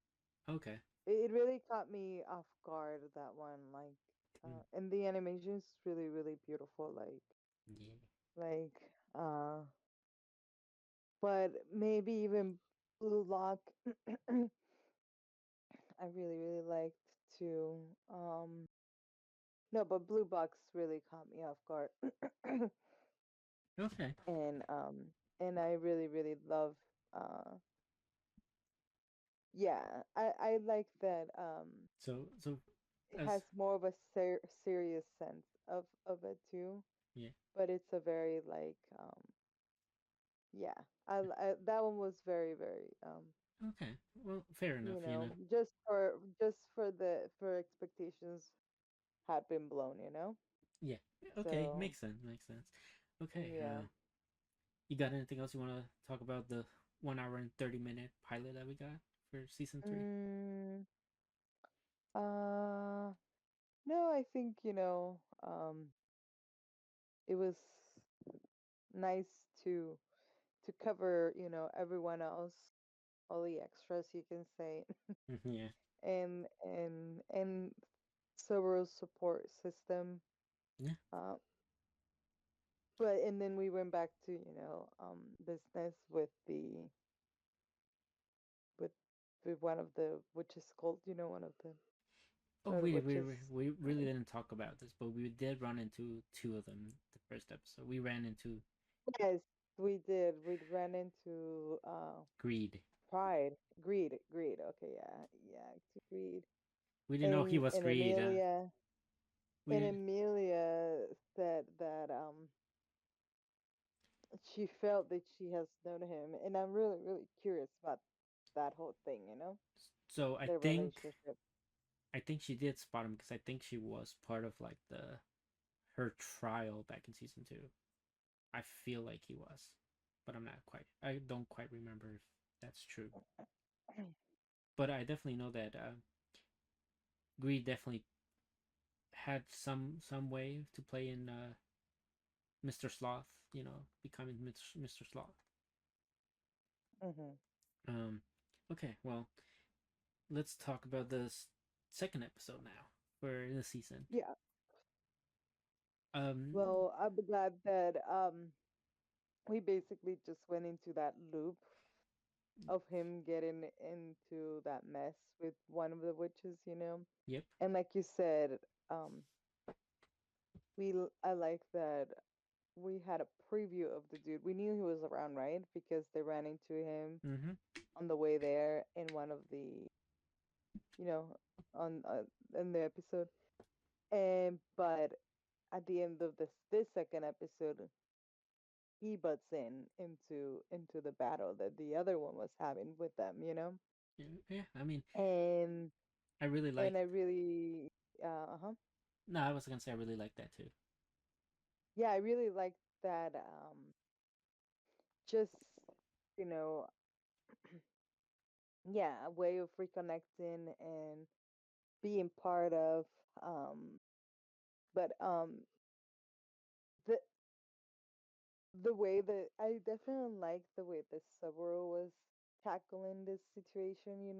I definitely think that I, I definitely he think was I think he was smart, kind of trying to be smart about it, right? It's like, okay, I know, he was, trying to, but I definitely think he wasn't. He didn't really realize or doesn't want to accept or admit the level of power and just of just um Well, to be fair, right, for Subaru, and let's give him. aggressiveness, Yeah. of these people, like he if anything he needs to not try to do to try to pull it off on his own, but like try to get as many as people that can help involved. But that's just me. Yeah, well, I mean, you gotta give Subaru a bit of leeway here, right? Because, like we mentioned, he has been training, right, for the past year, so he does feel some type of way that he has gotten stronger. Um, Not only that, his only like real like I wanna like how do you say like uh reference to how strong they are is the previous sin that he faced, which he wasn't really Sloth? strong. Yeah, he was. Yeah, it's sloth. Yeah, it's like the lazy one. Yes, so that's his only like point of reference with how strong these people are, or like how psycho these people are. So like Mhm. there's also like a sense of desperation from him, like as you saw, like every time he kept dying, like he just kept becoming like a bit Mhm. more and more desperate. And But that's the thing. He shouldn't have waited to be desperate to count everybody into the plan. And yeah, then it's like instead of trying each person in one, you should try to find a way to accumulate them and get everyone. yeah, But we'll see how he pulls it off because yeah, one of one he one of one of one of the ways that he will do it, it's gonna get pulled. He's yeah, gonna pull it. yeah. So I'm gonna kind of talk about a bit like his deaths, right? Because oh boy, the Subaru like to die gruesome deaths, right? Uh, Mhm. the the first one was really rough, right? He's like, okay, I'm gonna try this by myself, see if I can do it by myself, right?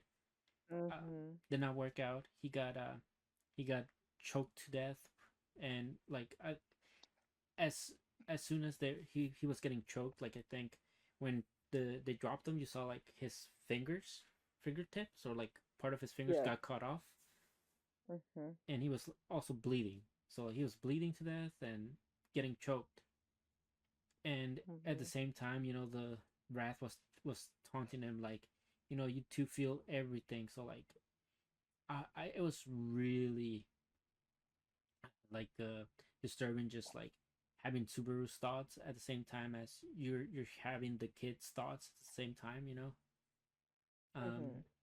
and then having Wrath kind of lick the eye of the kid so that Subaru can feel that, ugh. Yeah, it was like, Well, definitely we see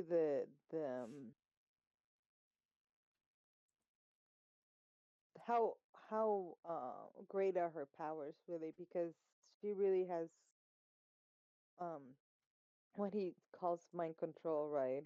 mm-hmm.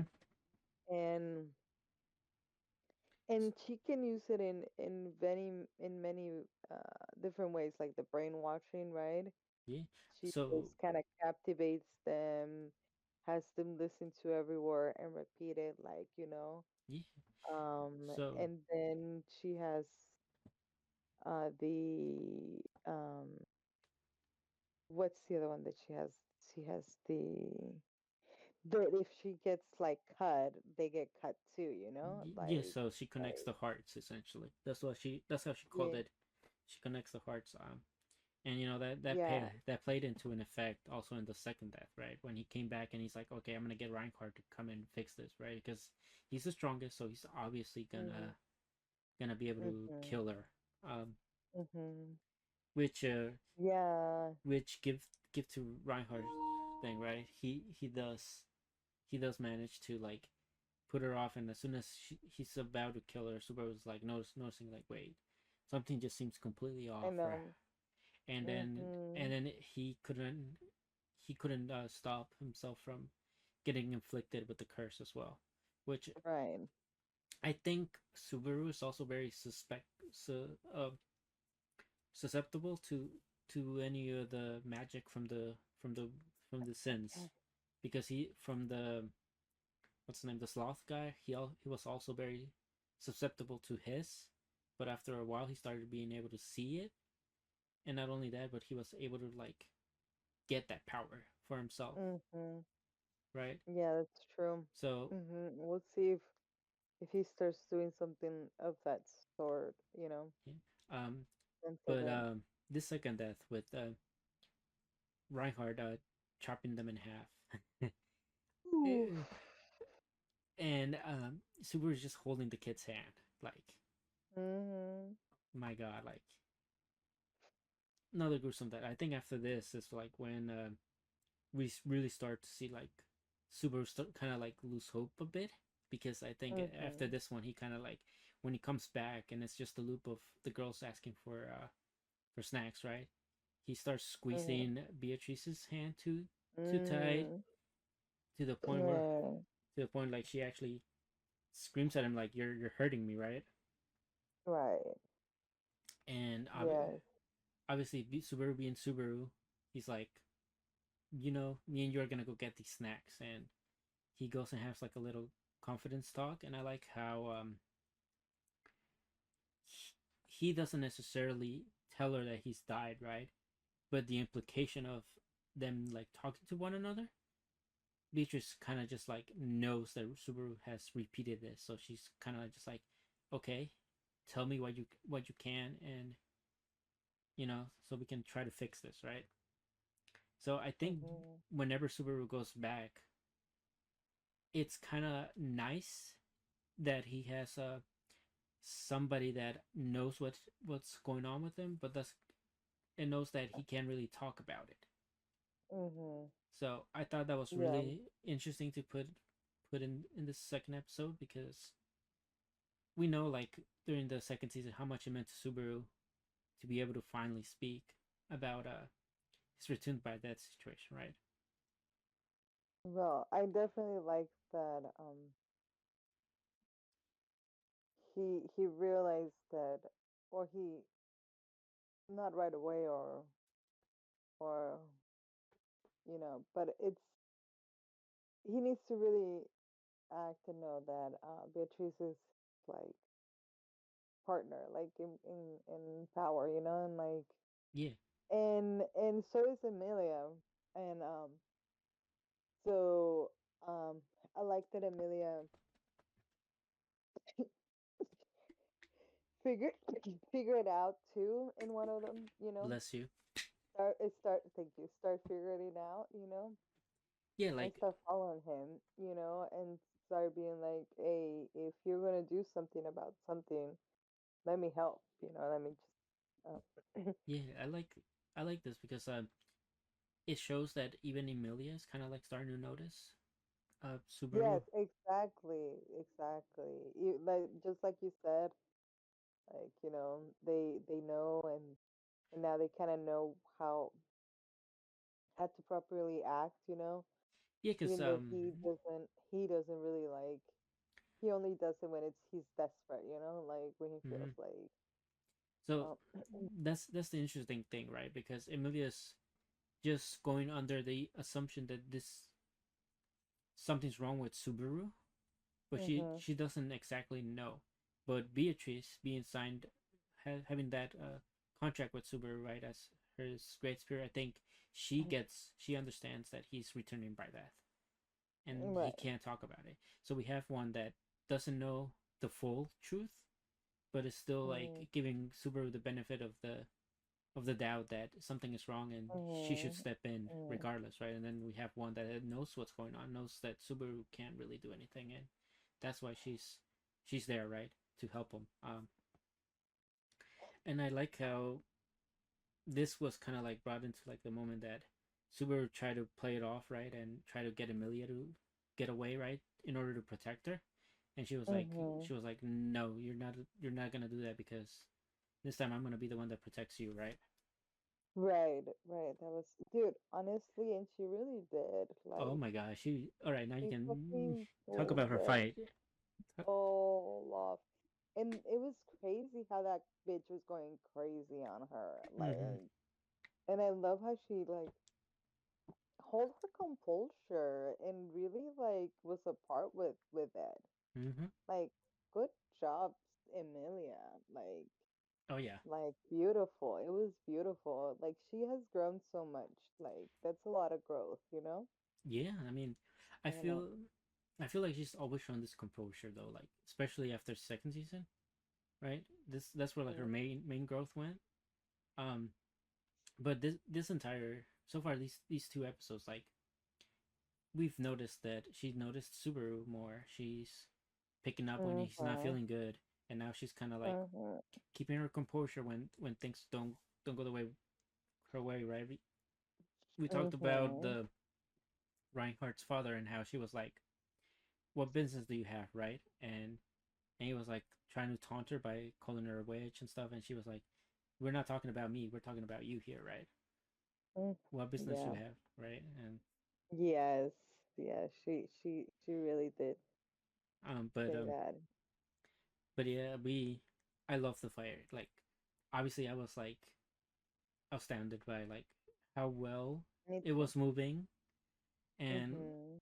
just like um I was impressed that she was keeping up um I and don't I think I don't think I was, well, yeah, I was a bit impressed, but also I was like, you're actually really strong.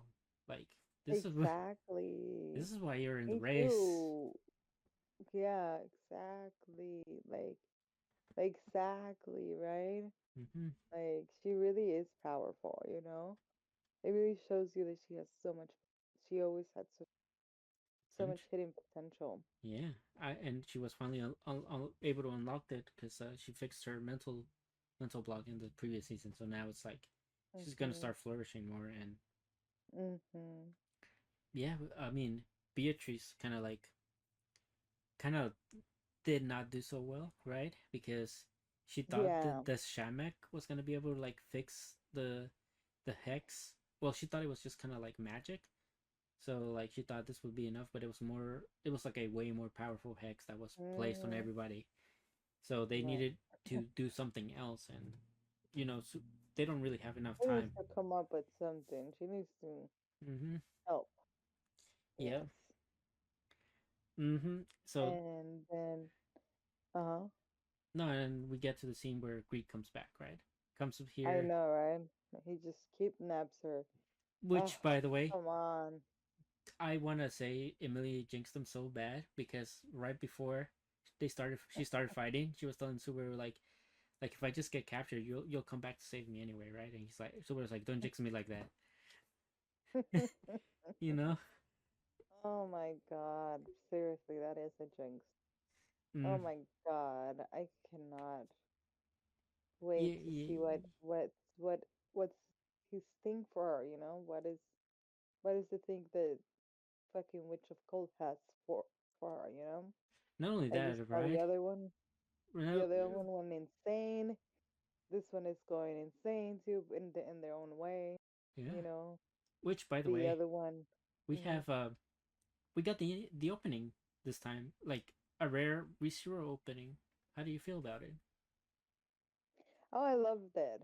I really loved the opening. It was really great. It was really, really great.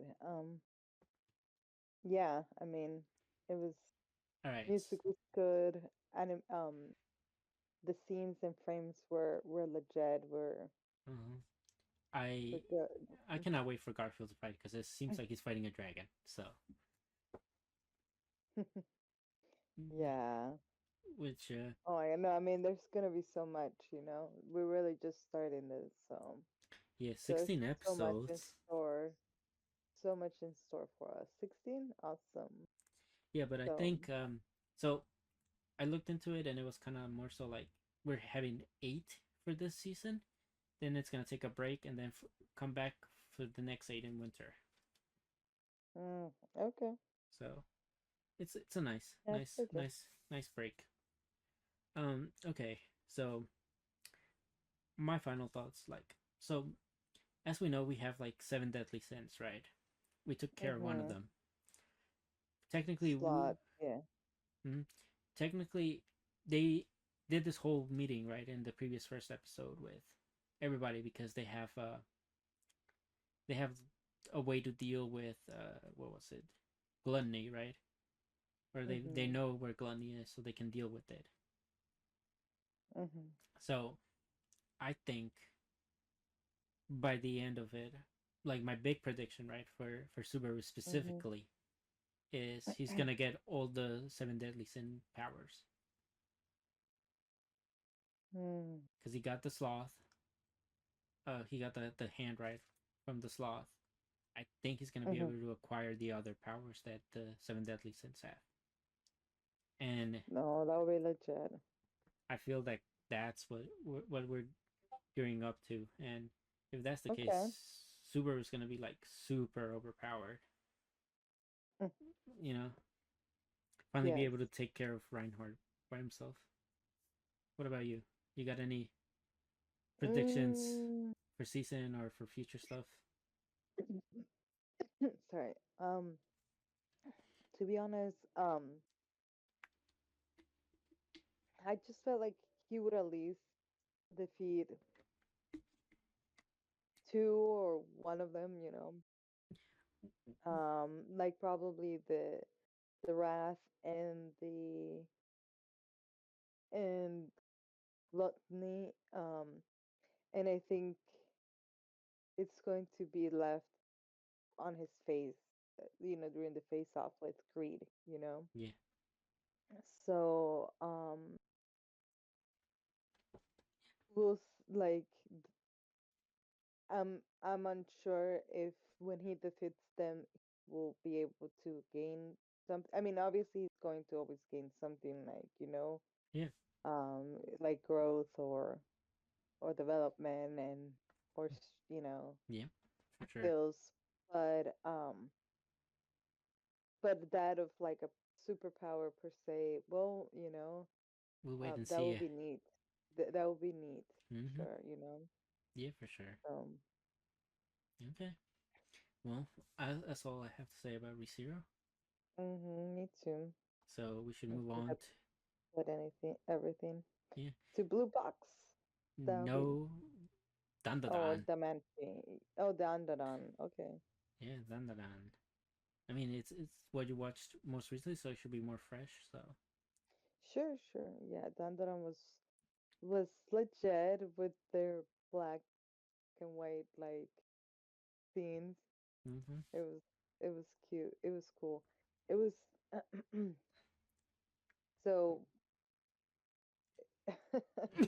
Go ahead. it's How do you it's feel about? really there's really so much comic relief in this kind Mm-hmm. of like series, just like throw in there.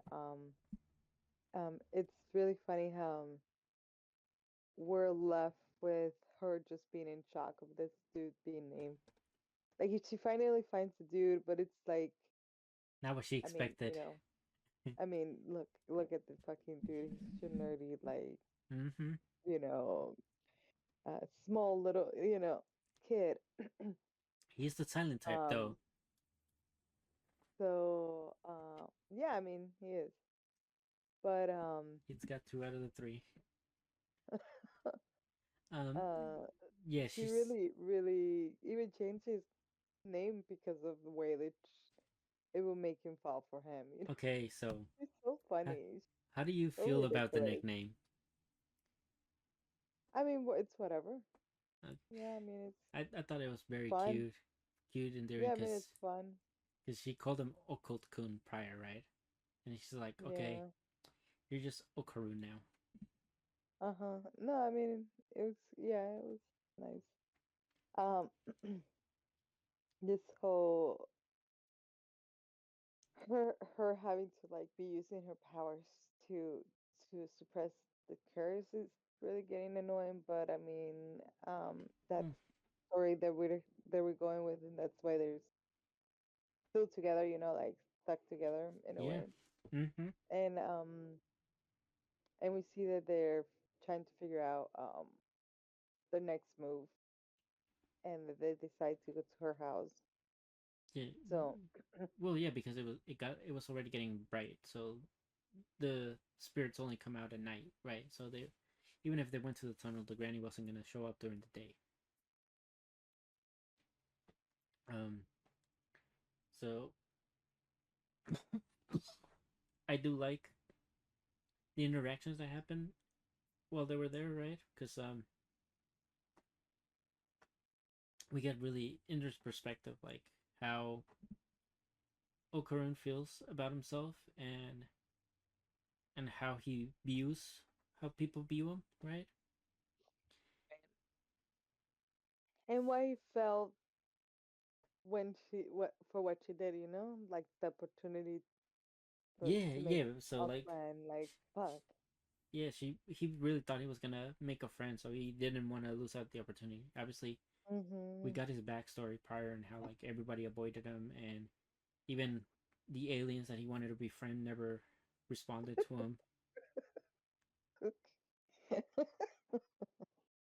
Oh man. Hmm. Oh man. Poor dude for real. Yeah, and I mean, But I mean, it's really nice that she really like hears him out and doesn't mind him, in a way. yeah, So she lets him know, like, she doesn't mind so him. funny that she's like teasing him like you're so hot man because she needs to like suppress the fucking curse. Yeah. Oh yeah, Like um, yeah. Like before the curse, though, I so do like needy. before we get to the epic transformation, right? I do like how when he was telling her like about why he went up to her and stuff, he was kind of like putting himself down, right? And she was kind of like, that this is what I hate about you, right? She's like, you always assume things that other people think about you instead of talking to us and communicating, right? Right. That's why you don't, that's the real reason why you don't have any friends. I know, I love it. And then Really like I like, and also what was really neat is as she was telling him this, she was just like stepping closer to him, right? Like little by little, she was mhm, talking to him, mhm. and and then as soon as she got close to him and started poking him, he's like, you're ugly." And it was like, and then they went back and fought it. Honestly, if a girl that brought me over to her house had me almost burned to death before entering her place, I would kind of be salty about that. Which that talisman that she did remove for so Okarun can come in was pretty important. How do you feel about the alien that invaded though? Oh, I thought it was cute in a way. You thought the Because um it was like a alien but a traditional like sumo, like but at the same time he had that Aztec kind of look. Yeah, there this show's all So about getting genitalia apparently, right? So far, he wants he wants the banana like the other aliens. I do like that. Okay, you talk about the transformation, right? How do you feel about the transformation? For well, I really think it's really crazy that they're just saying they can do this and they do it, But but I mean, I'm glad they're pulling off Yeah, these kinds of powers, I guess. Um, and I mean, he looked really badass. Like yeah. his This is like, his look, like I want you to know, like, when I saw this sign in the manga, is what caused me to pick it up. Like, this transformation was the whole reason I read the manga in the first place. okay. And that was like early on, like two and a half years ago, something like that. That I saw it and I'm like, oh, I need to pick up this manga. Uh, but obviously, I love how this show's turning, and like you said, it does feel like a bit like Momo's just powers are just growing really rapidly. right? Mhm. She's able to separate. In the first episode, she separated the Turbo Granny from Okarun, and now she's able Mhm. to separate just the mental aspect of of Turbo Granny, but not the physical trait. So Okarun can still sort of be in a form, but not have the granny like mentality. Right. But I do like that it's not like she can do this and he's just gonna be able to run wild. He pretty much says I only got like two shots, right? Or like he only has like two shots at it because his body can't keep up with the amount of pressure this transformation does on him. So I thought that was like a neat way to kind of like handicap and also like make it feel more earned that he's not just gonna go in this transformation and just like blow everything away. There's gonna be like consequences after. So give and take for a balance. Mhm. Yeah. Uh, And I definitely think um her powers are. I was kind of excited that we were gonna see the grandma because I felt like it was going to give me more of an idea of her powers. You know. I mean, if Um. if you saw the preview, we're getting that next week. So Okay. But yes, it's really nice to to I mean, to see how they're getting used to fighting, you know, these demons. But it was just kind of like funny how it happened, right? Because it's like, oh, the grandma has talismans and she put a barrier, you know. yeah, And it's then they take this talisman and then they don't realize that they're taking their barrier, you know, they're taking protection. yeah, Then they get attacked. And it was, and I like this how the animation was done during the fight, that it was black and white yes, since it was at night, you know. And it looked really cool for the alien since he had like this design of sumo Japanese and Aztec, you know, yes. humongous guy. So So that was really really neat. so funny thing about this alien design, right? It's actually based off Mhm. an actual like alien that was found like in South America, something like that. Or like you can go look up the I forgot what Okarun called it, but you can look up Mhm. whatever alien type he called it, and you can find like information about it online for as like Mhm. folklore about it essentially. So Wow. Yeah. It was. Yeah. It felt really strong. Like the mythology mm-hmm. and the yeah. I So that fight was really good. The the fact we get to see that there's development from their yeah. Okay. power, well, So how did you feel when you combination, yeah power combination. I should mm-hmm. Yeah, they did do that combo where she like launched them as he was running fast to like take out an entire say. leg, Mhm. and then Mm. the sumo alien cheated. You know, He was so mad. It was funny. yeah, and because so when I was first like my first experience with this right through the manga form, I thought Momo was like done. Like I'm like, oh, Okarun's about to go ballistic, right? Because I don't think she was gonna be able to be conscious I after. know she was getting mad. Yeah, she was getting mad because she was getting hurt or attacked. Yeah, so Mhm. we did see her powers waver a bit, right? But somehow Mhm. she was able to pull through, and because she got like basically punched inside the wall, Yeah, that she dude, she really did.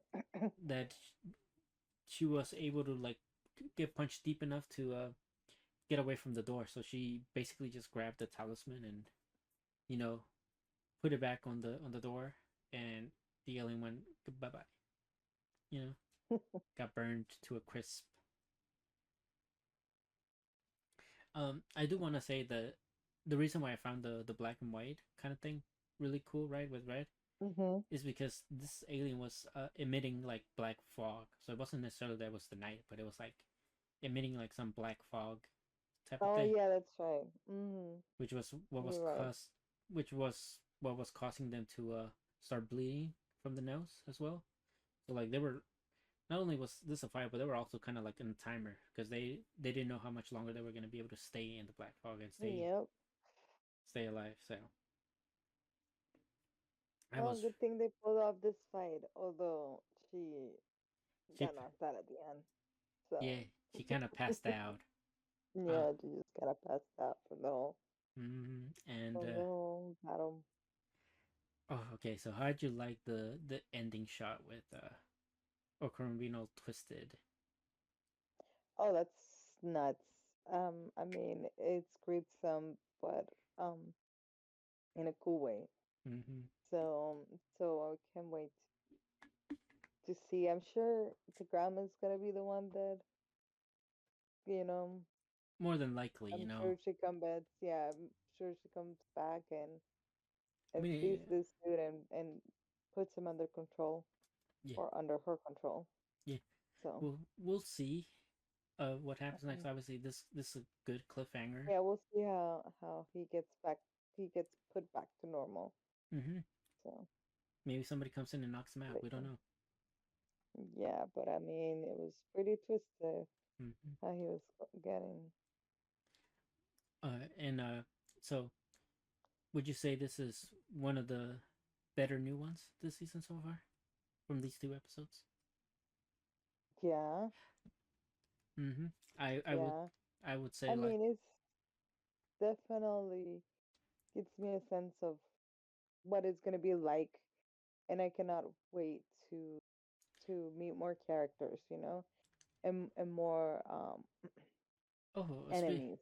It yeah. kind of reminds me of Sailor Moon and their alien you know. It was So I I will say, uh, right now it feels kind of like a monster of the week type of thing, right? Basically, yeah. but there is arcs coming where we'll dive more into like certain spirits or Mhm. alien folklore, right? Uh, Mhm. and, Okay. and those will be like a bit more precise, or like condensed more, right? Like you'll feel like a more like story beat flow to them, and a lot of them, a lot of the characters that you're gonna meet, they were already shown in Mhm. the opening, like Yeah, yeah, yeah. the main For sure. squad. That's why I cannot wait Yeah. because I already know there's like a whole squad, Mm-hmm. Yeah. Okay. and they all look interesting. So. I will let you know that they all are, and we Oh, can yeah. move on to probably, I think, what you say is your favorite blue box. Blue Box. Yes. Yeah, it was my favorite first episode for sure. Yeah, Blue Box was amazing. Second episode though. But second episode, Okay, but before I really even liked the second episode because okay, but before you get tell you into the the second truth, episode, before um, I just want to let you know, Japan is episode ahead.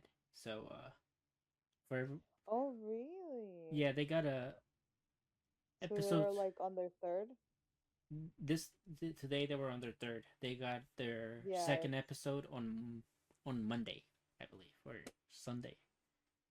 So they were like on Oh, a, they had, I don't know how what come it's not weekly? Yeah, it's weird because for. usually it's weekly. So I think what Netflix is doing, right, is they're giving Japan an extra episode to start with, and then for everybody else it's just weekly.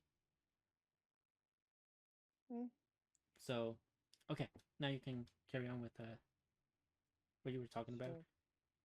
How Well, I really like the development that we got from them knowing that they're gonna be living together.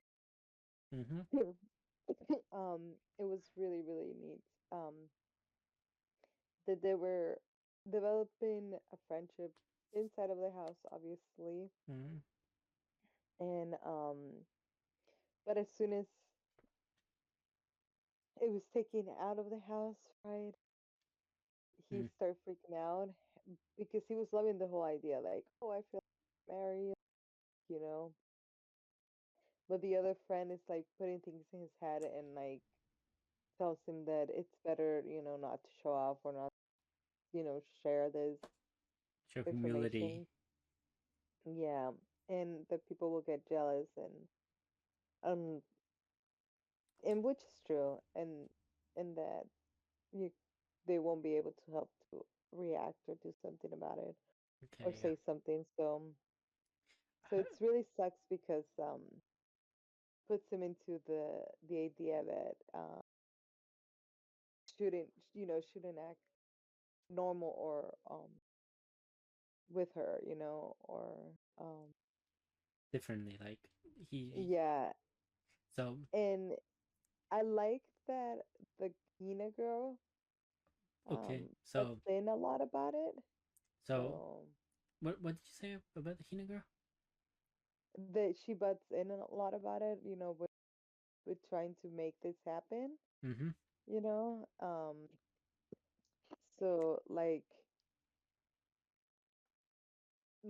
but at the same time she's the one that kind of cocks block it. Mm-hmm. So So you uh-huh. I well, I want to say Sure, go ahead. Hina is my favorite. Like I read the manga, Yeah, me too. so she's like my favorite. Um, up until certain point that happens. Not this. That happens way later between Chinatsu and Mm-hmm. Taiki. Uh, but for the longest time, Hina's been my favorite character. Yeah, he was great. I love the gymnastic, you know, Mm-hmm. design thing about her. Beautiful. So I like yeah, how yeah, funny like she is. mm-hmm, mm-hmm. I love that too. I love speaking of the gymnastic thing, right? I love how her thing with it, right, is that she wants to be lazy, right? She Mhm. wants to feel like she can be lazy, and she has all these things about like food she wants to try, but she's like I can't, right? Because I can't go over a certain weight because then I'm not gonna perform my Mhm. way. She was so precise. Mm-hmm. Yeah. So it kind of like And shows the level of dedication she has to it, even though mhm. she at the same time she wants to be a goof. She wants to be able Mhm. to Yeah. enjoy things she wants to eat, right? But it just Right. shows kind of like the sacrifice she's been putting in, which this show kind of like already is showcasing with Chinatsu also, like how she sacrifices seeing a lot of her free time to practice basketball, and same with Taiki when he's Right. sacrificing a lot of his time to get better at badminton. Mhm. So this show has a way like show like these characters are sacrificing a lot of what they want to do in order to be better at the things they want, right? And um, Carrie, you got anything else to say on Hina before I go into the living situation between Taiki and Chinatsu a bit more? No, go ahead. No Um, problem. so I thought it was like you said, it was very nice to see them find a way to like not like to coexist with one another at home, right? But also like I love how Taiki is freaking out like the entire time for like the first half of the episode. Um, how he's like constantly thinking, well, I'm having all these thoughts, right? I shouldn't be having all these thoughts. So he comes up with like countermeasures. Like every time he has a indecent thought about Shinatsu, he's gonna start doing like sit ups and whatnot, right? Or he's gonna start running, doing some other exercise, which in turn, he's also like doing to be better at badminton.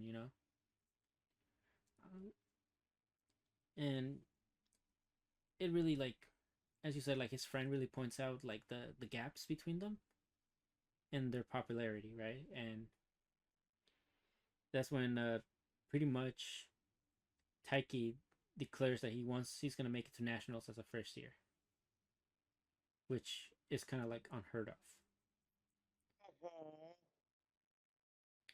And I think that Yeah.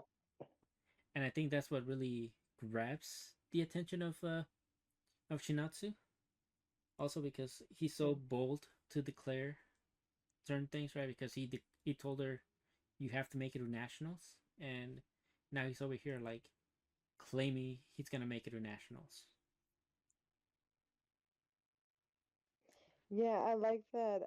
That's a thing for them. Or he knows that that's the thing that needs to be there, because that's why she, that's why he,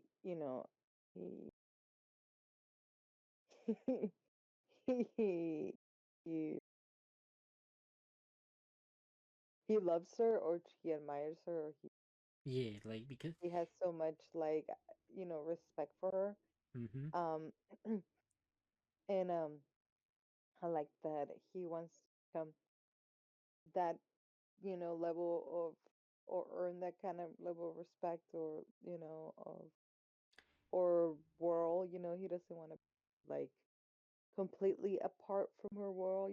He wants to know what that world is like and feels like and be part of it too.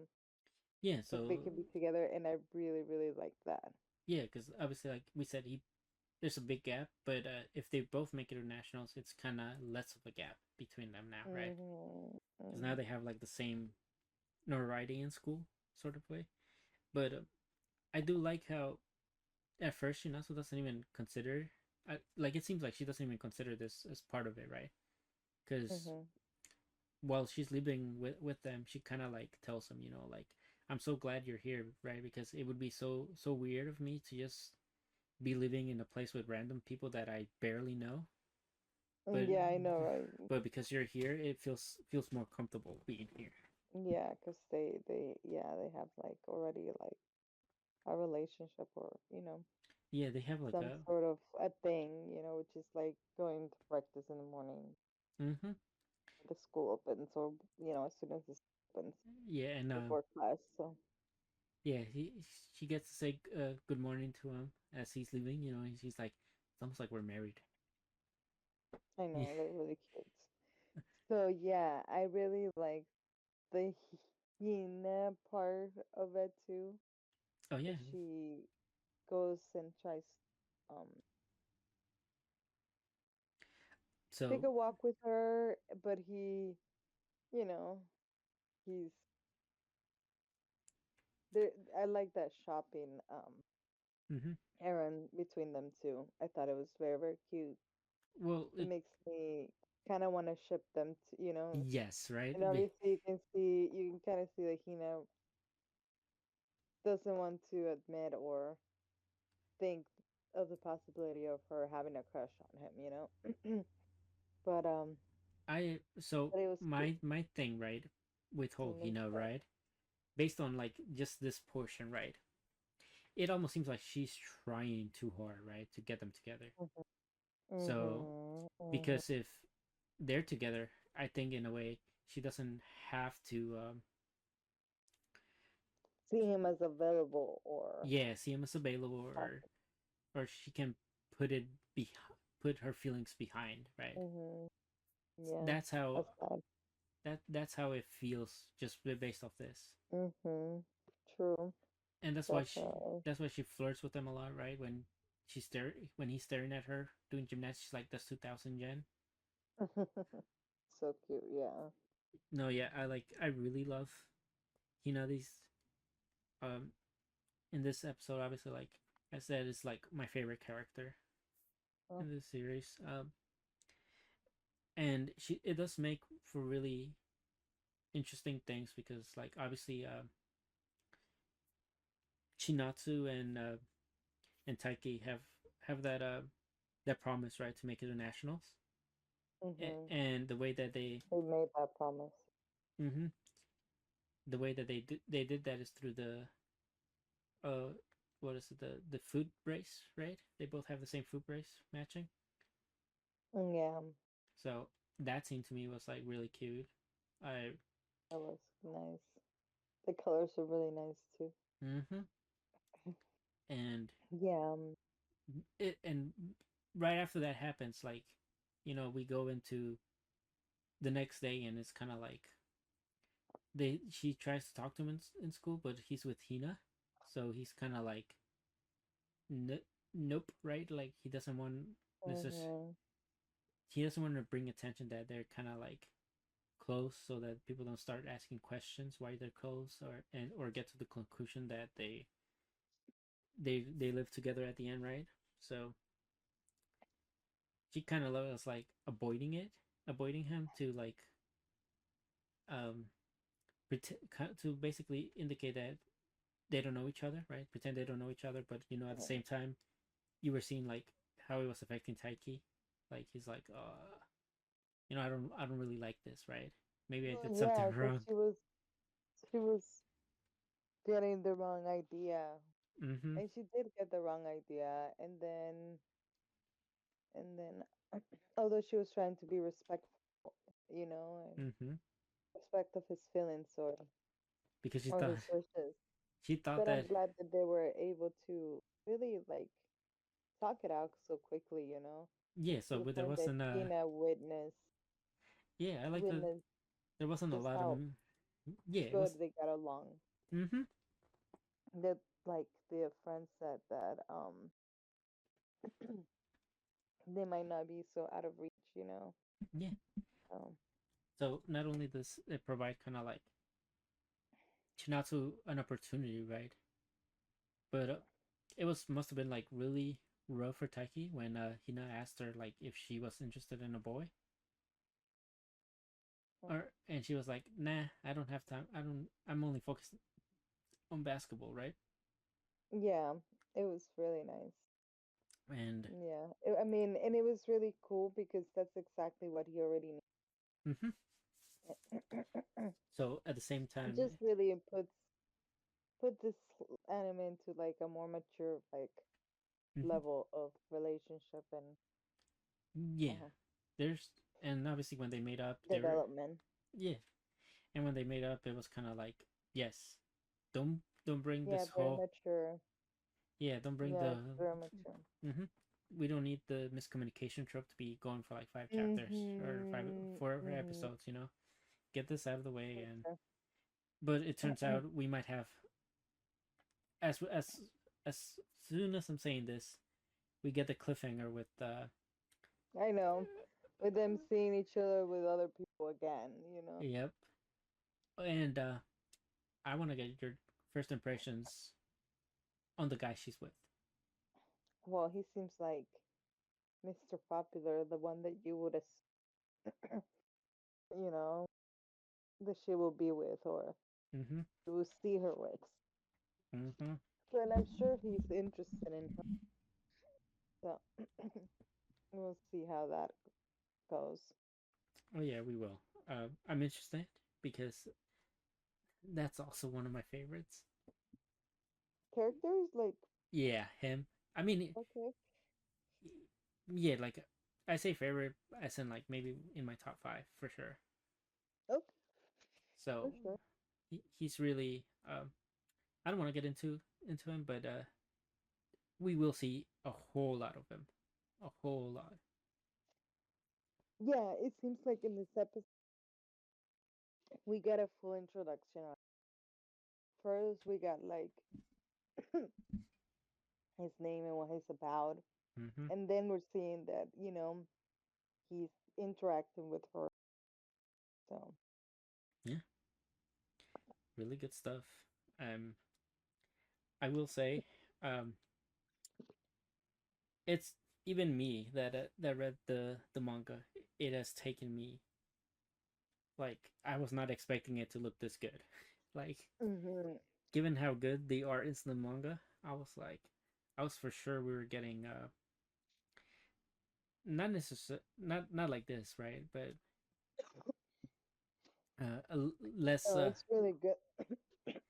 l- yeah, I was expecting less like um less shading with the clothes, right?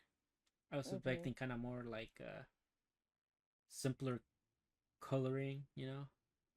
No, it's But very colorful and it has this like nice little palette, like yeah, and the also orange and. what I find really good was during that scene when he was playing with one of his teammates. It Uh-huh. looked really good, and even though at parts like you could tell it was CGI, but it didn't look like horrible CGI. No. Uh-huh. So it has my hopes up for when we actually start seeing matches in badminton and basketball. Mhm. You know, Yeah, um, I agree. yeah, uh, Yeah, no, it's good. It's a good series. It's a good little romance it's some and sports. sports. Yeah. Um, So, yeah, and I do like my sports anime. So. me too. I basically because they're focused on characters. That's why Mhm. they're so good. But another series that's so good and that we both love is Danmachi. I really love that one. Oof. So that date of his, I mean, what a train wreck. Not gonna lie to you.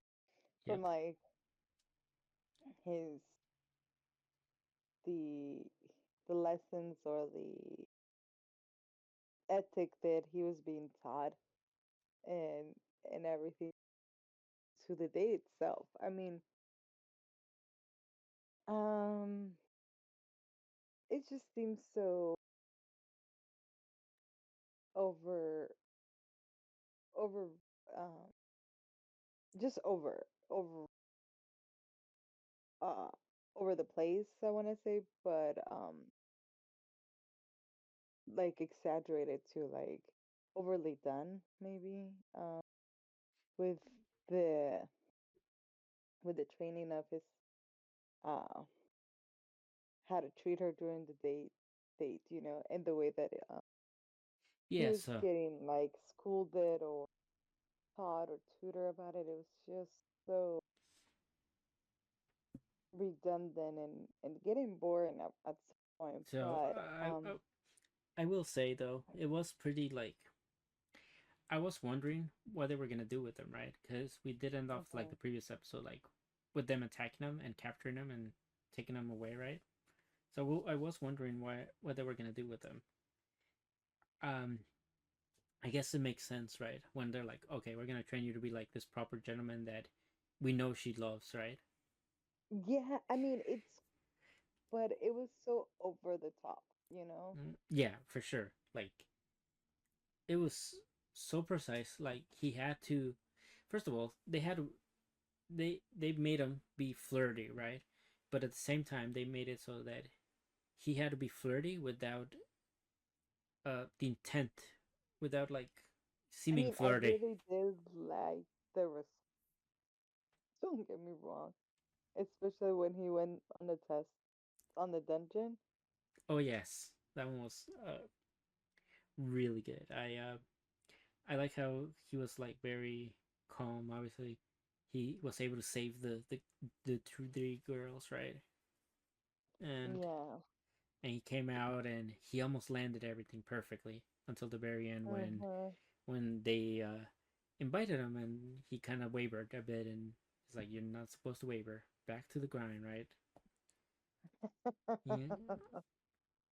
Yeah. Um. Yeah. And then I like how they made him send like a like. Well, first of all, they blackmailed him, right? They're like, "You're either gonna go on this date and make it like one of the best days ever for her, or you're gonna love her for the rest of your life, right? Or make her happy for the rest of your life. Those are your two options. Ridiculous. Those are Ridiculous. is that like those are Yeah. your two Over options. the So top. yeah, two Over options, the top, I'm or we telling kill you. your family essentially, right? So he really had no Mm. choice to go through with it, and we did. Yeah, but he was getting super abused. Getting Oh so yeah, beat up over and over and over. I mean, but he pulled through though. I mean, it's Belle, To the right? point that, like you said, like really working. I really like the part where he did it with Cassandra. Oh yeah, You because so that was so good because he was like basically okay, you have to pick a random girl that just like comes through here, right?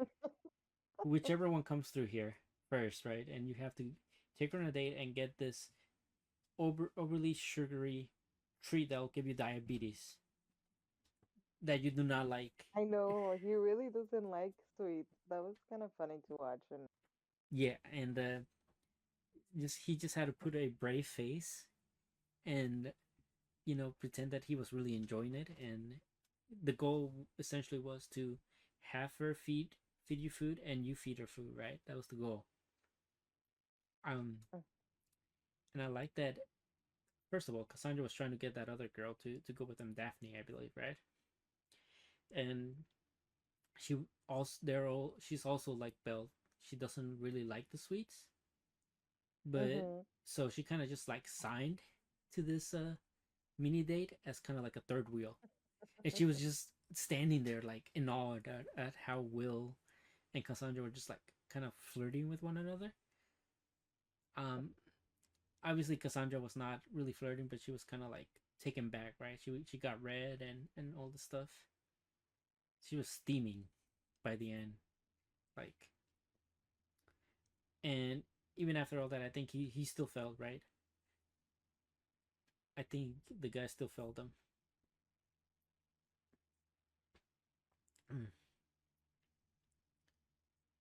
And Well, yeah. I mean, this episode we just really get the whole date like trope, and I mean it's really cute that she she catches up to it, right? yeah, Like this is not even you, I mean, like so before we get into that, I do want to say pretty smart of the waitresses to put their IOUs to use this episode from you Mhm. know being able from saving them from the dungeon the previous season. They were, and they got the entire uh, Crannel family there. The Hestia family there. Um, and they're like, you guys are here, so we can finally go celebrate the festival. Yeah, they do. And yeah, no, Bell really worked his magic with Seer. You know, everything was working fine Hmm. until Yeah, his actual crush came in. that was cute.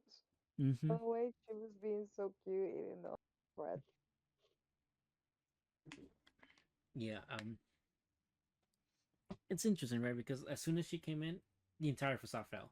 Like he could not he could not keep up his facade anymore. He was like, oh, you know, And and what it was so too is that she was obviously yapping and babbling,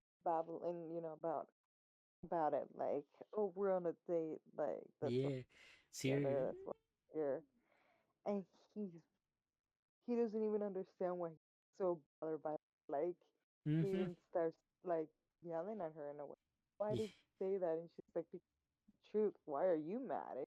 It's all you know, like he's so embarrassed and shame.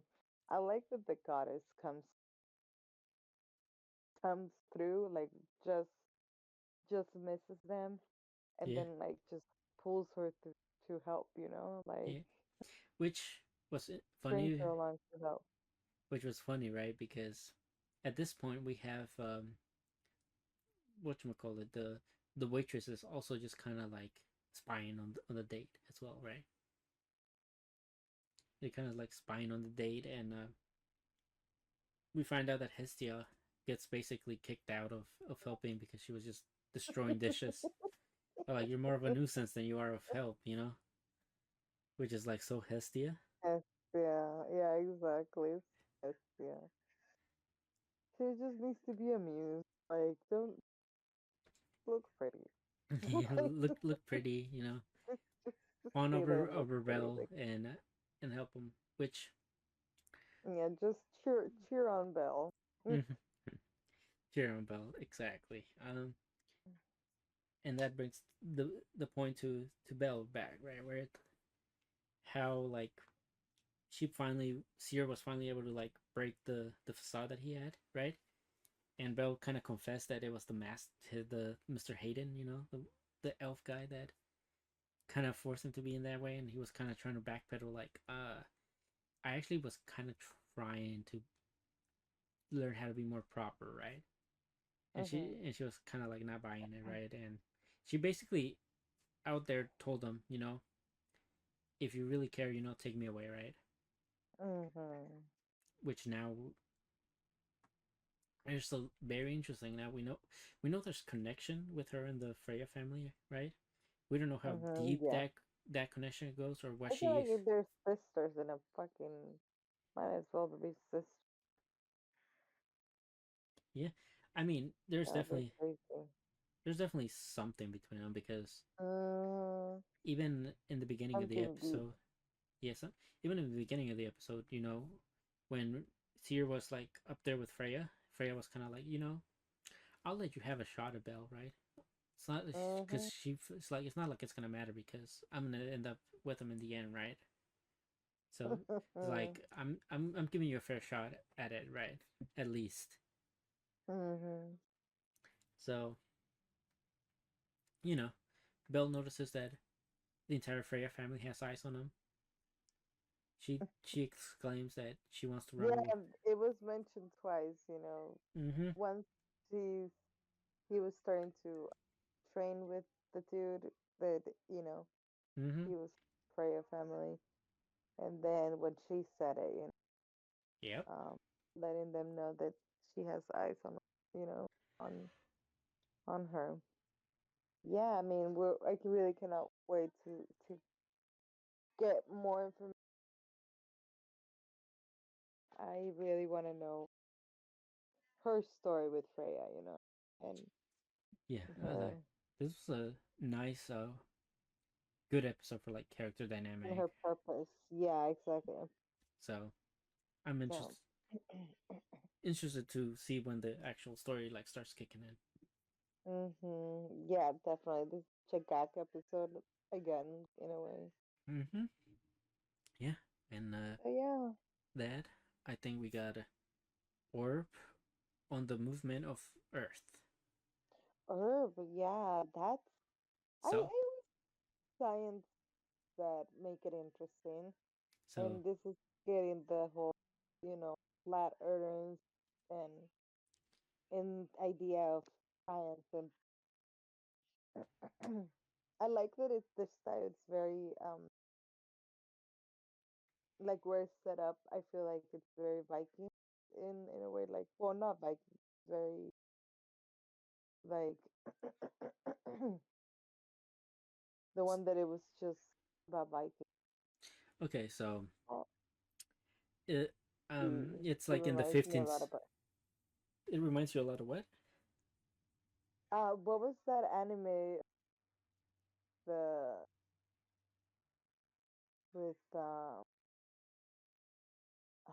with with Azkaban, something like that. The anime. Villain Saga Huh? with Villain Saga. Vince, yeah, Vince Saga. Yes, dude. It reminds me of a lot of that kind of art and setup, like time, but it's being taken like, instead of Vikings, it's science All right. and religions. So But I feel like it's in the same like era and style yeah, design. so in the synopsis of this thing, right? It's basically taken around the 15th century Poland. So Mm-hmm. so this around Uh-huh. so this around when they're like burning witches and shit. And like you said, very heavily religious. Like the church probably has more control over political aspects Mm-hmm. than than anything. So anything that kind of goes against what religion says is true is gonna be seen as heretic, and you're probably gonna end up imprisoned or as we saw, burned to death, killed, whatnot. Yeah, they were burning. So I dude, Hmm. basically like smelling them. Yeah, And I like how leaving them this. out. I like how it starts, right? Because we just kind of started in the middle of like interrogation with one of the people they deem as heretic, right? And they're like plugging the nails, right? Mhm. And it's like, well, I only got 10 nails, right? I can endure it, right? And it's like, well, the good thing about nails is they grow back, right? And it's like the last person, like lasted like 70 nails, right, before squeaking. And you know, it was also like I think that person was trying to find like other heretics or like other scholars essentially, right? That were practicing not so Mhm. good things Yes. according to them. And we then really get it introduced to our main MC, the young Raphael. How do you feel about or Raphael? My bad, Raphael. I like him. I like him. He has a very unique personality. Like he really switches himself on him too. Like I feel So like you know who he kind of reminds at me the of? uh-huh. He kind of reminds me of Light from Death Yeah, in me the. too. Me too. Me too. Me too, to tell you the truth. Like at the beginning, Mm-hmm. we hear his monologue of how he just understand how this world works and is gonna go by the rules so he life because um So I like people he's here are not very smart, in a way, you yeah, know. yeah, I like how they hype him up, right? They're like, oh, he's going to university and at 12 years old, Mhm. please tell us Mhm. what you're gonna study, right? And he's like you said, he knows the right words to say. Like he tries to pick the most rational Mhm. option, and he's like, well, I'm gonna study what is it, theology? Yeah, like theology. Yeah, Theology. theology, right? Which is just essentially like the church stuff, basically, right? Mhm. And Mhm. they're like, oh, bravo, like that's perfect. Like Right. so, he says all this, but on the side he's studying astronomy, right? And Mhm.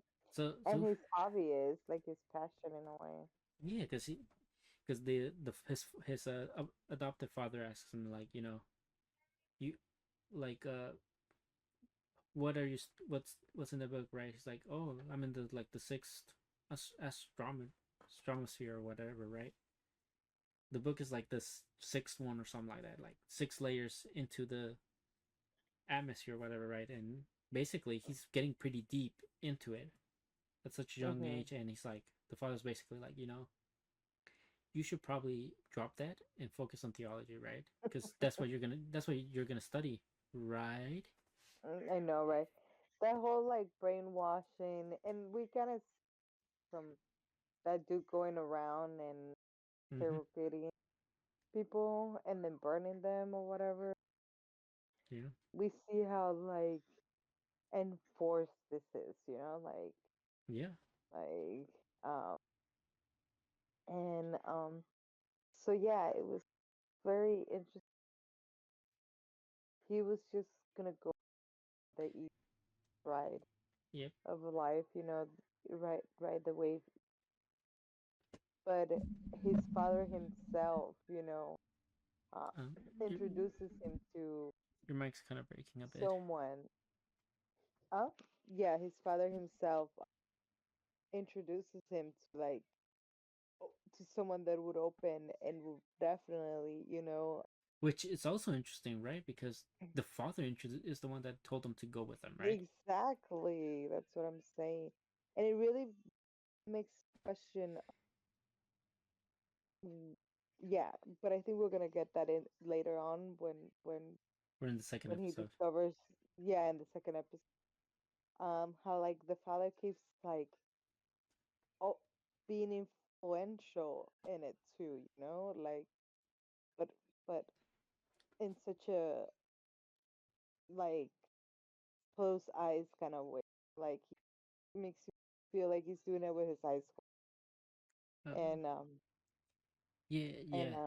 So, um, so I say your mic's kind of breaking a bit. let's hold on. Oh, Hmm. shit. Okay. Yeah. Really interesting. The father's stuff's really interesting. I feel like we'll talk about it more Mm-hmm. when we're talking Me about the too. second episode. But Hubert, Me too. Right, dude. This dude was. I thought he was gonna stay with us longer, you know. Um, mm-hmm, I but the impact that he made, obviously for the short time, it was. felt like it was felt, especially by Yeah, it Raph. was. It was. You know. I like how their relationship was kind of like started off really in the wrong foot Right. because Right. first of all, Raph shows up and it's like smiling at him, telling him, "Oh, I'm here to get you," right? And he was like, Mm-hmm. "You can put your fake smile away, right? You don't need." Mm-hmm. So in a way, like this dude was already seeing through him, right, from the get Mm-hmm. go. And then he asked him like, I think about like the notes or like if he likes astronomy because of he had one of the gadgets Mm-hmm. right on his belt, right, and then Yeah. he told him like somehow like Raph like blurted out that he had written some like chicken scratch for it, right, Mm-hmm. and he's like, this is pretty good. Oh, you're gonna be my assistant now. And he's like, oh, he's like, I don't think so because I am studying theology. and Yeah. and he's like, oh wait, let me rephrase that. I'm blackmailing you. I know, right? He's like, he definitely saw through him. Like, you're Mm, not doing that because you mm. you believe in that. You're doing it because It's the safe convenient, route. you know? It's the safe. Yeah, it's convenient. Yeah. Mm-hmm. And But of course, he takes him to the best spot, right, to convince him, right. mhm. And this is where we get into the heliocentrism that he talks about, right? Whereas this the because up to this point, they all believe that the Earth is stationary and everything else revolves around the Earth. Mhm. And this guy proposes to him, all right, hear me out. What if the Earth is in constant motion and everything else it moves around something like the sun? You Mhm. know, and Yeah, it's definitely such a such a crazy thing, you know, to think about because it's putting such a known fact right, into being an absurd idea, you know, mm-hmm, in this world. And to the point that they get executed and interrogated and forced, you know. So I'm really really like it took me by surprise, like how yeah, interested I'm gonna be in like a show about something that to us is already like, science. Hmm. well, science, right? But to us, like, this is just facts, right? To us, the sun Right. is the center and everything else revolves around the sun. But Hmm. taking that and putting putting it behind an anime is kind of like such an interesting thing, Mm. Yeah, and especially then they put it behind like politics, like yeah, and society. with the stunning visuals too, right? Like the Hmm. visuals look really good. Um, I do like how they make a proposition of like, do you think this world is beautiful, right? Hmm. And basically, Raf I think said it is, right? And this guy's like no because like it's not really uh following what it should, right? With he believes that after like the world accepts heliotropism, then the world can truly start feeling beautiful. Yeah, I really Yeah. thought it was like very very particular how they were building a relationship or their trust Mm-hmm. or yeah, or their respect for each other, right? Yeah. I like how It like, especially like, let's get into like episode 2 where now we're talking about how mhm they're building the relationship, right? yeah. And it was, it was it was very well done, or a lot of that cover or taken care of for the real short time that they had, Yeah, Um, I like how these two have like opposite views, right? But mhm, they never step on each other's shoes per se, right? mhm, They don't. They always mhm, like, obviously they, one guy believes something and the other guy believes something, but he never like, um the Huber never outright tells Raph like, your way of thinking is wrong. He just sort of like, mhm, this is kind of like an idea that we all have, that we all should consider, right? mhm. and Yeah. and Raph is kind of like, it's like, okay, I'm gonna bite, but I'm gonna tell you why I feel this is all wrong, right? Mhm. So like he gives Yeah. the contradictions, which is kind of like, that theory will have no support whatsoever. Obviously, we know the church is the one that's in charge, so like they'll never accept it. Um, and there was also like, it's he feels it's foolish to risk his life over a hunch, right? Mhm. And yeah, those are like the two main ones, I think. Um, no support, foolish to risk life, and then, you know, basically it would feel meaningless if it was wrong. I think was the other one, right? But this guy kind of tells him, because it's just because something's wrong doesn't mean it's completely meaningless, right? Because they'll still gain something whether they can prove it or not, right? And Raph like takes that to heart and is like contemplating it all the way home, and he realizes as soon as luckily he flips, right? And he flips and lands on the same spot, right? So Yeah. that kind That of was really really simple but mm-hmm. creative way to like connect and like make for him to make the connection, or at least start really considering. Yeah, and I like how after that he just goes home and just like starts working on it for like the entire night. Like you see him like draw a bunch of stuff, right? And Yeah. throw paper out. Yeah. Yes, right. You really see him just like having his ideas just flow.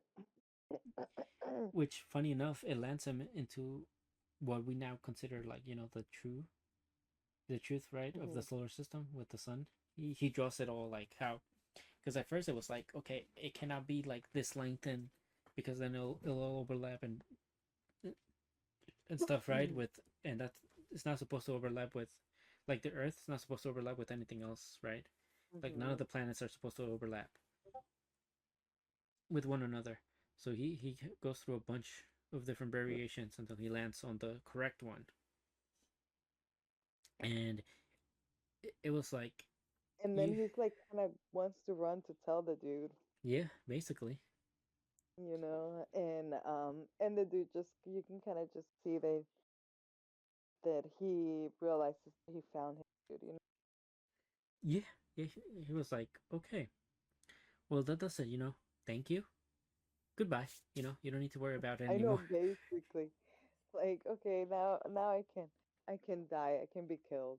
Yeah. Like like damn dude, like that's one way to live in life. by your means, or Mm-hmm. by your ways. Yeah, and I think Or Raph. terms, I should Yeah, say. Hmm. yeah. I'm saying like I think Raph, being as smart as he is, right? Uh, Leaving the notebook at home where anybody can just find it was kind of pretty mm-hmm. stupid, right? I was like, Right. that's like Well, me. he never thought of himself as being like a suspect or anything, but he should have by the fact that he was hanging out with someone that had just let go of first Lamina. Yeah, and that was gonna die if they found out again, right? So, Mm-hmm. and they asked him, like, how's he doing, right? And he's like, oh, he's changing, you know. And then I'm glad Hubert comes back and kind of takes the fault for him, but at the same time, when we found out Right. what he really wanted, right? And he left all his research in that I one. know that was really. I did not like that he burned it. I was like, you should have kept that. But I mean, he would have probably been. I think he was able to salvage some of it because at the end he did start stomping on the fire. So my first of all, my first guess is like, why aren't you closing the lid? Hmm. Because like fire spreads with oxygen and whatnot, right? So like if he closes the lid, like the fire will burn out faster.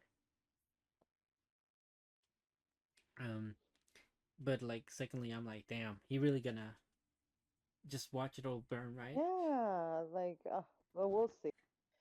We'll see. I mean, maybe he read it before. Maybe he kept saying, I definitely "See." think he was able to salvage something because he was trying to put it out like towards the end when he realized, when he was having that internal monologue, like, I should just study theology. It'll be like the right thing to do, right?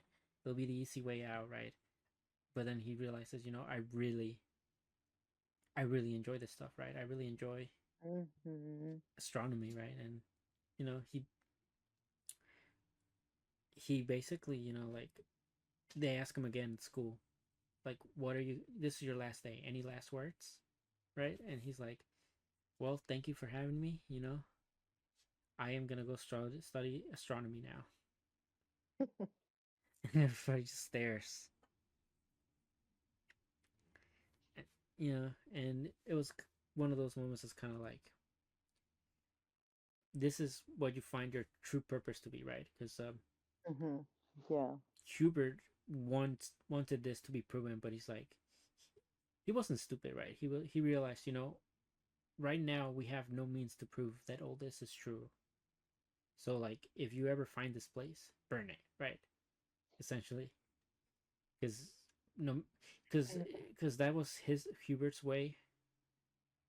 It was kind of like a test, and also like a saving grace to the person that found it, right? Because he knew the person that found it was gonna get interested in it. So by telling Mm-hmm. them to burn it, they had to make the choice of whether they were gonna pursue it, even though they knew it wasn't gonna come to fruition, the theory, right? Or or regardless of knowing that, to work towards making it true. Yeah. Yeah. Well, he is a kid, so he has like a lot of whole life ahead of him too.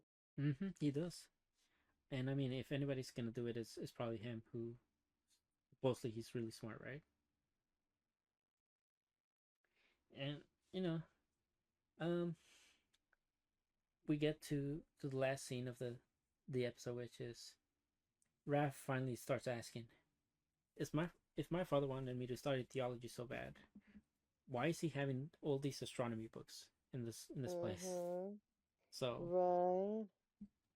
And then getting him together with with Hubert, with a dude, yeah.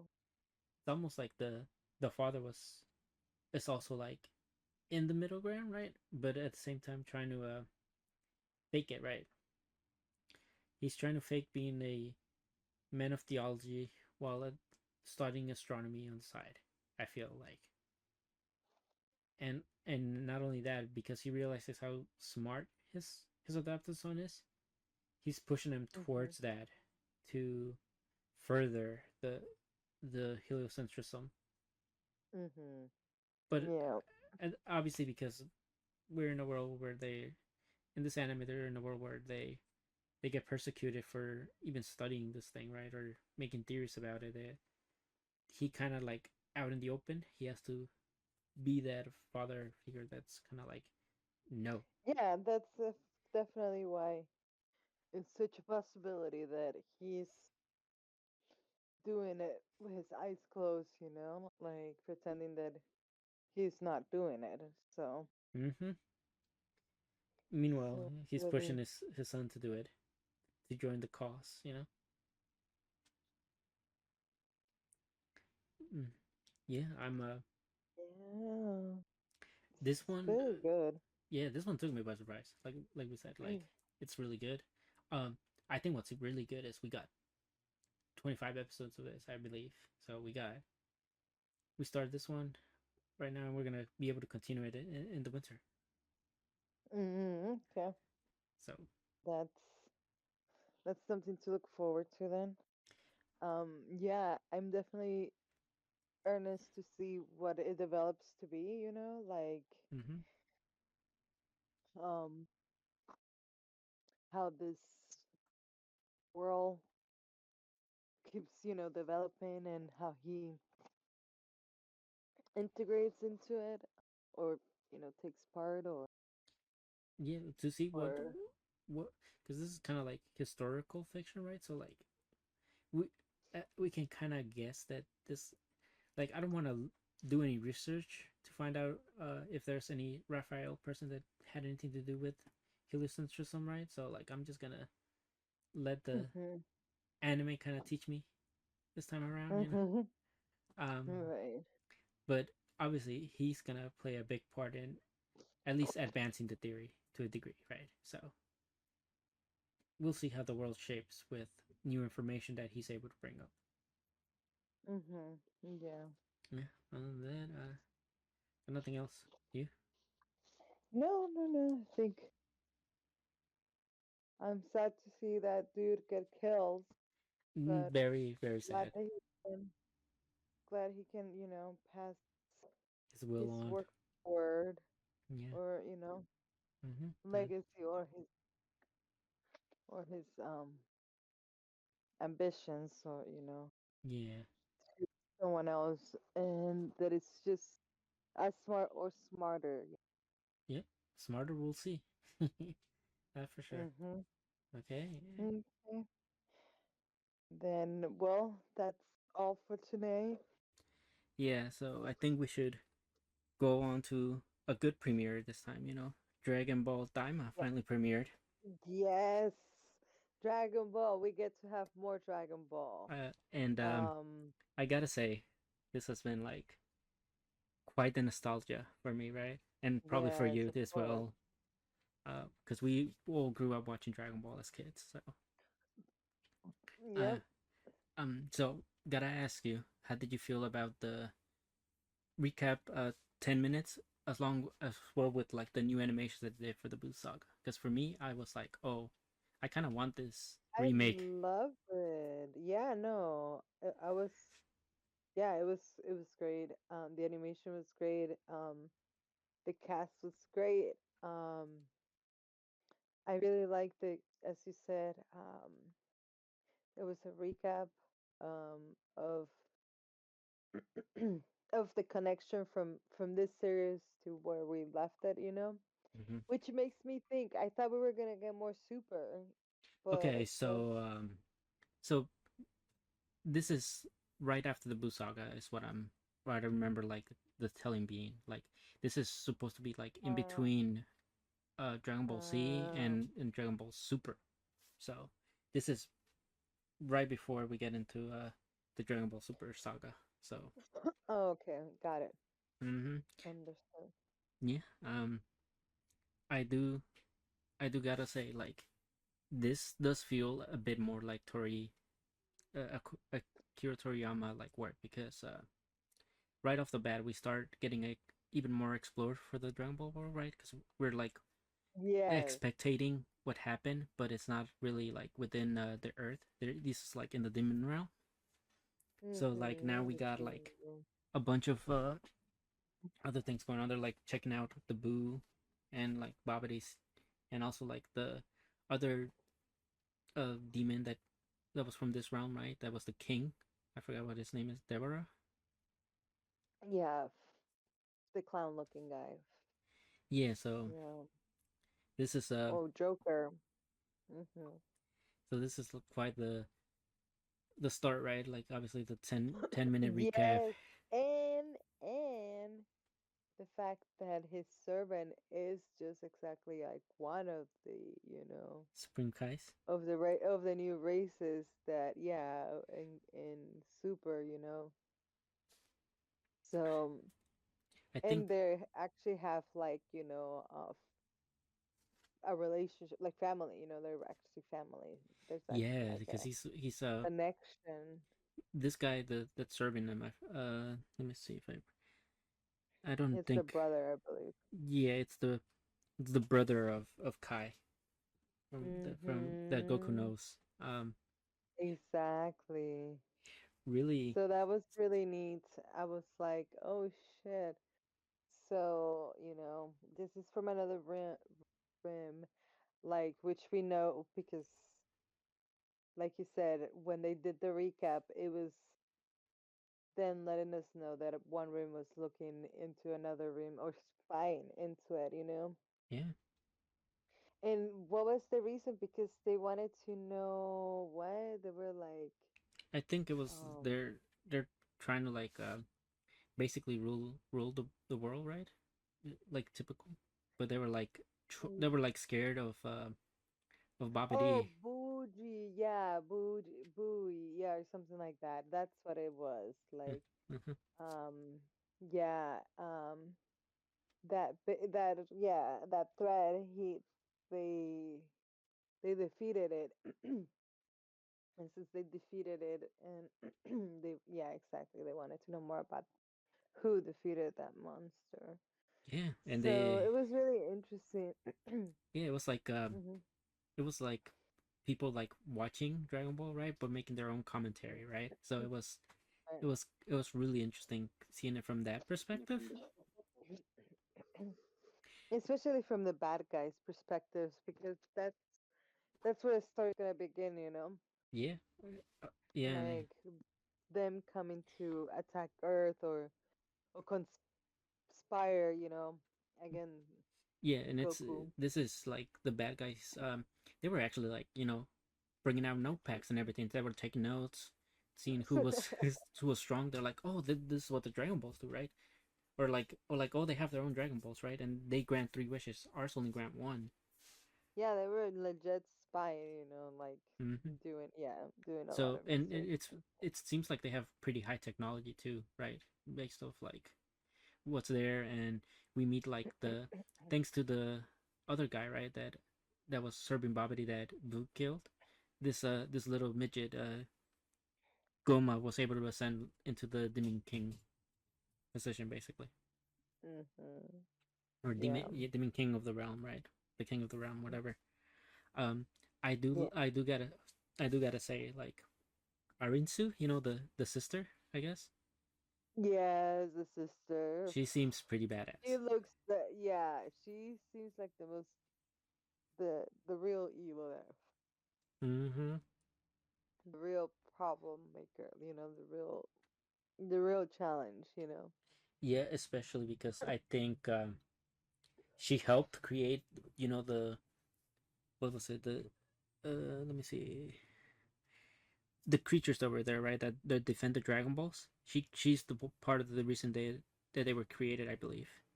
The Tamagamis, I believe she took part in creating them, Hmm. and that's Oh, she why. took part of Yeah, creating this. yep, Yeah. and that's why and they were made to protect the Dragon Balls, so like nobody else can really use them anymore. Um, yeah, and I did put like the goals that they want for after they like reunite Shenron, right? They're like, oh, they're basically gonna turn Hmm. all the sea fighters young, into kids. Yeah, that's why you see him as a little kid. That's why I didn't understand. I was like, how is this gonna be new when he's a kid? But yeah. Yeah, and then the other Um, one was the second wish. They were gonna open the third eye or get the third eye back. That's what they said. of evil. Yeah, the third eye of evil, and then whatever Kai's brother wants. I forgot his name. He's like gonna get the last wish. Yeah, seems that way, Mm. which is cool. Mm-hmm. That's nice. Yeah, and I like how Yeah. I like how Uh-huh. I like how these people were kind of spying on like the what happened with the boo Mhm. stuff, and then as they're like getting ready to leave, you see like another like Kai just in the background, kind of like spying on them as well. So it's like not only was the Arinsu like kind of spying on what was Oh going on. yeah, that little kid cat. Yeah, I'm. Did you see the preview that's kind of what it's he's the raised to Earth? Like, Oh, I didn't catch the preview after the oh, you think? after Yeah. the uh, ending started opening. I just went and Uh-huh. did something else. Let it play. Okay, yeah. So I guess. Yeah, it showed in the preview that he went to Earth, and I was like, oh, okay, that makes sense. Well, I think That makes things more interesting. he went to Earth with Arinsu, right? Because when they were trying to like escape the demon realm or like go to Earth, right, themselves, Mhm. the big fish was like, oh, this is like a really popular place right now, right? Because first of all, Mhm. first the Babidi and the other guy went in there, and now Arinsu, and then these people, which And then it the was kid. I'm sure the kid was gonna be the last one. yeah, and it was really funny that they got the old Namekian, right, the one that created the Dragon Balls of the Demon Realm, and he was like, "Oh, I shot Oh last my time." god, I really liked it. I really like that detail of things, yeah. Yeah, And because then they brought him so he can like, I don't know, make it easy for them to collect it. I mean, yeah, pretty neat. so that is Pretty like something new, right? I don't think we've seen Namekians that learn how to do that. I don't know if that's specifically a power he has, or if every Mhm. Namekian that makes Dragon Balls can do that. Just gather Dragon Balls and refuel their power. Uh-huh. Yeah, and this is like also where we find out that Piccolo and Kim Piccolo, prior were also from the demon realm because of their pointy ears. I know, right? That was a good insight too, to know where Yeah, they came from. yeah, because at first we were Like like old where Namekians, their right? species belongs, like which universe their species belongs. Yeah, because Yeah. it's really just really nice attention to like world building details that. Uh-huh. Uh-huh. I agree with that. I agree Hmm. with all Yeah, and that. I mean, we I really like the easy and like soft um moments that we had too. with Or the comedy gags like like the getting the stinky Namekian. birthday, the talking about being short, getting their training on. Yeah. Um, Oh, what I really yeah. also another like small thing that happened that we that we didn't really consider like through the Mhm. Boo saga, and even Dragon Ball Super, I guess, kind of like took its own thing, but like Okay. Boo when Boo's stomach or like hit the gases inside him can like Oh diffuse yeah, so the the earrings. diffuses the fusion. Yeah, Yeah. so now it's Mhm. like this is tech. So now we have like multiple ways that people can unfuse. Mhm. Mm, yeah, and I I like that Goku's still a glutton, right? And Vegeta's still like Yeah. stuck up, and the little I can't believe Krillin was the one that made the short joke on Trunks, right? Right. He's like, "You're kind of short for a Right. 9-year-old," and then Goku's I know. Like, come on, bro. yeah. So like You want to talk first. yeah. So like the only thing that was like kind of strange is that Goku's like, "Oh yeah, Saiyans grow gotta get a growth spurt after their 15th birthday," and I'm like, I feel like Except for Vegeta, he was an exception. I can't yeah, do it. except for Vegeta, punching him while he's there, punching him down. We don't know what happened with him. We don't claim him. Hmm. Yeah, it's Vegeta always gets the short end of the stick. No pun intended. Mhm. Um, Always, yeah, even in the fight, yeah, like he goes and makes the strong move first, yeah. And, and then he counters it, and then goes for the punch and beats mhm. him. Like, come on. Which that was so good. Like just seeing them like Uh-huh. trade blows, and then they go back into the the fast thing where they just like zoom through everything and just see the blows in the air. Like really nostalgic feeling, and I don't know. It looks nice. I like that they were smart enough to go into the close to the atmosphere before they throw on their big attacks. You know, Mhm. really really good on them. And I want to say like Mr. Popo, it, he used to be a fighter, right? So like, why is he so useless when they attack Denden? No, he was being really useless for sure. Like that's like what I have like as one of my notes, that he's just so useless. Like it's it's very disheartening that then they got like knocked out with like a single blow, and he was just there looking. But we do like get like I guess they were kind of counting that they weren't gonna be able to summon Shenron, right? Even if they got the Dragon Balls, and Right, they were kind of counting on that. now it was kind of like, oh, just kidding, like you did find the Dragon Balls, right? and Mhm. and they were like, you realize we can prepare, we have our notes handy, we took notes watching you guys, and they were able to summon Shenron. And I don't know if like, They knew the password and everything. yep, Yeah. password, right hand sign, everything. um and then yeah, I like how like Goma was the first one to like make his switch, right? And Shenron had to be like, you have to be more specific, like what age group. It's like, what about the people that were already young? What are you, how how how much younger do you want them, right? And Mhm.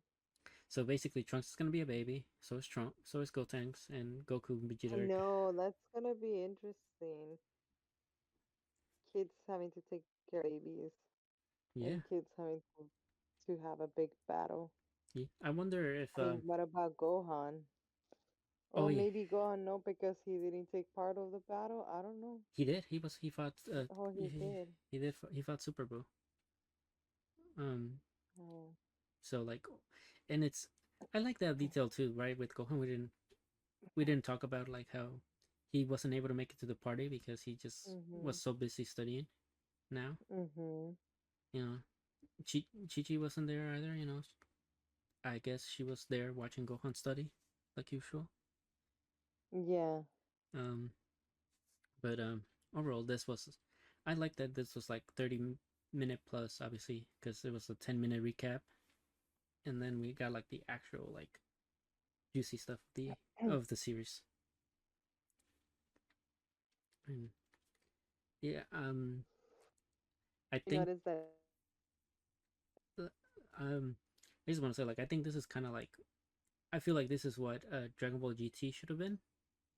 I don't know how you feel about that, or if you watched Dragon Ball Mm. GT. Yeah, I never really watched GT, so Oh, okay. Well, but I'm glad because it doesn't sound good.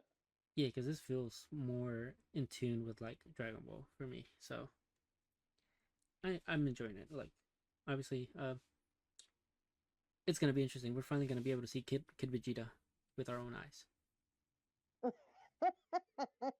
That's true. We never got That's to true. see Kid Vegeta. But yeah. Anything else you wanna say? No, I'm really, really enjoying it. I'm always loving Goku. Mm-hmm. So, Yeah, same. Okay.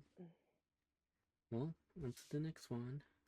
Next one being Blue Lock. Blue Lock. Okay, so Sports. do we Sports. want to talk about the episode first, or do you want to get some rants out first?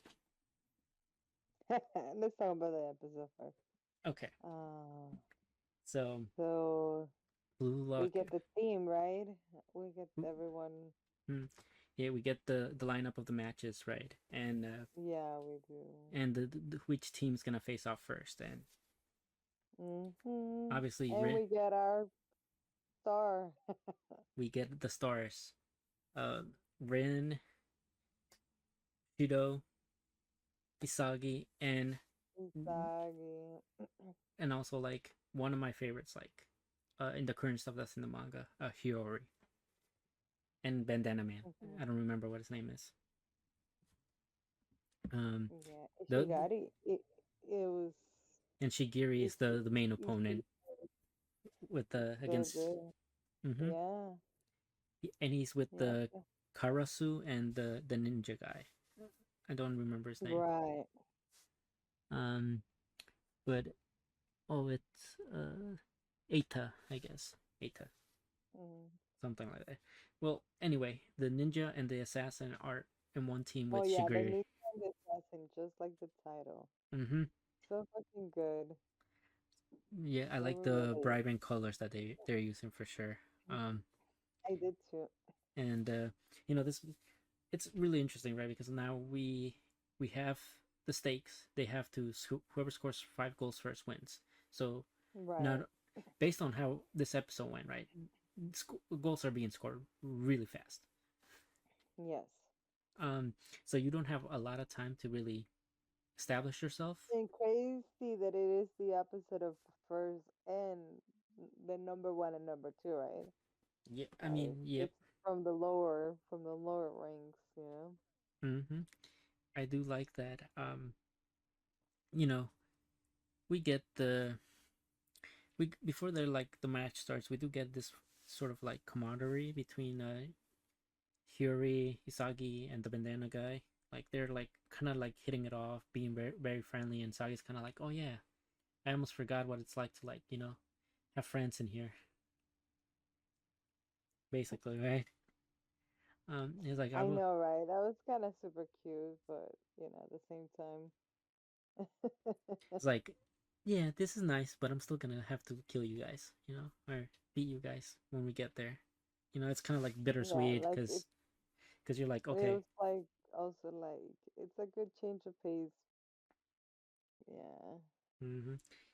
Really bittersweet for them. And of course, like we started off, and the main team scores first, right? With Shido.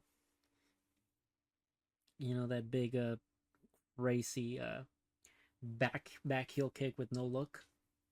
Oh my goodness, that Antina guy, yeah, that was crazy.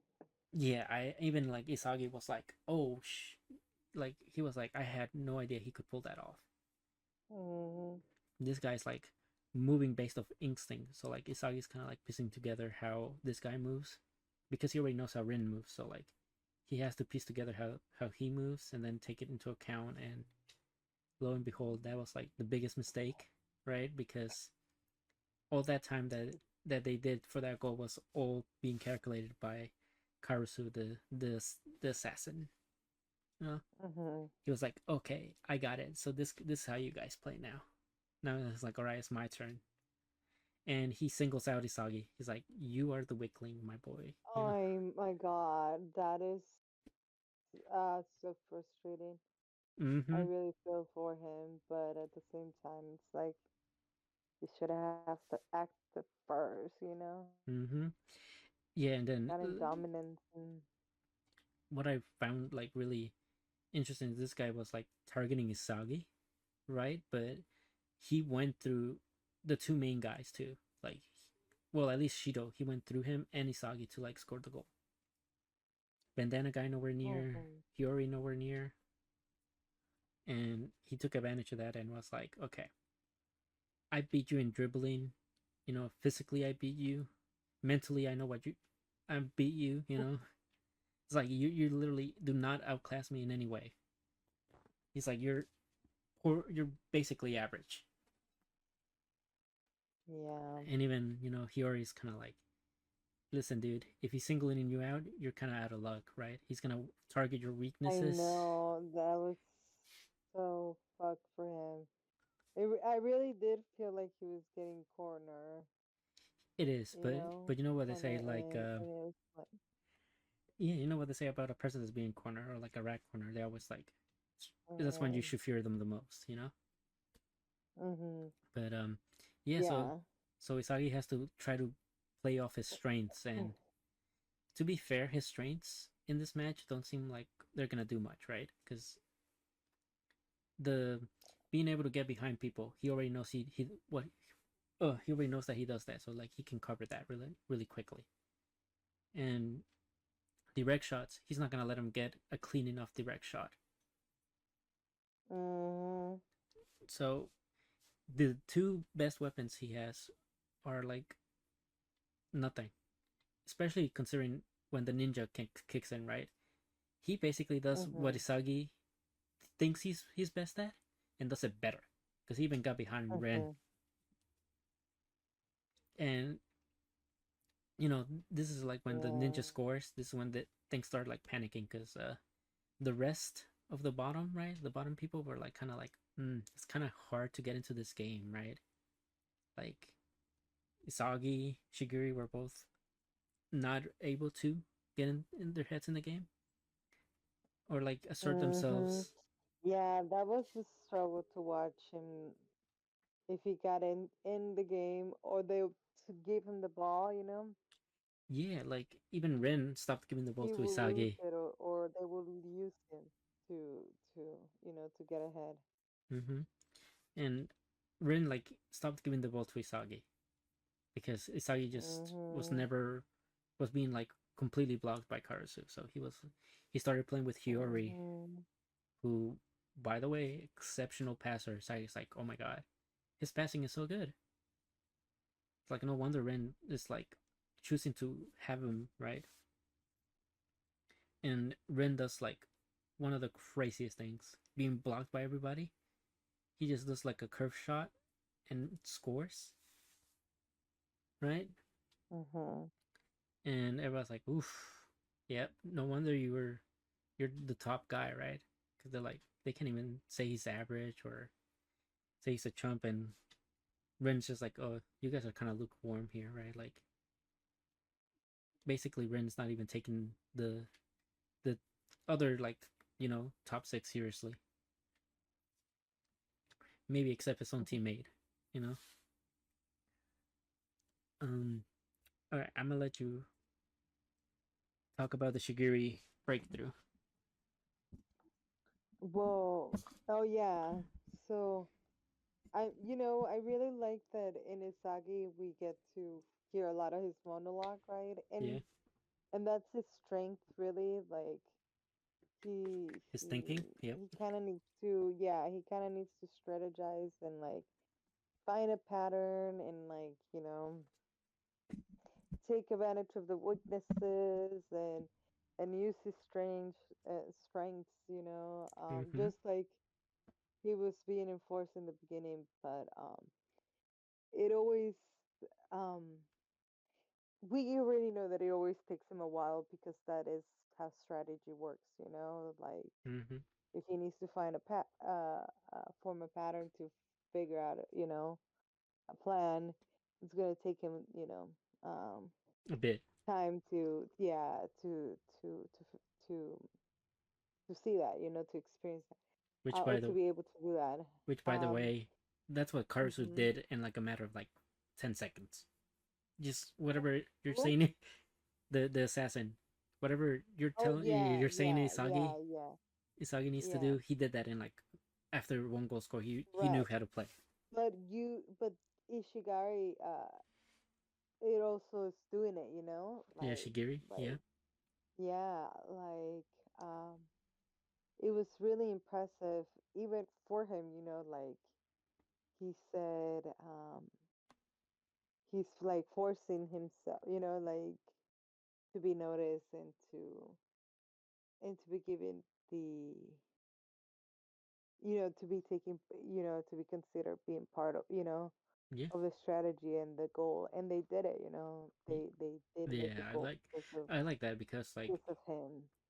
because like And then the other dude who's like totally on Isagi's ass is like, oh, you're like useful, like he's like giving him compliments. So it really tells you, like yeah, like the how dry and dire the situation is for a guy, yeah, which it can be so frustrated. yeah, I do like that because it's interesting, right? We have Shigiri and Isagi facing off, and right off the bat, like based on the first season, the one that influenced Shigiri the most is Isagi, right?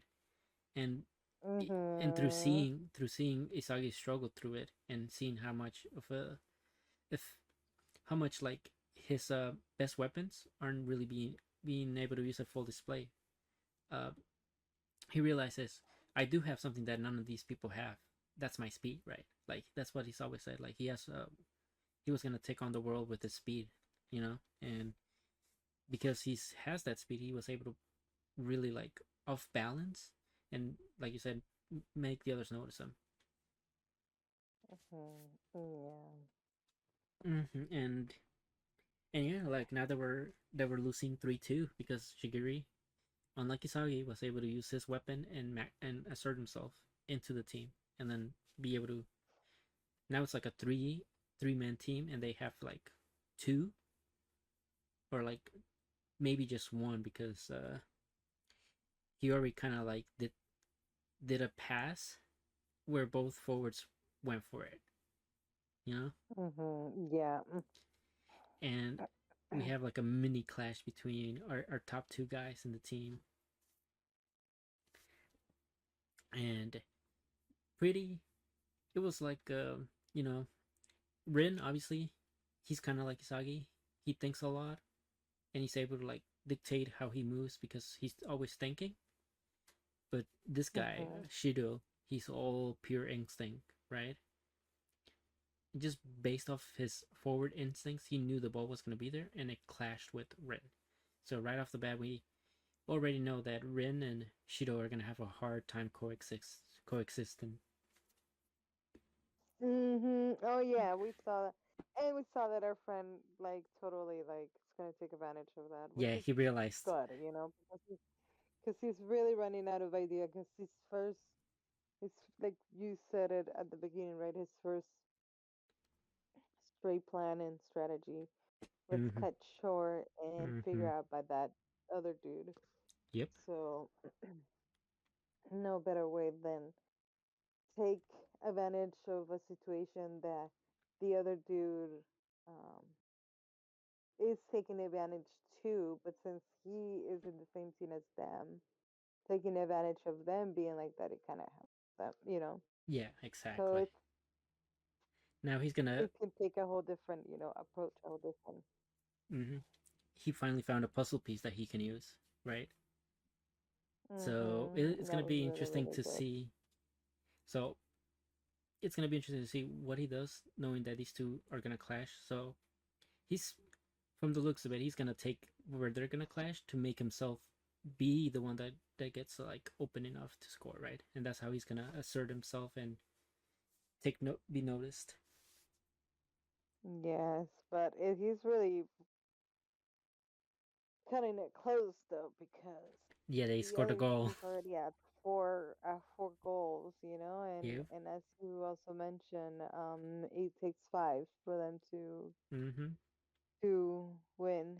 Yeah, So and not only that, right? We didn't mention this, but like this match, the other teams cannot see it. So like the other teams cannot even mm, prepare for what they're right, about to I face. don't even get like an idea. Mm-hmm. Which was the case before this, but you know, interesting stuff. Um, Hmm. I'm gonna get into my rant now, right? Because I told you I got some words. I do Hmm. this this studio. First of all, this is the same studio that's doing reincarnated as a slime, right? So Hmm. I had at least I had optimism despite me hearing all that there was production issues, right? I'm like, nah, I think they'll Mhm. hold it down, right? Mhm. I did not expect them to make a manga color version of the anime and be worse than the manga. Like, And be worse than a manga. yes, the manga way better like kind of like depicting the movements than the anime right now. Oh. Um, Hmm. I it I I thought it was good. I thought it was good, especially because of the so change of colors and palettes that they're using. I do agree. The colors are nice, very good to look at. Very good for me. That puts the back the screenshots in the background when we talk, right? Um, Mhm. I was at least like season one was good. I want to say it was good. Like I really enjoyed it. My Mhm. problem with the first season was the CGI, which I was like, okay, well, they're getting all the moments correctly, right? At least the some of the major moments have like some movement to them, and it's only when they're like in aerial mode that they go here. This one, it just you can see sometimes when they like flip to the next panel in the while you're watching this. So for me, it was very jarring, just uh, having their mouths move, and then all of a sudden they're on to the next motion. Uh, Um, like I said, I think obviously characters, story, great, amazing. mhm.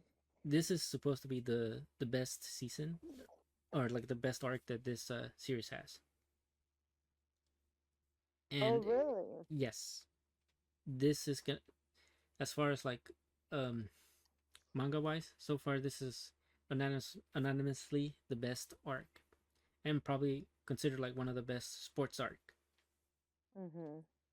And now they turned it into like a PowerPoint with a PowerPoint of the manga with That's colors. really crazy because they did a lot of marketing here for that anime. They did, You would and think they would, I think what killed it, especially at Anime Expo. You yeah. would think that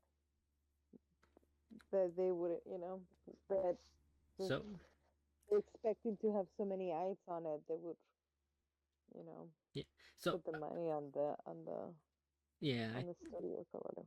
I think what killed them was having to animate the Nagi movie because I think I haven't seen the Nagi movie, but I'm assuming the Nagi movie does not look like this. No, no, I'm sure. Um, I'm sure that one doesn't have any of this really. So. so animating the Nagi movie kind of like killed off, or like they had to separate staff, I guess, and send some of the better ones Mhm. to the Nagi movie, and then when they came back, it was like already too late. Right. I hope that this is one of the few episodes that are like this, but Right. if Yeah. Hopefully, since it's the beginning. yeah, yeah, I mean, the first episode it was really good. There was not a lot of action to say, but it was just a lot of character moments. So I think Uh-huh. the Yeah, there was no action in the first so I think episode. that was why it looked really good in the first one, and then this one, animation wise, not the best at all. Mhm. Um, hopefully once we get to the actual U20 match, we get that's when they really put the like all their eggs in the basket, and hopefully they make it like really good. But if the rest is gonna be like this, it's gonna be really disappointing for me. I was looking forward to Mhm. Well, yeah. Even for us, yeah, it's gonna start to be noticeable and everything. especially I just want to say I think what even made it more bad is that right after Dragon Ball Daima, I moved on to watch this, so it was like I went from Dragon Ball Daima to watching this, so oof, you know, very different stuff. I don't want to shit on it like every single Mhm. episode, but I will I will say voice actors are gonna. I hope they made a good bank out of this because they're gonna be hard carrying this series. Um, Right. they're gonna have to really sell us those characters. What about you? You got any? Yeah, no, no, I don't have any rants like that. The only rant that I kind of said, it was just like how they made my body look so helpless and corner and just, you know, like fucking violated in a way. Like Yeah, couldn't even catch a break. they schooled them for So, sure. but that was it really for me. No, But I know he's gonna, pull through. I mean, he's he our has. guy. He's our Yeah, he has to get a goal at least, right? Before he loses. yeah. I don't remember how this goes, but it don't look like they're gonna win. So, um, hopefully he gets a goal, at least.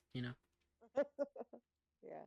Uh, Yeah. So but so no, I mean, I just don't want the quality of the animation to keep dropping, or to stay at this low. So yeah. hopefully, So hopefully it doesn't. it picks that one up. Yeah, it better not like drop worse than this, because otherwise Right. I'm just gonna tell you we're reading the manga. Yeah. Um. Right. But okay. Yeah. Got nothing else. Rant over for me. Um. No. Oh. Okay. We should move on to the next one. Okay. Next one Mhm. is a terrified teacher at a ghoul school.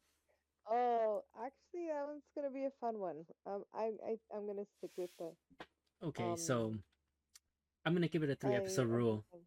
for me Okay, you are personally. okay. Uh. Yeah, that's cool. So all right. I'll let you kick off what the show's Um, about. well, this is like loser kind of like nerd, like not friends, not popular or that smart and confident in a way. He's he's sort of the loser loner, Mm-hmm. um, but he wants to be a teacher, and he found himself at this school f- after he's been hired, and as he's like exploring or being introduced or doing a tour or whatever, he realizes that he this is like a Gao and spirit, like place. Yeah. And of course, by being the coward that he is, and and loser, he's shocked and completely frozen by the idea of that, but seems like the director has like his reasons, right? and and tries to kind of convince him or have him, see the opportunity in it, like he's like, Yeah. you'll be able to be the teacher that you want to be, kind of thing. Yep.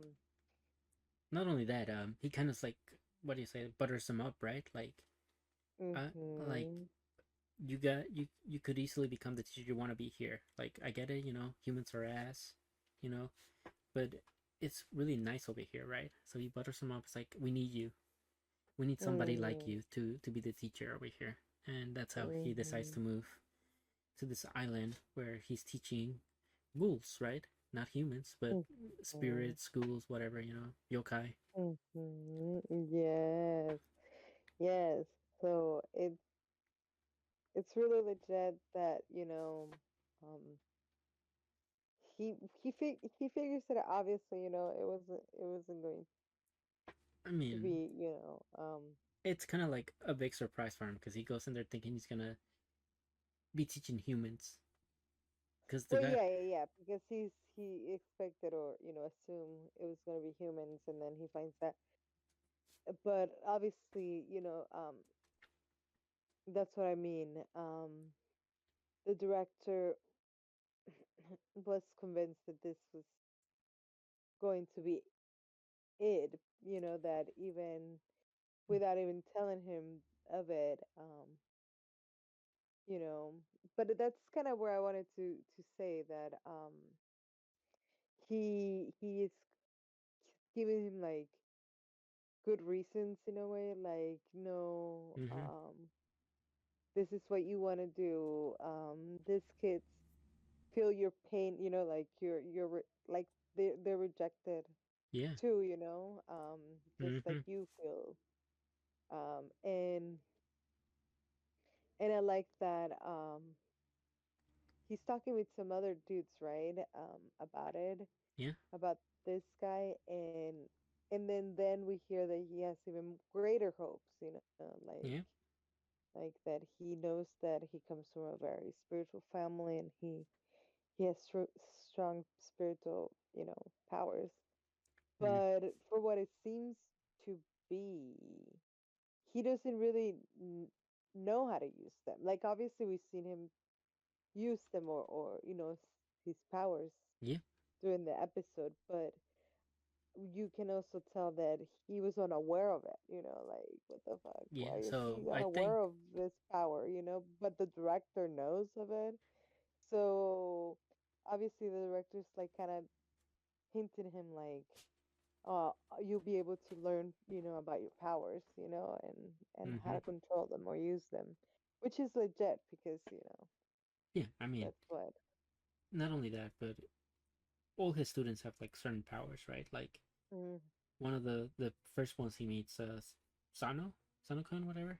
He has like misfortune, so like, you know, whenever you're around him, there's misfortune that bestows upon you. We have the little kid, that can transform into things when they try to mhm. break into Sasishi's place, right? Sakishi, no, yeah, Sakishi. When they try to break into her place, he turns into like a blob and pays the price, for Mhm. trying to trespass. And Mhm. and we have Sakishi, which is also kind of like a misfortune power. Yes, yes, that was cute too. I felt like seeing someone that it was being more shut in than him, Mm-hmm. in that world. Like, they're seeing it shut in that world, like, I don't know. Yeah. And then comes to find out that she's just being a gamer, and she couldn't just tell about morning to night, and then Mm. keep missing it. Well, And the then he's like, well, then it's nothing really serious, per se. mm-hmm. The reason why she stopped going, and she just needs to find a better reason to start going, Yeah. I mean, And then, he pretty much tells her like, this is the only time you're gonna be able to go to school and do all these things, and have but your school and experience, yeah. yeah, but after your school experience, you can go back to being a You can shut be in. the shut-in Yeah. person that you want to be, yeah. Yeah. Hey, it's a good bargain, not gonna lie. So, Yeah, yeah, exactly. And I do like how the director, when I saw that he was about to leave, and he pretty much bribed him again. With the first of all, he gave him the encyclopedia of all the yokai in his class, right? And that it's a cute encyclopedia. and he also gave him like the encyclopedia of uniforms, which was the Hmm. real bargain for him, right? Because this guy's obsessed with uniforms. Yeah, what's up with that? But okay. Um, I I guess because his family was from the exorcists, right? So like they're in uniform. So I guess he kind of just likes when things are like in uniform. And Yeah. I do like how they make a comment right when he's trying to break into Sakishi's place, where they're like, "Oh, kids these days are always so quick to turn to the internet, right?"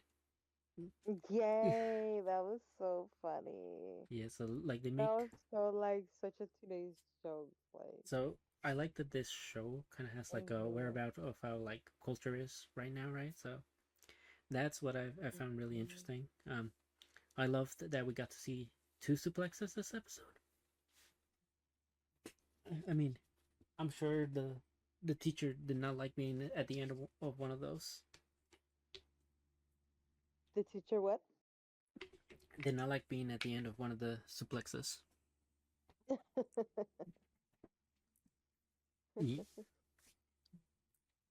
But yeah, Man, um, the the teacher at the end, what was he doing? Um, Oh my so god. so he was basically um, what was it? They were coming back from the school photo, which is why he Oh yeah, went. I love that photo by the way. Yeah, Such so a cute little photo. yeah, so the Like he was coming back, and then I guess he was around Sano-kun, and something happened where they he tripped over him, and they oh landed. yeah, and the Magnalas like plants. That was so funny too. Yeah. And oh my god, that guy, it's so fun. That guy Mm-hmm. was fun. The blondie Yeah, Sano. that drives in misfortune of humans or Yep. something like Yep. feeds off of it. It was so funny. Yep. It was so fucking funny. So yeah, this is a. Like and the little dude too. The little I like dude that little too. dude. Yeah, the one that it's like like yeah, like the change fox. Yeah, like a spirit fox or whatever. Yeah. But or raccoon. Yeah. Yeah, I'm interested. I like it. I think it's gonna be a fun one. I It think it'll be a reminds fun me of show. I just don't know like how much I'm gonna be able to like. Um, mhm Obviously this is the first episode, so not mhm not too judgy. Obviously the ending is what really like is like okay. I because of the ending, I'm gonna give it a 3 episodes because I like that. mhm You know, there's there's lore his uh behind his parents or whatnot, or like his ancestry. So like I want to find out about that. mhm. Yeah, yeah. I mean, me too. You know, me too. I'm really into the he's a priest, and there's like an alternative motive, like like a hidden motive, like Yeah. of why they need his power to be refined or So for be or that, be tapped in, be tapped in. Like I definitely know that once he taps into his power, it's gonna create, more things, right? It's gonna open up our view to that world yeah, and yeah. So yeah. So no, yeah, but at the same time, it just feels like just a fun one. mm, So, I agree. It's just a nice little fun one. We'll keep talking about it.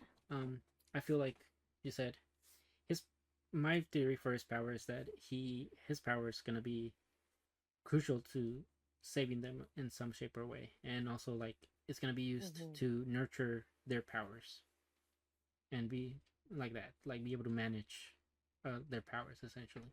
That's how I feel about hmm it. Okay, But yeah, that's uh okay, that's it for me. You any last? yeah, Okay, no, well on to the next one. Okay, moving on to Ranma. hello, Rama. So, Yes, I Rama. I I gotta say, I never thought I'd like a show that takes me back to high school, back in the old Mhm, days. Um, love love the how they did like a little mini recap, like oh yeah, this is what happened in the previous episode, right? They're engaged. mhm, Uh, his thing turns he turns woman through water, same with, and then that turns into mhm, panda with water. Boom. Okay, you know what's happening. Moving on. You know. mhm. Uh, Yes. yeah, and I like how they were like, okay, Akane, you have to take Ranma because you're engaged to him. You know, you gotta To make go to school, yeah, you you gotta gotta walk him to school. yeah, you gotta welcome to school. And she's like, well, you know, we know what happens at school with her, but the walk for him was really interesting, right? Because he went and he fought his dad on the way to school, right? Typical.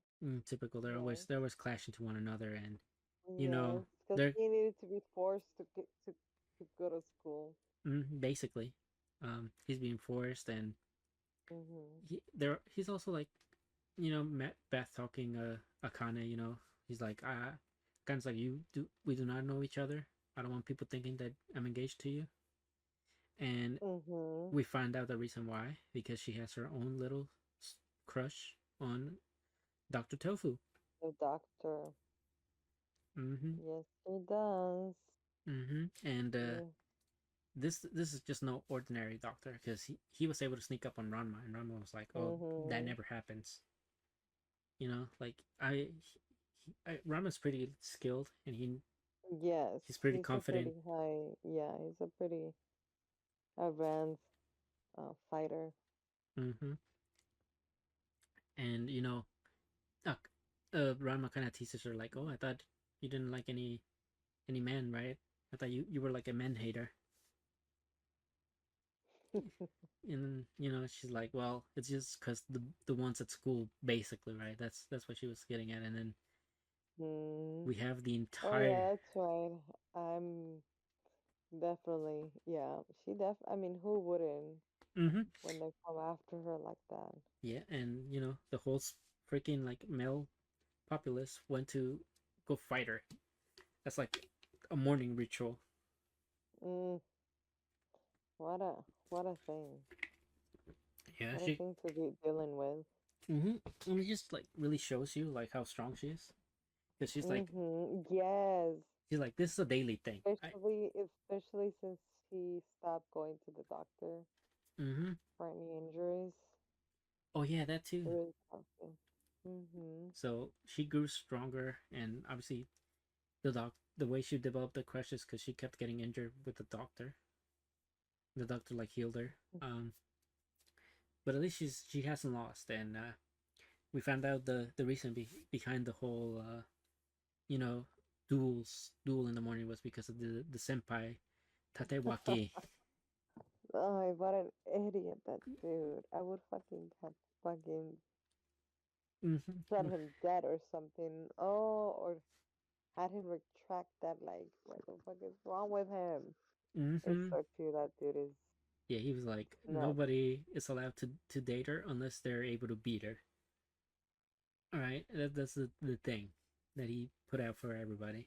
Um, Rama called What a him out, fucking right? Well, Rama, I don't think Rama called him out, but he did not like how close Rama was with Akane. yes. So they went into their little duel, and Oh yeah. I like how he was toying with him, mm-hmm, and Ken is still trying not trying to doubt that Rama would win. But we know better. We know better. yeah, he knew he was toying with But them. yeah, he was definitely toying with him, and Yeah, I mean, toying with them, and he was about to deliver the finishing blow until the rain came. And then the father kind of saved him, brought him boiling hot water so he can turn back into a man, so that people wouldn't find out mhm, he's cursed. And he was like, for yeah. sure, oh, this guy knows my secret now, right? Well, no, not then, but like later on, he thought he knew it. Um, Yeah, yeah. all right. Ah, And fucking. they end up being late, and Akane was like, if it wasn't for all your fighting, I wouldn't have gotten late. Like, it's like this is what I do on a regular basis. I'm only late because I had to deal and help you out, right? Honestly, Rama was butting in for no reason. Like, if you were going to fucking kick, I mean, if you were gonna butt in, just fucking finish it quick. Don't be fucking toying around with Mm-hmm. something that is not really your fight. You're already taking on a fight that it's not your fight, Mm-hmm. but And that's then also you're the like thing, right? toying around. Ranma was Whatever. like, Like, he is like an immature. Like, Rama is pretty immature like that too. So, yeah, they both fed off each so. other pretty much because of that, right? And you know, um, And then when he starts I mean, and that's why Kudo like really started going after him too. mm-hmm. Because he was like insulting Akane. Like first Kudo was like, "Wait, you're getting in my way. Like Yeah, why you getting in between my love for Akane? Like, who are you? Like, yeah, but and then that was because of the well, yeah, that was at the beginning, and then once he found out that she's engaged to him, he really lost oh it. yeah, yeah, yeah, yeah. you know, I mean, mm-hmm. yeah, but I can't blame him. Uh, all this time he's been training, getting stronger, just to be able to prove to Kane that he's a man that could beat her. So and he doesn't even know that Akane already lost to him either, right? So, I know, to a man. mm-hmm, To a man. mm-hmm. Which is kind of like tells you even her stronger hate of why she doesn't want to lose to a man, like, you know? So, Yeah, because then she'd have to prove. She also doesn't want to admit she's weaker because like Ranma was mm-hmm. also like poking fun of her, like no matter what, like I would still be stronger than you because I'm a man, right? That's essentially what. Right, he was. And that no matter how much she provokes him, you know, when they were in the Mhm. right, that he's never gonna fight a woman for real, you know, Yeah, for seriously. real, because the And then she's all like getting pissed and saying that, well, what if you're a woman too? We he's know that he wouldn't count that, so. yeah, it's very very how do you say, like uh not manly, but what's the term? Sexist. Yeah, sexist. There we go. Very sexist Yeah, yeah, of yeah. him. Well, that's back in the, those days, and Yeah, like we're not gonna take okay. take take it to mind, right? But like it just Yeah, no, but it is.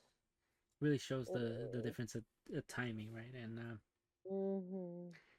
yeah, so Very sexist. so Yeah. Tatewaki challenges Ranma again, and Ranma's stupid enough is like, all right, let's go somewhere else. We can't fight in the halls, right? And he jumps Wow. into a pool, Idiot. and lo and behold, at least he stayed conscious because Tatewaki was like passed out for a bit. He once he jumped in the Mm-hmm. pool, they both idiots, right? Because first of all, you're jumping off like a what to say, like 5-story building. Three, yeah, like at least 3 or 5, yeah. So like, It's a pretty tall, yeah. well, like we've seen Ranma like jump pretty high, so like we're like, okay, he's not gonna probably break any bones, but this guy, we don't know, we don't know if he'll even survive the fall, right? Right. And based on his endurance when he landed on water, he would have definitely died. You know, if it was like Yeah. concrete or probably been like in grass, maybe he would have had like a lot of broken bones. But if it was concrete, he would have been done. Oh, for sure. For sure. And yeah, like because Ranma was like turned woman, he saw the guy was passed out, so he kind of used him to his advantage, and had him on his back, was swimming, and everyone's like, "Oh, look, it's Taitwaki. He seems okay." He's like, "Where's Ranma?" Yeah. And he cups a feel. Well, he wakes Mm-hmm. up, cups a feel. Um, Ranma flips him over, and using that momentum, he like kind of. Rum is lucky that he is an idiot and Mm-hmm, doesn't cut up with the whole situation. mm-hmm. And he goes and hides once again. Akane has to go back and save him with the hot boiling water, and he Rama does not take too kindly to Tatewaki, like saying that he's a coward. Well, because he doesn't realize that Rama turned into a woman. So he was saying he's a coward and he should just fight off, right? And basically Rama was like, okay, well, fight me, right? And Yeah. this guy fights Ranma in woman form and completely gets Yeah. gets destroyed. Yep. And he falls more in love with him. Yeah, Oh, because he was with like, the woman. oh, From. she might actually be stronger than Akane. Mm-hmm. And Which he is, obviously. yeah, obviously he doesn't Yeah. know that that Ranma is like super well trained in martial arts and super a man essentially, right? So so when he issues another challenge to, well, he doesn't issue a challenge. He sends a letter with the sister because the sister says she knows. Naviki always fucking instigating things. Yeah, I which don't by love the Naviki. she could have just told him, Spicy like, stuff. I mean, she didn't tell him because obviously that's a secret. But I'm like, if she Mm-hmm. could have just told him that it was a man he fought, right? Might have been a bit confusing, but maybe Mhm. we wouldn't get into this kind of like tricky situation where now Rama goes to thinking he's gonna fight him, and he pulls out flowers and confesses his love to him, Mhm. and Yeah. that's how it pretty much ends on that note. You know, Yeah. Yeah. Yeah. Yeah. We're just getting introduced to more characters and the school life, right? Or the yeah, the little that um. the dynamics between the characters, right? Obviously, we see Akane, and we know why she hates. We get an idea why she's hating man now because of this guy. Mhm. Uh, Rama gets more characterized as a sexist, and overall, like, now he has to. Now we're kind of like it's intriguing because now we have Rama that's also gonna not only be dealing with the fact that he's a woman, but also the problems that come with being a woman, which means he's gonna get hit on by men now too. Yeah. Um, so it's gonna be awkward if he likes somebody and then he randomly gets turned into a woman, because they sprayed water on him. Um, Mm. Barry, Yeah. it's a I'm Barry. I'm glad we get more like the doctor introduced to the doc. Like they're really keeping it like 101 with the original Yeah, and anime, so that's pretty good. yeah, I mean, that's good. I'm really enjoying it. Like I said, like all the Mhm. characters so far seem Yeah, they're they're pretty introducing memorable. us. Yeah. They're pretty memorable, Mhm. minus the entire male populace that try to date Akane.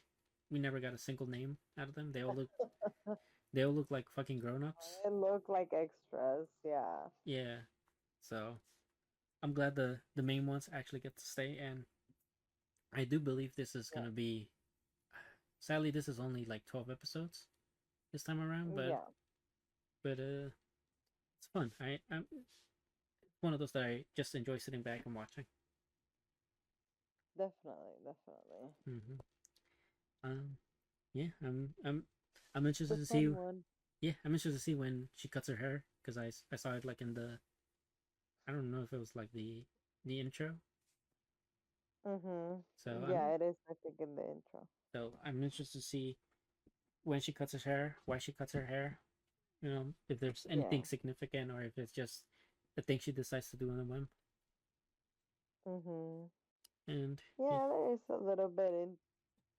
There's a little bit to it, so yeah, okay, we'll see it though. okay. Well, that's it for now. On to Mhm. the next one. Moving to Orb, And episode 3. or episode, yeah, new episode. Yeah. Uh, That episode, I mean, we knew that we were going to find out something, mm-hmm.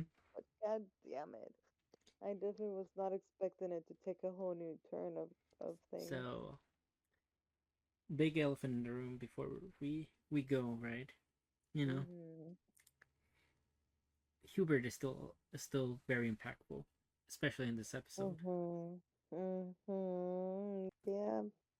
And And that dude, it's that police looking dude. It's mm, oh, that mm, patrol guy is yeah, the just a lot of executioner, trouble. whatever, right? The torture person. Yeah. Oh boy. Um. So we found out, right, starting off this episode from the beginning, Raph did continue studying heliocentrism, and not only that, but he's been trying to be very savvy about it, where he's Hmm. writing a bunch of. Yeah, he has been, and obviously that learning from that Herbert dude, you Mm-hmm, know. yeah. So, so Mm, really, like, I mean, it's really incredible coming from a kid, right? yeah, And from a 12-year-old kid, yeah, he's able to understand all the notes, be able to deduce what they do. yeah, and it just kind of sucks that he really. I you even think that he will get away with it, you know? Like I was even thinking, like, damn, this kid might, go for years and not get caught, you know? I really thought for a second, I mean, but he would have, right, if it wasn't because he was sloppy. And by being sloppy, I mhm, mean he did not wait for the paper to burn out like he should have. So the just father, one little thing. one little thing that had like an equation, which, by the way, he was like writing two separate notes, right? One that was rough around the edges, and then one that was like actually like concrete, like more better, like Mhm. a full revision of the notes he did prior, right? And he left the ones that were like the rough drafts kind of like there burning, and one of them made it out. And Yeah, yeah, definitely noticed that.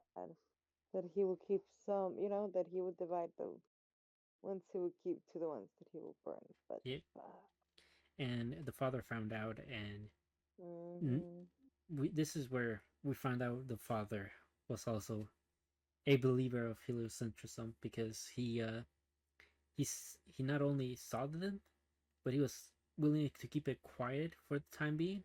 And he fixed the equation that he had in the note, right? He said, "Oh, it's fixed. What happened?" You know. And the dad's like, "I don't know nothing. Don't talk to me about nothing." You know. So the father wanted to be very distant from heliocentrism because he was already caught once. So the second time it meant that he hmm was gonna be killed. Yeah, dude, that was such a big. I mean, it didn't really surprise me, obviously, No, it because wasn't. we already had grown suspicious about the dad and his real, connection with astronomy. And But yeah, it was, but it really came to a shock how I don't know, like not a shock. It was really hard to read, right? To mm, read him, yeah. right? Like So, to really uh, know if he is a supporter or a brainwasher, mm-hmm, And I think he's both, obviously, as we can see. mm-hmm, He contradicts himself a lot in that aspect because he goes both ways. yeah. He So whistles both. So yeah. So basically, he just contradicted him, like you say, he contradicted himself because he's pushing Raph to go and study theology, mhm. but at the same Yeah. time, he kind of wants Gives me like heliocentrism. this kind of breadcrumbs, like this kind of like Yeah, yeah. he he kind of wanted heliocentrism to be real. I feel, right, but because there's Mhm. like Hubert, his student, right, the one that died in the previous episode, he wasn't able Mhm. to do it, and Raph seemed too seemed smart, but he wasn't sure if he was going to be able to do it. He kind of was. He was what Raph should have should have done, right? Because Mhm. unlike Raph, he chose to to come to basically comply with the rules of the world, to make sure his life was, Mhm. you know, had a future and stuff. So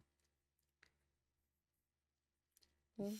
he made the right choice, but not the choice he really values. If that makes sense, right? Yeah, no, I mean, I definitely And we're talking about the dad, not Raph, right now. So yeah. I know. I definitely understood. I mean, the guy didn't give him a choice, right? Like mm-hmm, this dude who that was going around this police patrol, bro.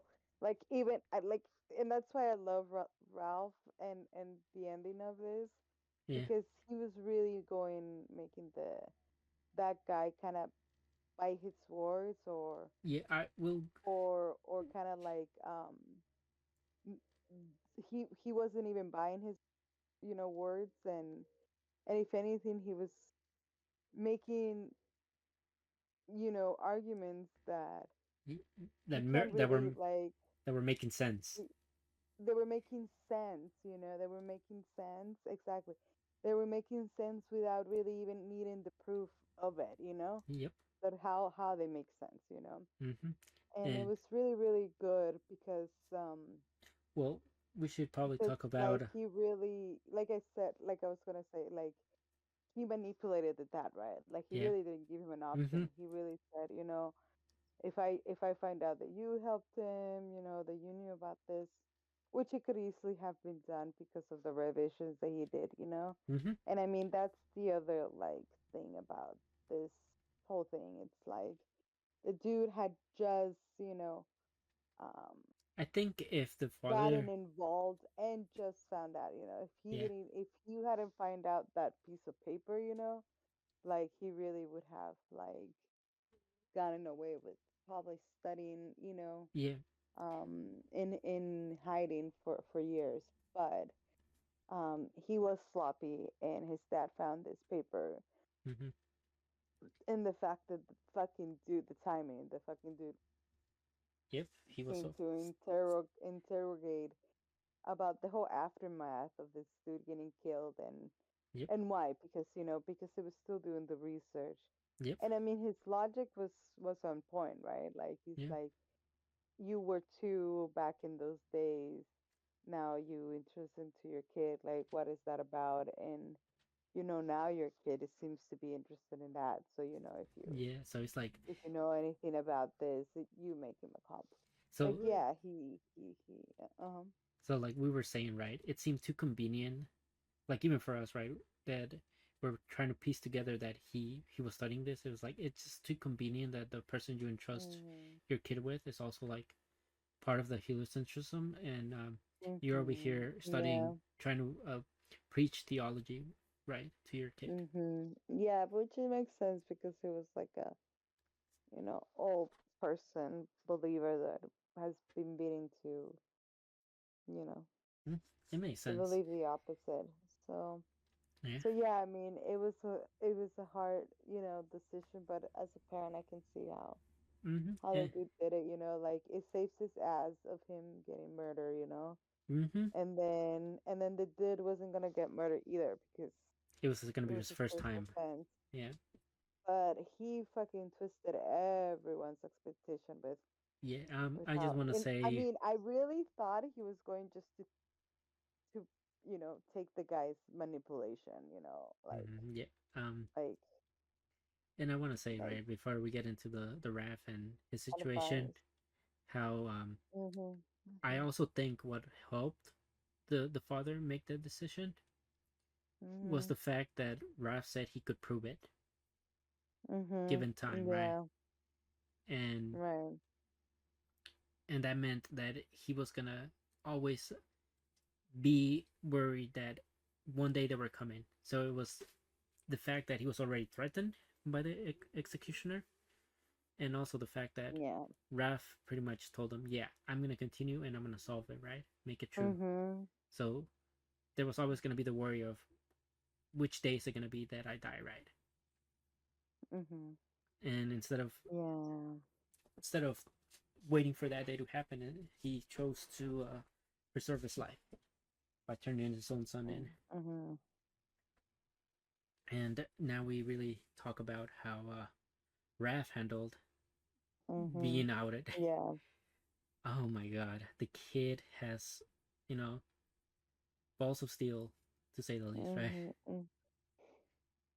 Um, Yeah. he was all calm, right, when they first capture him, and the guy tried to like pressure him into confessing, right? He's like, "We're gonna make you a deal. If you take it, you're gonna be good. You're gonna be able to study, Mhm. but you're gonna be Yeah. studying theology. You're never gonna talk about heliocentrism again, but you'll get Mhm. to live, right?" And it's like, and it'll do me better not to have the conscience that have to torture a kid first, right? And at first, Raph was like, "Yeah, that seems like it's the right thing to Yeah, at do." first Ralph was all about it, which, I mean, it would have been a smart choice for sure. Yeah, and that's what he was Because contemplating the entire night, right? yeah. He's like, well, if I burn it, How they gonna know? Yeah. he was like, They never gonna know what's in my heart kind of thing, or what's in my I just got caught this time, yeah, kind of thing. yeah, and not only that, he was Mhm. like, what? It doesn't matter that if I get caught, not really. Doesn't matter if I burn the my notes, not really. Mhm. It wouldn't really matter, right? Somebody would continue it or something like that, right? So he just Mhm. kept contemplating like why what that this was gonna be a good idea to leave it behind, and then he looks at the sky, and Mm, he's like, "Oh right, you know, a beauty, yeah. the beautiful It sky." it gives meaning to this beauty, yeah. So, Hmm. And I mean, that and he definitely, proves or kind of shines light of yeah, how the the enforcement of the church yeah, about this series is mm-hmm, it's just really a manipulation yeah, of the theory of control, and then that's why it's wrong to try to seek for the truth, yeah. like So yeah. like he does come up with the decision, which is when they send him to trial, he confesses to everything. And then, but when they told him, "All right, are you gonna take the deal, right?" He's like, "Nope, I believe in uh, That was heliocentrism, right?" And he rips the crazy. paper, and the other guy's like dumbfounded because he was like, "You ruined it. This is the deal we had for you, and this is when we get into this spiel of his things, right? Of like, you know, he tells him, you don't. It's not really me that you fear, right? It's the fact that you fear that the truth will be revealed, right? Something like that, right? You know, or that, Oh or yeah, or yeah. that I the, mean, yeah. He or was that, he changed the tables, kind of thing. yeah, and Like why are you so afraid of this? Like, yeah. it's like this because it's not me that you're afraid of. It's like it's that Hmm. you're Or afraid. even the theory itself. What is that? No, he's afraid The that theory have to. because he's It just pursuing this. destroys. Yeah. Yeah, it just destroys what you believe, kind of thing. Like, Hmm. Yeah, yeah, basically, like right? Because it's like you fear that this might change what you believe, right? Or mhm. like you'll be curious to find out if it's true, right? Something like that. Yeah, yeah. And I really love how he takes what Hmm. Hubert told him, right? Where it's like he knows the answer was wrong, right? The one that he chose. But also he said just because it's a wrong answer does not mean that it's a meaningless one, right? Which is what Hubert told Mm, him. So we already have like the impact that Hubert made on him already yeah, available in this one. yeah, yeah, And for sure. he pretty much tells him like, it doesn't really matter because I do you know what like these seeds do, right? It's like basically I if I if you drink him with a drink you'll die, right? Yeah, I love that Mhm. he says that And the he'll good, die in the name of inspiration, yeah, and he's like, yeah, inspire others. That's yeah. crazy. I really thought we were gonna see more of him, Like I really thought I mean, he is in the we were gonna opening. see him grow. Yeah, I mean, the We guy were gonna that's in see the him opening grow. looks like him, right? The one that with the eye patch in the opening. It looks like Yeah. but I don't know. Like they really left it pretty Yeah. I don't know. And the fact that how he gets, I don't know, killed because like he's not even supposed to get killed. So it's like tortured. really why was he put like burn, Like Mm-hmm. the way that he was put to burn too was suspicious, Yeah, almost. Like like he was just left there, Mm-hmm. and then they came to see him, Yep. you know, and I don't know, It seems like very abrupt ending for him. I feel like, mhm, mhm. and like you said, But we also see the his last words, quote unquote, like will inspire are others, right? Essentially. uh-huh, take reality, like take form with Mm-hmm. these people like finding his work Yeah. and seem to be pretty inspired, pretty, Yeah. determined. So I think he called it love, right? He said like this is like a work of love essentially, hmm right? And this is yeah, what. the emotion, the Mm, emotion, the emotion that it's coming from, like yep. And hmm oh, this is such a good show. it is a good show. It is. I'm I really excited to see, because in the previews we see a girl too. Yeah, Excited to see it, like the girl, how she plays out in this. yeah, and I'm also excited to see this 10 years, time skip, yeah, it's a what it 10. really means to the story. Yeah, and And also like if he burned, why do people have his little glove thing, right? That's also another thing mhm, that's like, how is this possible, right? I I hope he's not dead. Like I hope they just like cucked us and mhm, they just threw us in a time skip. me too, me too. But we'll see, we'll see.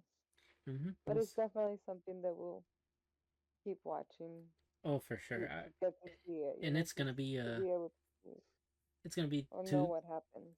It's gonna be two consecutive cores too. So Mhm. oh, this is a good one. Awesome. All right. Well, that's that for Orb.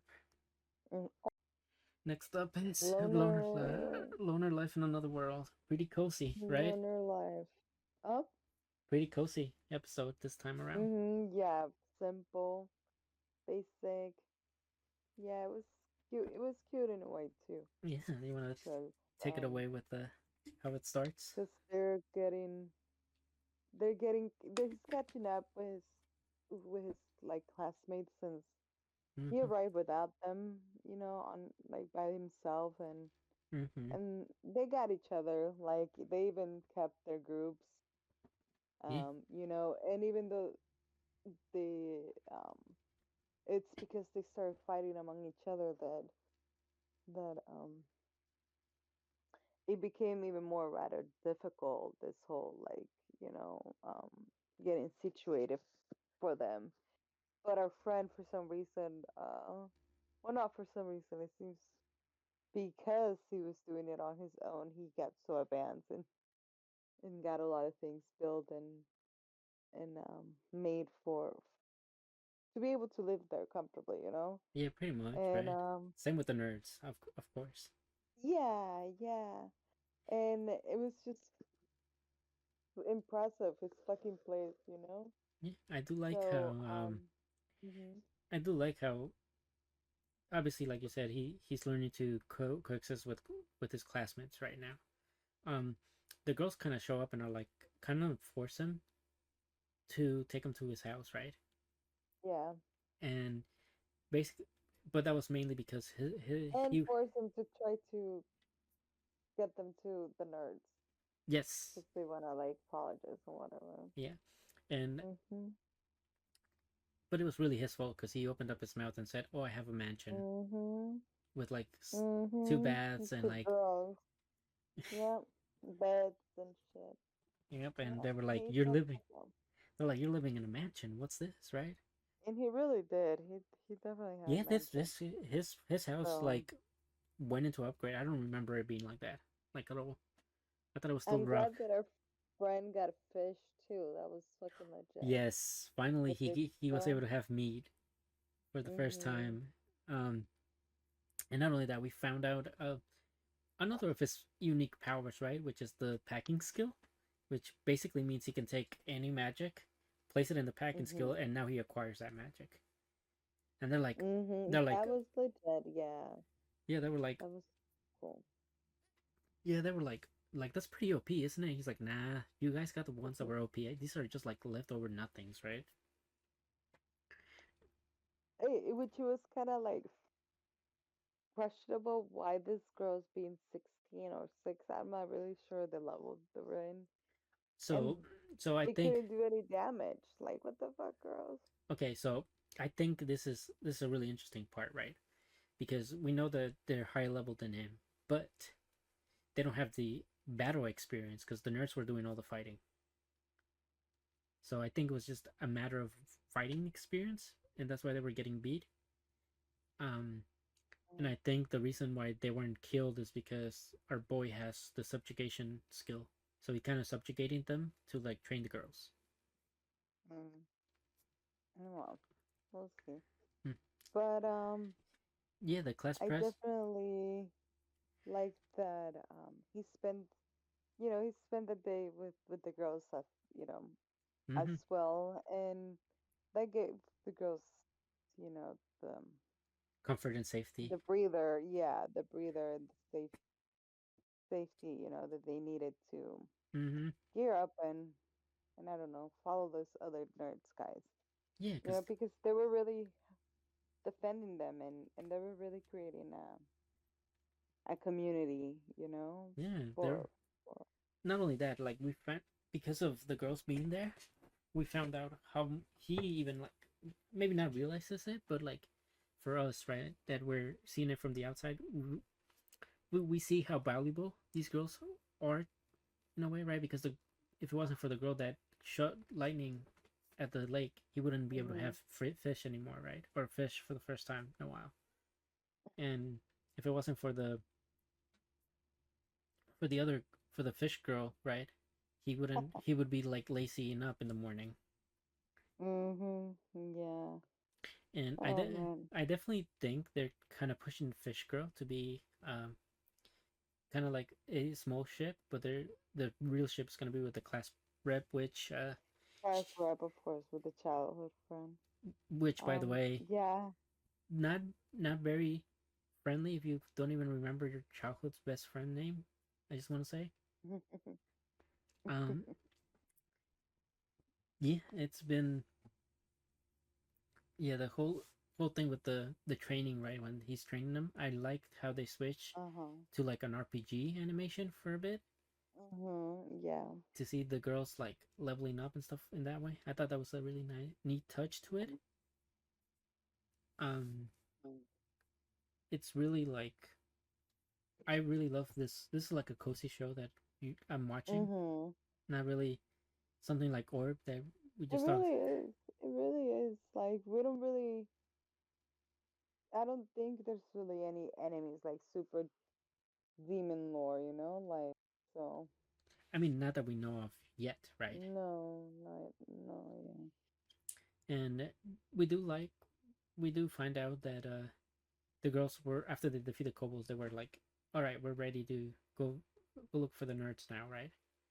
And And you're taking us with like you're and escorting it's us like there, and it's like, and you're coming with us, and he's like, "What? No, I just want to stay here, right?"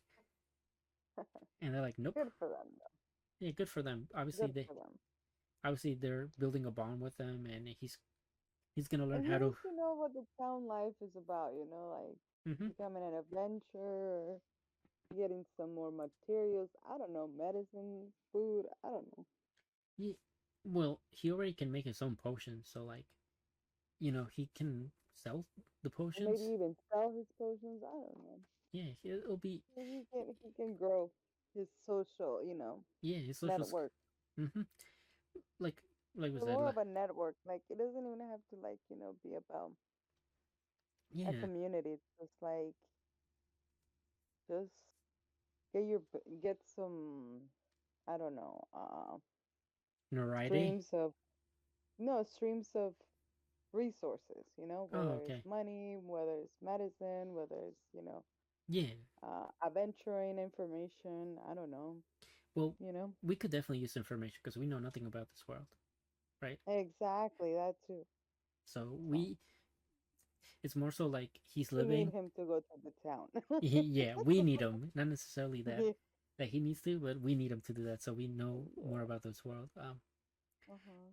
This episode though ends off on a pretty scary cliffhanger with one of the Uh-huh. students getting killed. Uh-huh. By another student. That was creepy. Yeah, so Yep. based on how it happened, right? It's definitely one of the other students for sure, Right. and I The think delinquent.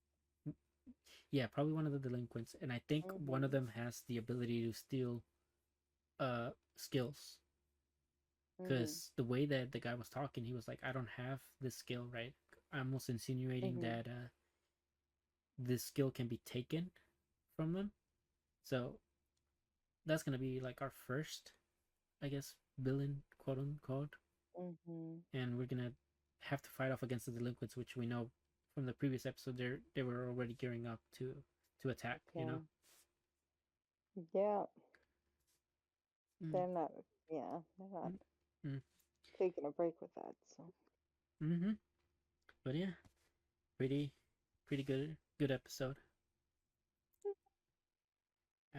That's all I gotta say on you. Yeah, that's all looking for the next one. Mm-hmm. And yeah, Yeah, that's yeah. good All right. Well, because that's that. he is a guy. Yeah, good isekai. Mhm. All right. On to the next one. My hero. Yes, let's talk about my hero. Yes, And which its last episode, last episode for the season season. finale. Mm-hmm. Oh my god. So, Mm, talk to me about the conclusion between Ochako and Toga. Toga. Yes. Well, Toga was beautiful.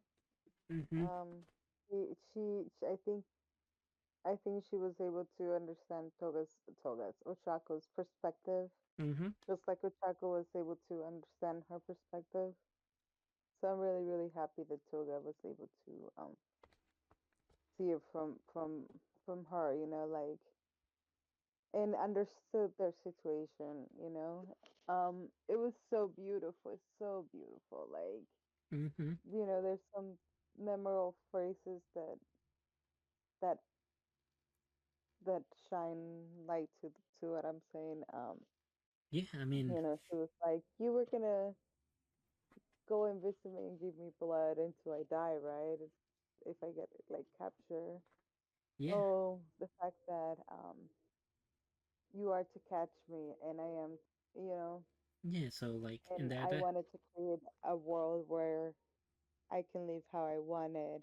mm-hmm. It's what it's what created this situation between us, and this like, Yeah, reality, yeah, thing. Hmm. and I like how well she's saying this. Ochako's just there, losing blood, dying. Mm. you know. Well, she was giving her blood too. Like she was putting it together Well, to give her after a blood while, she too. gave her blood, but while she was having her little monologue where she was like, you would have come visited me, right? Um, I do like how Hmm. she patched her up though, right? She's like, I'm sorry that I stabbed you, Hmm. right? And Hmm. Sorry that I yell at you. yeah, That was so sweet. and of course, like you were saying, like she went on to Ochako being grateful to Ochako because she understood her, and not only that, right? She understood that if she kept going with the villains, right, that they would eventually Hmm. create the world that she could live in, which is what she really wanted. But at the end of the day, she realized, maybe didn't really Hmm. need them because I'm always gonna live how I wanted to, right? Hmm. And Yeah.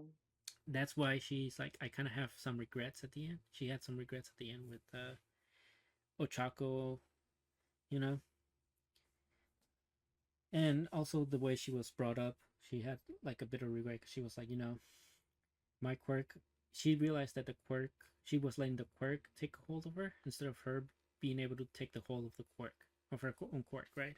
She was like, I could, instead of like draining the people that I love the most out of blood, I could be giving it to them, right? Hmm. Yep. Yeah, exactly. Instead of taking it, I can also share it. Oh man, Yeah, it and was such a good realization, like like I said, the final like conclusion of this realization or her wording for it, it's like if I would have run into someone like you and showed me this type of like, yeah, then I would have liked the world as it is, and yeah, I wouldn't have felt the need to create, yeah. She to wouldn't have. create a world where I would be liked and I had a place, like if we would have met, kind of Yeah, thing.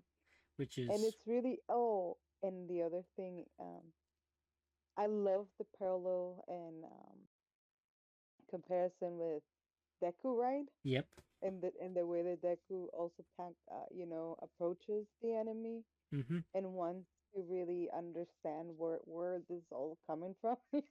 Yeah, like, which like, I think back in the day, people were like, no, kick their asses, like you don't need to understand. yeah, they have no reason. They have no reason. They have no Mm-hmm. excuse, right?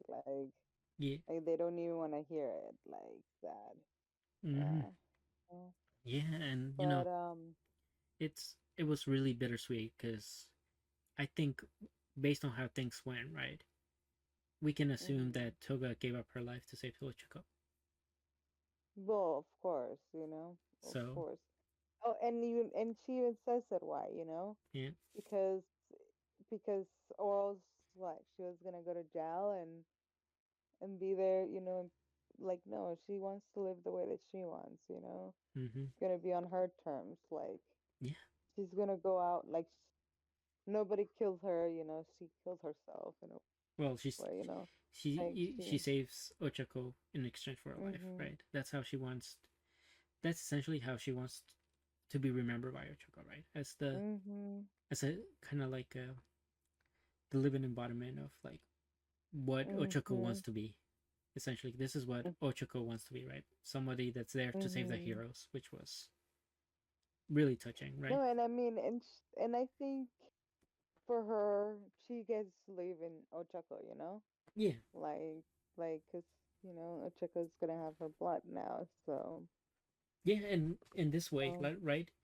Part of her will still live on Ochako, which so she'll still be able mhm, to have her way, right? Live the way she wanted because. yeah, yeah, which is like you know consume their blood or whatever. Mm-hmm. But And yeah, no, it was beautiful there.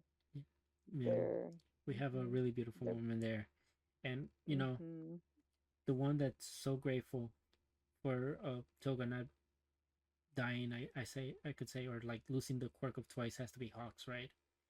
Because Hawks, mhm, we have like a little scene where Hawks was about to die, mhm, yeah. or Oh, hugs is Haw- and everything, but yeah, I just wanted to like really mention Hawks a little bit because you know mhm, he is the whole reason why Toga went into this I tirade. know, mhm, You know, the cause of her going mad.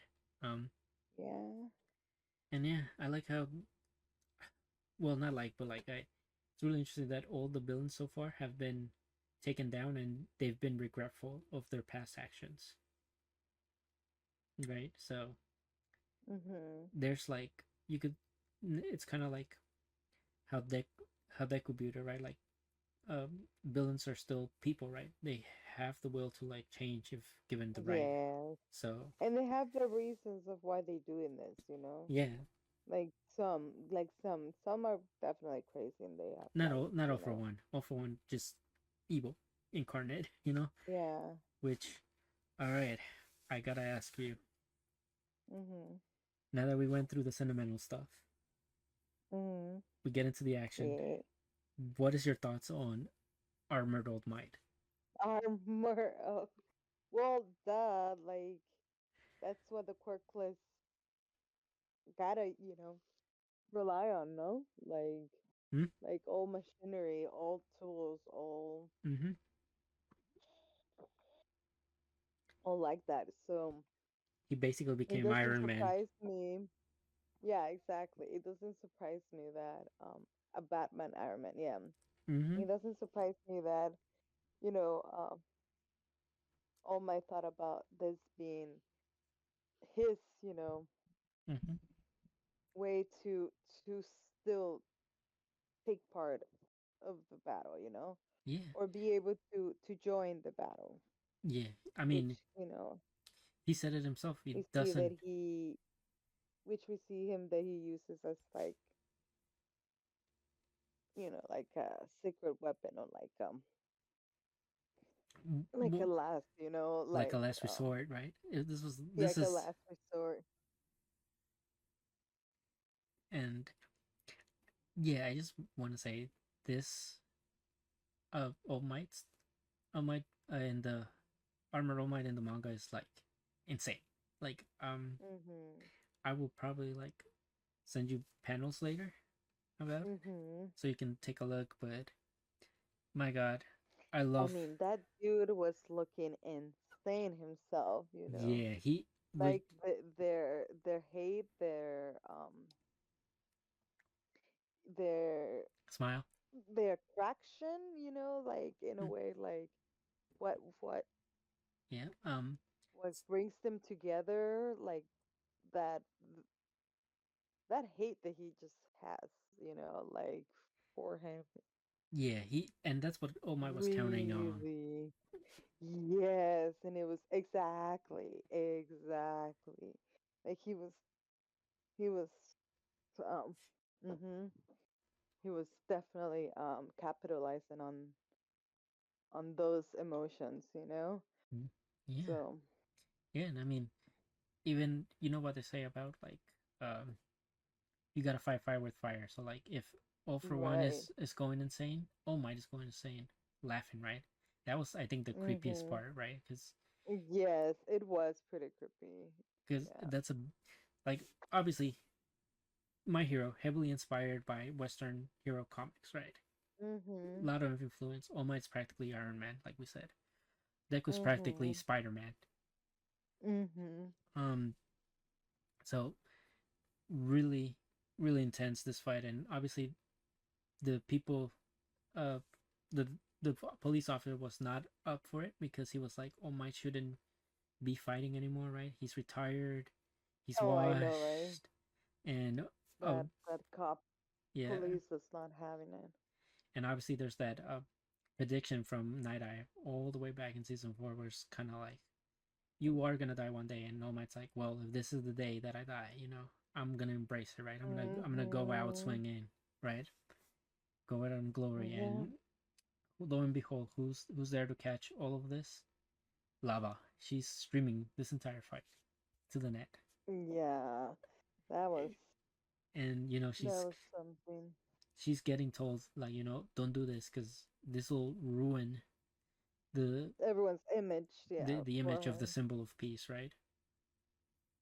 No, but no, it won't, because he still will, you know, like he said it in there, he doesn't go into a fight thinking that he's going to lose, so, Yeah, never.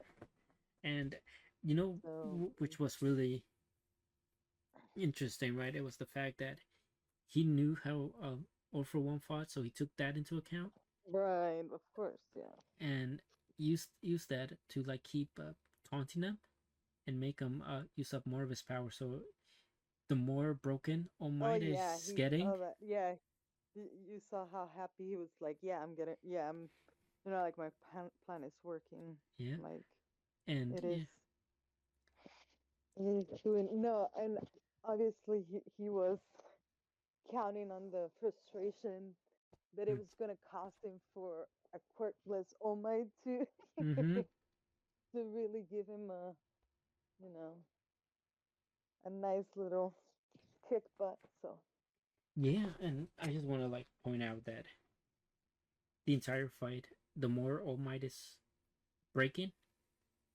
mhm, the more like it's kind of right here, right? Like they're both at their last wits. Like right, All for One is regressing mhm, to nothingness.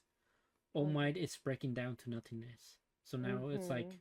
a battle of who's gonna be the first to give out, right? One is like 50, and the other one's like becoming like a baby and shit. Yeah, exactly. So, And mhm, what's really good is that this All Might was able to use this suit, get this suit through his connections, which mhm, once again, like all the machinery that he's using, right? All the support items that he's using are all mhm. quirks from his students, essentially. Yeah, So not only is he's like fighting with his students, it shows the connection he has because he's been paying attention to them, so he knows how their quirks work, mhm, and because these support items are basically the quirks of the students, he can make better yeah, use of them. And internally, right, he's also using Midoriya's technique with the shoot style, right? So mhm, there's inspiration with Deku influencing All Might once again. mhm. Um, Yeah. yeah, it just gets even like harder when we get the backstory now, right? We get a little mini backstory of All Might of how he met his master, Oh yeah, that was really nice. and How the master, yeah, didn't want to give it to him. yeah, and Like he was not convinced with Midoriya and first either. yeah. So if small parallels between them also, right there, Mhm. and this is where the big declaration is, right? When the master's like, what would you do, right? If none of the things you're saying is working, it's like I would create my own symbol of peace, which is what he did, right? So Mhm. Yeah. we see how it all comes full circle. Yes, it does. Hmm. It's really nice. And Yeah, my hero. Oh, we just the got last one. we got a also before it, right? We got Deku that's sensing All Might at the very end. Oh yeah, that was very emotional. Mm-hmm. Very emotional to end on that note. So So it's seeming like, All Might's force life force is thinning out, right? It's disappearing, and Deku's like experiencing All Might's like slowly wither away, which is, you know, what a fucking cliffhanger to live off on. You know, um, oh, yeah, it's just amazing how the parallels are there, mm-hmm, from evil to good. Uh, like you said, one is progressing to youth of nothingness, but the other one is like, being seen as like getting old and back to nothingness from that. yeah, So, yeah, so, and then the heroes, right? Like the next generation, mm-hmm, versus like the old generation. So, yeah. It really left us with a big cliffhanger after this, right? Because my God, this was brutal, brutal way to end it for me, I think, and not where I expected it to yeah. end. Um, Obviously, we got one more season, I think, the final season. Yes, As that's it. but as far as now, this is like the last time we're covering My Hero for a while. For sure. I mean, the movie, you should definitely watch it. Yeah, Um, well, you'll be the able to movie talk. was really, really good. Well, Like the battle was amazing. The fights, the villain was interesting. And and the and the 1A, unity and command rest, like, or teamwork. It's always shining yeah. through it. So it's a great movie.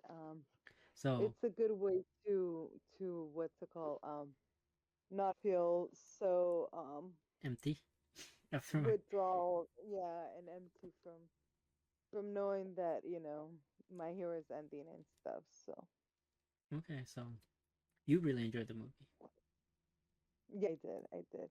I definitely recommend it. and what would you? Well, what would you can you say something like a small synopsis of like what it's about before Well, it's about like with the. a mafia family, like a villain, like a group of villains, another group of villains. So it's like, another group of villains, but they are after also doing what All Might did, which Mm-hmm, is like the symbol of peace. mm-hmm, But um but they're twisting it, right? The mm, the the way that they want to represent the symbol of peace, or what it is it's more twisted than straightforward as All Might. And obviously that creates an issue, and he wants to enforce this because um he basically manages to take his All Might's image, mm-hmm, and therefore he thinks they can kind of switch his the meaning of symbol of peace, more like easier, or like the same way, like just pick it up from where All Might left it, kind of thing. okay. And that was also like a big, ongoing theme there. That's why it's called You're Next, because he's trying to claim that he is the one that's next. Oh, yeah. So So so he's trying to say that he's gonna be the your next symbol of turn. peace, right? Essentially, but Hmm. he's Yeah. doing it like in a Hmm. way that All Might essentially did not mean it to be, right? Never proof. Yeah. Okay. Hmm. That seems It would interesting. never do. It is. It was. And obviously the graphics How and are the they? battles and were beautiful, were great, were Mm, amazing. Were yeah, were worth of chef kiss. mm-hmm. So Okay. Um, definitely so worth checking out. if rated out of 10, what would you rate it? The movie? Um 7.5 or 8. Okay. Yeah. 7.5 to an 8. That's valid. That's a valid recommendation. Yeah. Okay. Well, Yeah. that's all on stuff about my hero. Go. All right. So up Mhm. next, I'm gonna yap about like two other anime on myself. Like Bleach mainly first. Um, I want to say so far, I've been loving the music in Bleach. It's coming in. Oh, okay. It's coming in Yeah. swinging. The That's always good. Yeah, like I've always heard that it was good, but like I don't think I've really realized how good it was till this season. Mhm. Um, Mhm. I love the visuals of the fights that were happening with Ichigo, the MC, and Iwak, which is like the main villain of the Quincy's now. Mhm. Um, it was really cool. I think they extended this like second clash between them from the manga. The manga had like a smaller fight between them, and this one they kind of like Okay. extended it a bit, made it more fleshed out. Okay. So like at first he was fighting him. The Ewok was fighting Ichigo handicapped because he wasn't using his side powers that he had, and Ichigo was kind of overpowering him at first, and then he after Ewok was like, "You haven't realized it yet, but I'm not even using my full power," and major power up completely destroys Ichigo, humiliates him, puts his hand in his face, babies him. Mhm.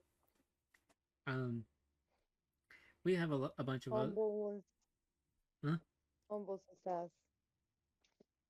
Yeah, Humbles his ass. You yeah, know, like yeah. yeah. Basically, humbles his ass, and his little friends are in the back, and even even they're kind of like shocked that Ichigo's getting his ass whooped because Ichigo has been like trained with like the practically like the servants of the god of the world essentially, right? Mm. Um, Mhm. so these are top notch like people that guard the god of the world that well not even god of the world, god of the universe essentially because he holds the three worlds that are in Bleach in a like balance. Um, and then like pretty much what we start seeing like the world start shaking, both the living the soul society which they're in, and also like the Pueco Mundo, which is kind of like uh the evil. I guess you can say like evil spirits of the world, Mhm. and they're basically saying that okay, if the world is shaking violently like this, it can only mean one thing: that the god, or like they call him the Soul King, is in trouble, Mhm. or is something's happening to the Soul King, right? To make him like Right. shake the worlds like this. Um, Okay. and basically like after round two ends, Ichigo goes for round three, thinking he's gonna change something, and the main guy, well, just kind of is like, I've already foreseen this because his eye powers grant him access to everything, past, present, and future, something like that. Like he can see into the future, basically. Mhm. So he's seen all of Ichigo, what Ichigo's doing, where he's at, and all that stuff. Like he's already seen it all. He's experienced it, Mhm. and basically, he kind of reveals that, oh yeah, you were kind of too late. I already kind of like stabbed the Soul King. So that's why the worlds were shaking because the Soul King had his fucking sword stuck, Yeah, I and mean, like it's figured it had happened, like something had happened. yeah, but it was interesting because like at the beginning of the episode, episode, it showed him being at the soul near the Soul King, but not necessarily stabbing him. But in Mm-hmm. but in the prior episode, it ended with him stabbing him. So it was kind of like Mm-hmm. what we were seeing is what he foresaw, and now that we're here with Ichigo, it's already been done. So Right. Okay. it's kind of like a bit tricky if you're not like Mm-hmm. really paying attention to that. And yeah, we get shots of like everybody around the world just worried about what's happening, and what's happening with Ichigo, and like obviously one of his rivals, quote unquote, tells one of his friends, like, there's nothing to worry about. It's Ichigo we're talking about. The main MC. Mm-hmm. I'm sure he Mm-hmm. got to Yeah. handle. And funny enough, the training that Ichigo underwent, Iwak already knows that what he went through because he's seen the future, right? He has the powers that the Soul King has, essentially, because the Soul King is his father. Oh, okay. And That yeah. would do something. That would do something of that sort. Mm-hmm. And essentially, Iwak is the father of all the race of Quincy's, which, ironically enough, Ichigo is part of Quincy. So there's like a whole lineage factor going around right here. And basically what ends up happening is Ichigo tries to save the Soul King, because obviously his whole thing is he wants to protect everybody, and that includes the Soul King, which protecting him would mean he protects the entire world from falling apart. Mm-hmm. But when he pulls out the sword, uh, Ewok basically laced it with his own will and power. So it kind of makes Ichigo's like hand move at the will at his will, right? So Ichigo has lost Oh. control of his arm, and Ichigo ends up being the one that kills the Soul King, and not Ewok. Oh man. Uh huh. Well, actually, that makes things more interesting, I guess. Yeah, because More. it's not just he's evil, right? Ewok is pretty evil. Mm. So Okay. basically, he cannot forgive the Soul King because the Soul King Okay. was seeing. The Tokyo wasn't a really per se good thing either. Yeah. So the Soul King, like I said, he had the same powers that Ewok has, which is like the Soul King foresaw everything that was happening, and at some Mm-hmm. point there was, well, not at one point, at 2 points there was a whole extinction of Quincy's happening at 2 points in the story. So, Mm. and the Soul King did nothing because the Soul King was just trying to keep the balance, and the Quincy's kind of like their powers upset that balance. So that's why the Soul King didn't do anything to when they were being extinct, essentially. And Alright. yeah, Iwak tells Ichigo, I've been seeing you through the very beginning, and I saw you grow from the very beginning up to this point. To this point, Mm. he didn't necessarily plan it, but he's already seen everything to this point that Ichigo has Mm. gone. So it ends off on that little nice cliffhanger for. No, no, no. You already know all your next moves, basically. Mm-hmm. And yeah, pretty good episode. Like, I think visually, this is one of the best ones that's airing right now. Story Mm-hmm. wise, you kind of have to either read 400 chapters, or watch like 300 episodes, something like that, Mm-hmm. to really get a appreciation for the story happening. Right, right.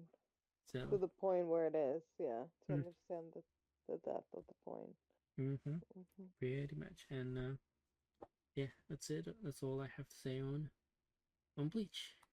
All right, and lastly, I just wanna Mm. yap about the Rurouni Kenshin. reboot. Rurouni Kenshin. Mm-hmm. So just quick notes on it, right? We start off with the main guy from the first season, who is Shinomori. He's like part of like this group that fought in a war in the war for this for the this period where Rurouni Kenshin was like Mhm. like a killer, right? A slayer. Mhm. Um, and Kenshin beat him and essentially told him like, when you get stronger, you should come and kill me, right? Essentially, and Oh, okay, yeah, one of those. Yeah. yeah, I mean, so the guy went seek in, your revenge once you can. yeah, because all his friends were killed, not necessarily because of Kenshin, Mm. but because Kenshin was there and he just happened to be the one that said, "I'll take in like all your anger, just send it towards me and not towards the people, Mhm. right, that killed them." So Mhm. he shows up and essentially looking for him, even though he's on his way to Kyoto. Uh, one of the guys that recruits Kenshin to go to Kyoto shows up and tells him, "Hey, you kind of missed him. He's in Kyoto. He's heading towards Kyoto." Um, Mhm. and the main guy that's supposed to be in Kyoto is actually near where Kenshin was before. We find that out because he went and sent like scouts to look at this guy, at Shinomori, Mhm. to kind of recruit him to his own crew, right? And Shinomori did not like that the people that he sent to scout him were mistreating the graves of his friends. So Mm. so he pretty much told him, you either clean up the mess and leave here now, or like you die. And they try to get at him, four people with an axe, and he just uh, Mm. he just blitzes them and kills them. You know, and then Yeah, he I bet this is a very bloody show. mm-hmm. And then one of the lieutenants from the main guy shows up and is kind of like telling him, you should come join us, right? And he's like, nope, I'll just go and take out this guy myself, right? So they're kind of planting that this guy's gonna join Kenshin's force to fight off against this group that this guy has, like the main group, because the ones he sent were just like pawns. And but I didn't realize that the main guy was there watching him, uh, and how he fought, and found him still interesting enough, right? And I guess we're heading with Kenshin now, right? He's Okay. continuing to be a wanderer, going from town to town. Obviously, because he doesn't know when the group from Mishishio, which is the main guy he wants to go fight in Kyoto, is gonna show up. Mm. He doesn't stay long in towns. He doesn't even sleep in lodgings, in like lodgings, Oh, like lodges, I guess. And his excuse is like, I probably shouldn't be with people if I don't know when I'm gonna get attacked, but all the other people are mm. just like kind of telling him, "Oh, you're just kind of broke, aren't you?" Wow. Yeah, so they call him a I brokey. mean, those are very those are the most dangerous ones, though. Yeah, I mean they The ones that don't. have nothing to lose. Mm-hmm. Yeah, so no, which essentially is true. Right, he has no real money, but like it's just funny that he's having this whole entire monologue where he's like, "I want to keep the people safe," right? And they're just like looking at him Mm. like, "You're broke."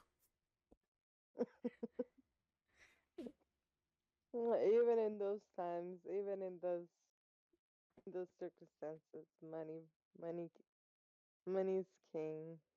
Yeah, money's king at everything. Exactly. Yeah, yeah. And while he's wandering, he encounters this girl that's like faking being Mm. robbed. Mm. She's putting up an act, and then she to find out how much money these bandits have, right? And then she finds out that they're kind of loaded because they just stole money from a certain bank, I guess. What a jackpot. She kind of steals from them, and Kenshin kind of shows up after she beats them up and steals from them, and it's kind of like, stealing is not What a good. jackpot. Oh, well, seems more like lucky than stealing, so. Mm-hmm. So he basically tells her like, don't steal. and she's kind of like, no, leave me alone. Tries to steal him and realizes he's broke, so she's like, okay, I'll do with your sword, right? And Mhm. he hands her the sword because he like ripped her cloak while she attacked him. So the sword Oh. was kind of like compensation for the cloak because he thought that the because she's gonna see that the sword is like in built in the wrong way, it wasn't gonna be worth that much money, so she wouldn't like turn it in. Turns out Mhm. she's like, I'll take whatever money I can get from this sword.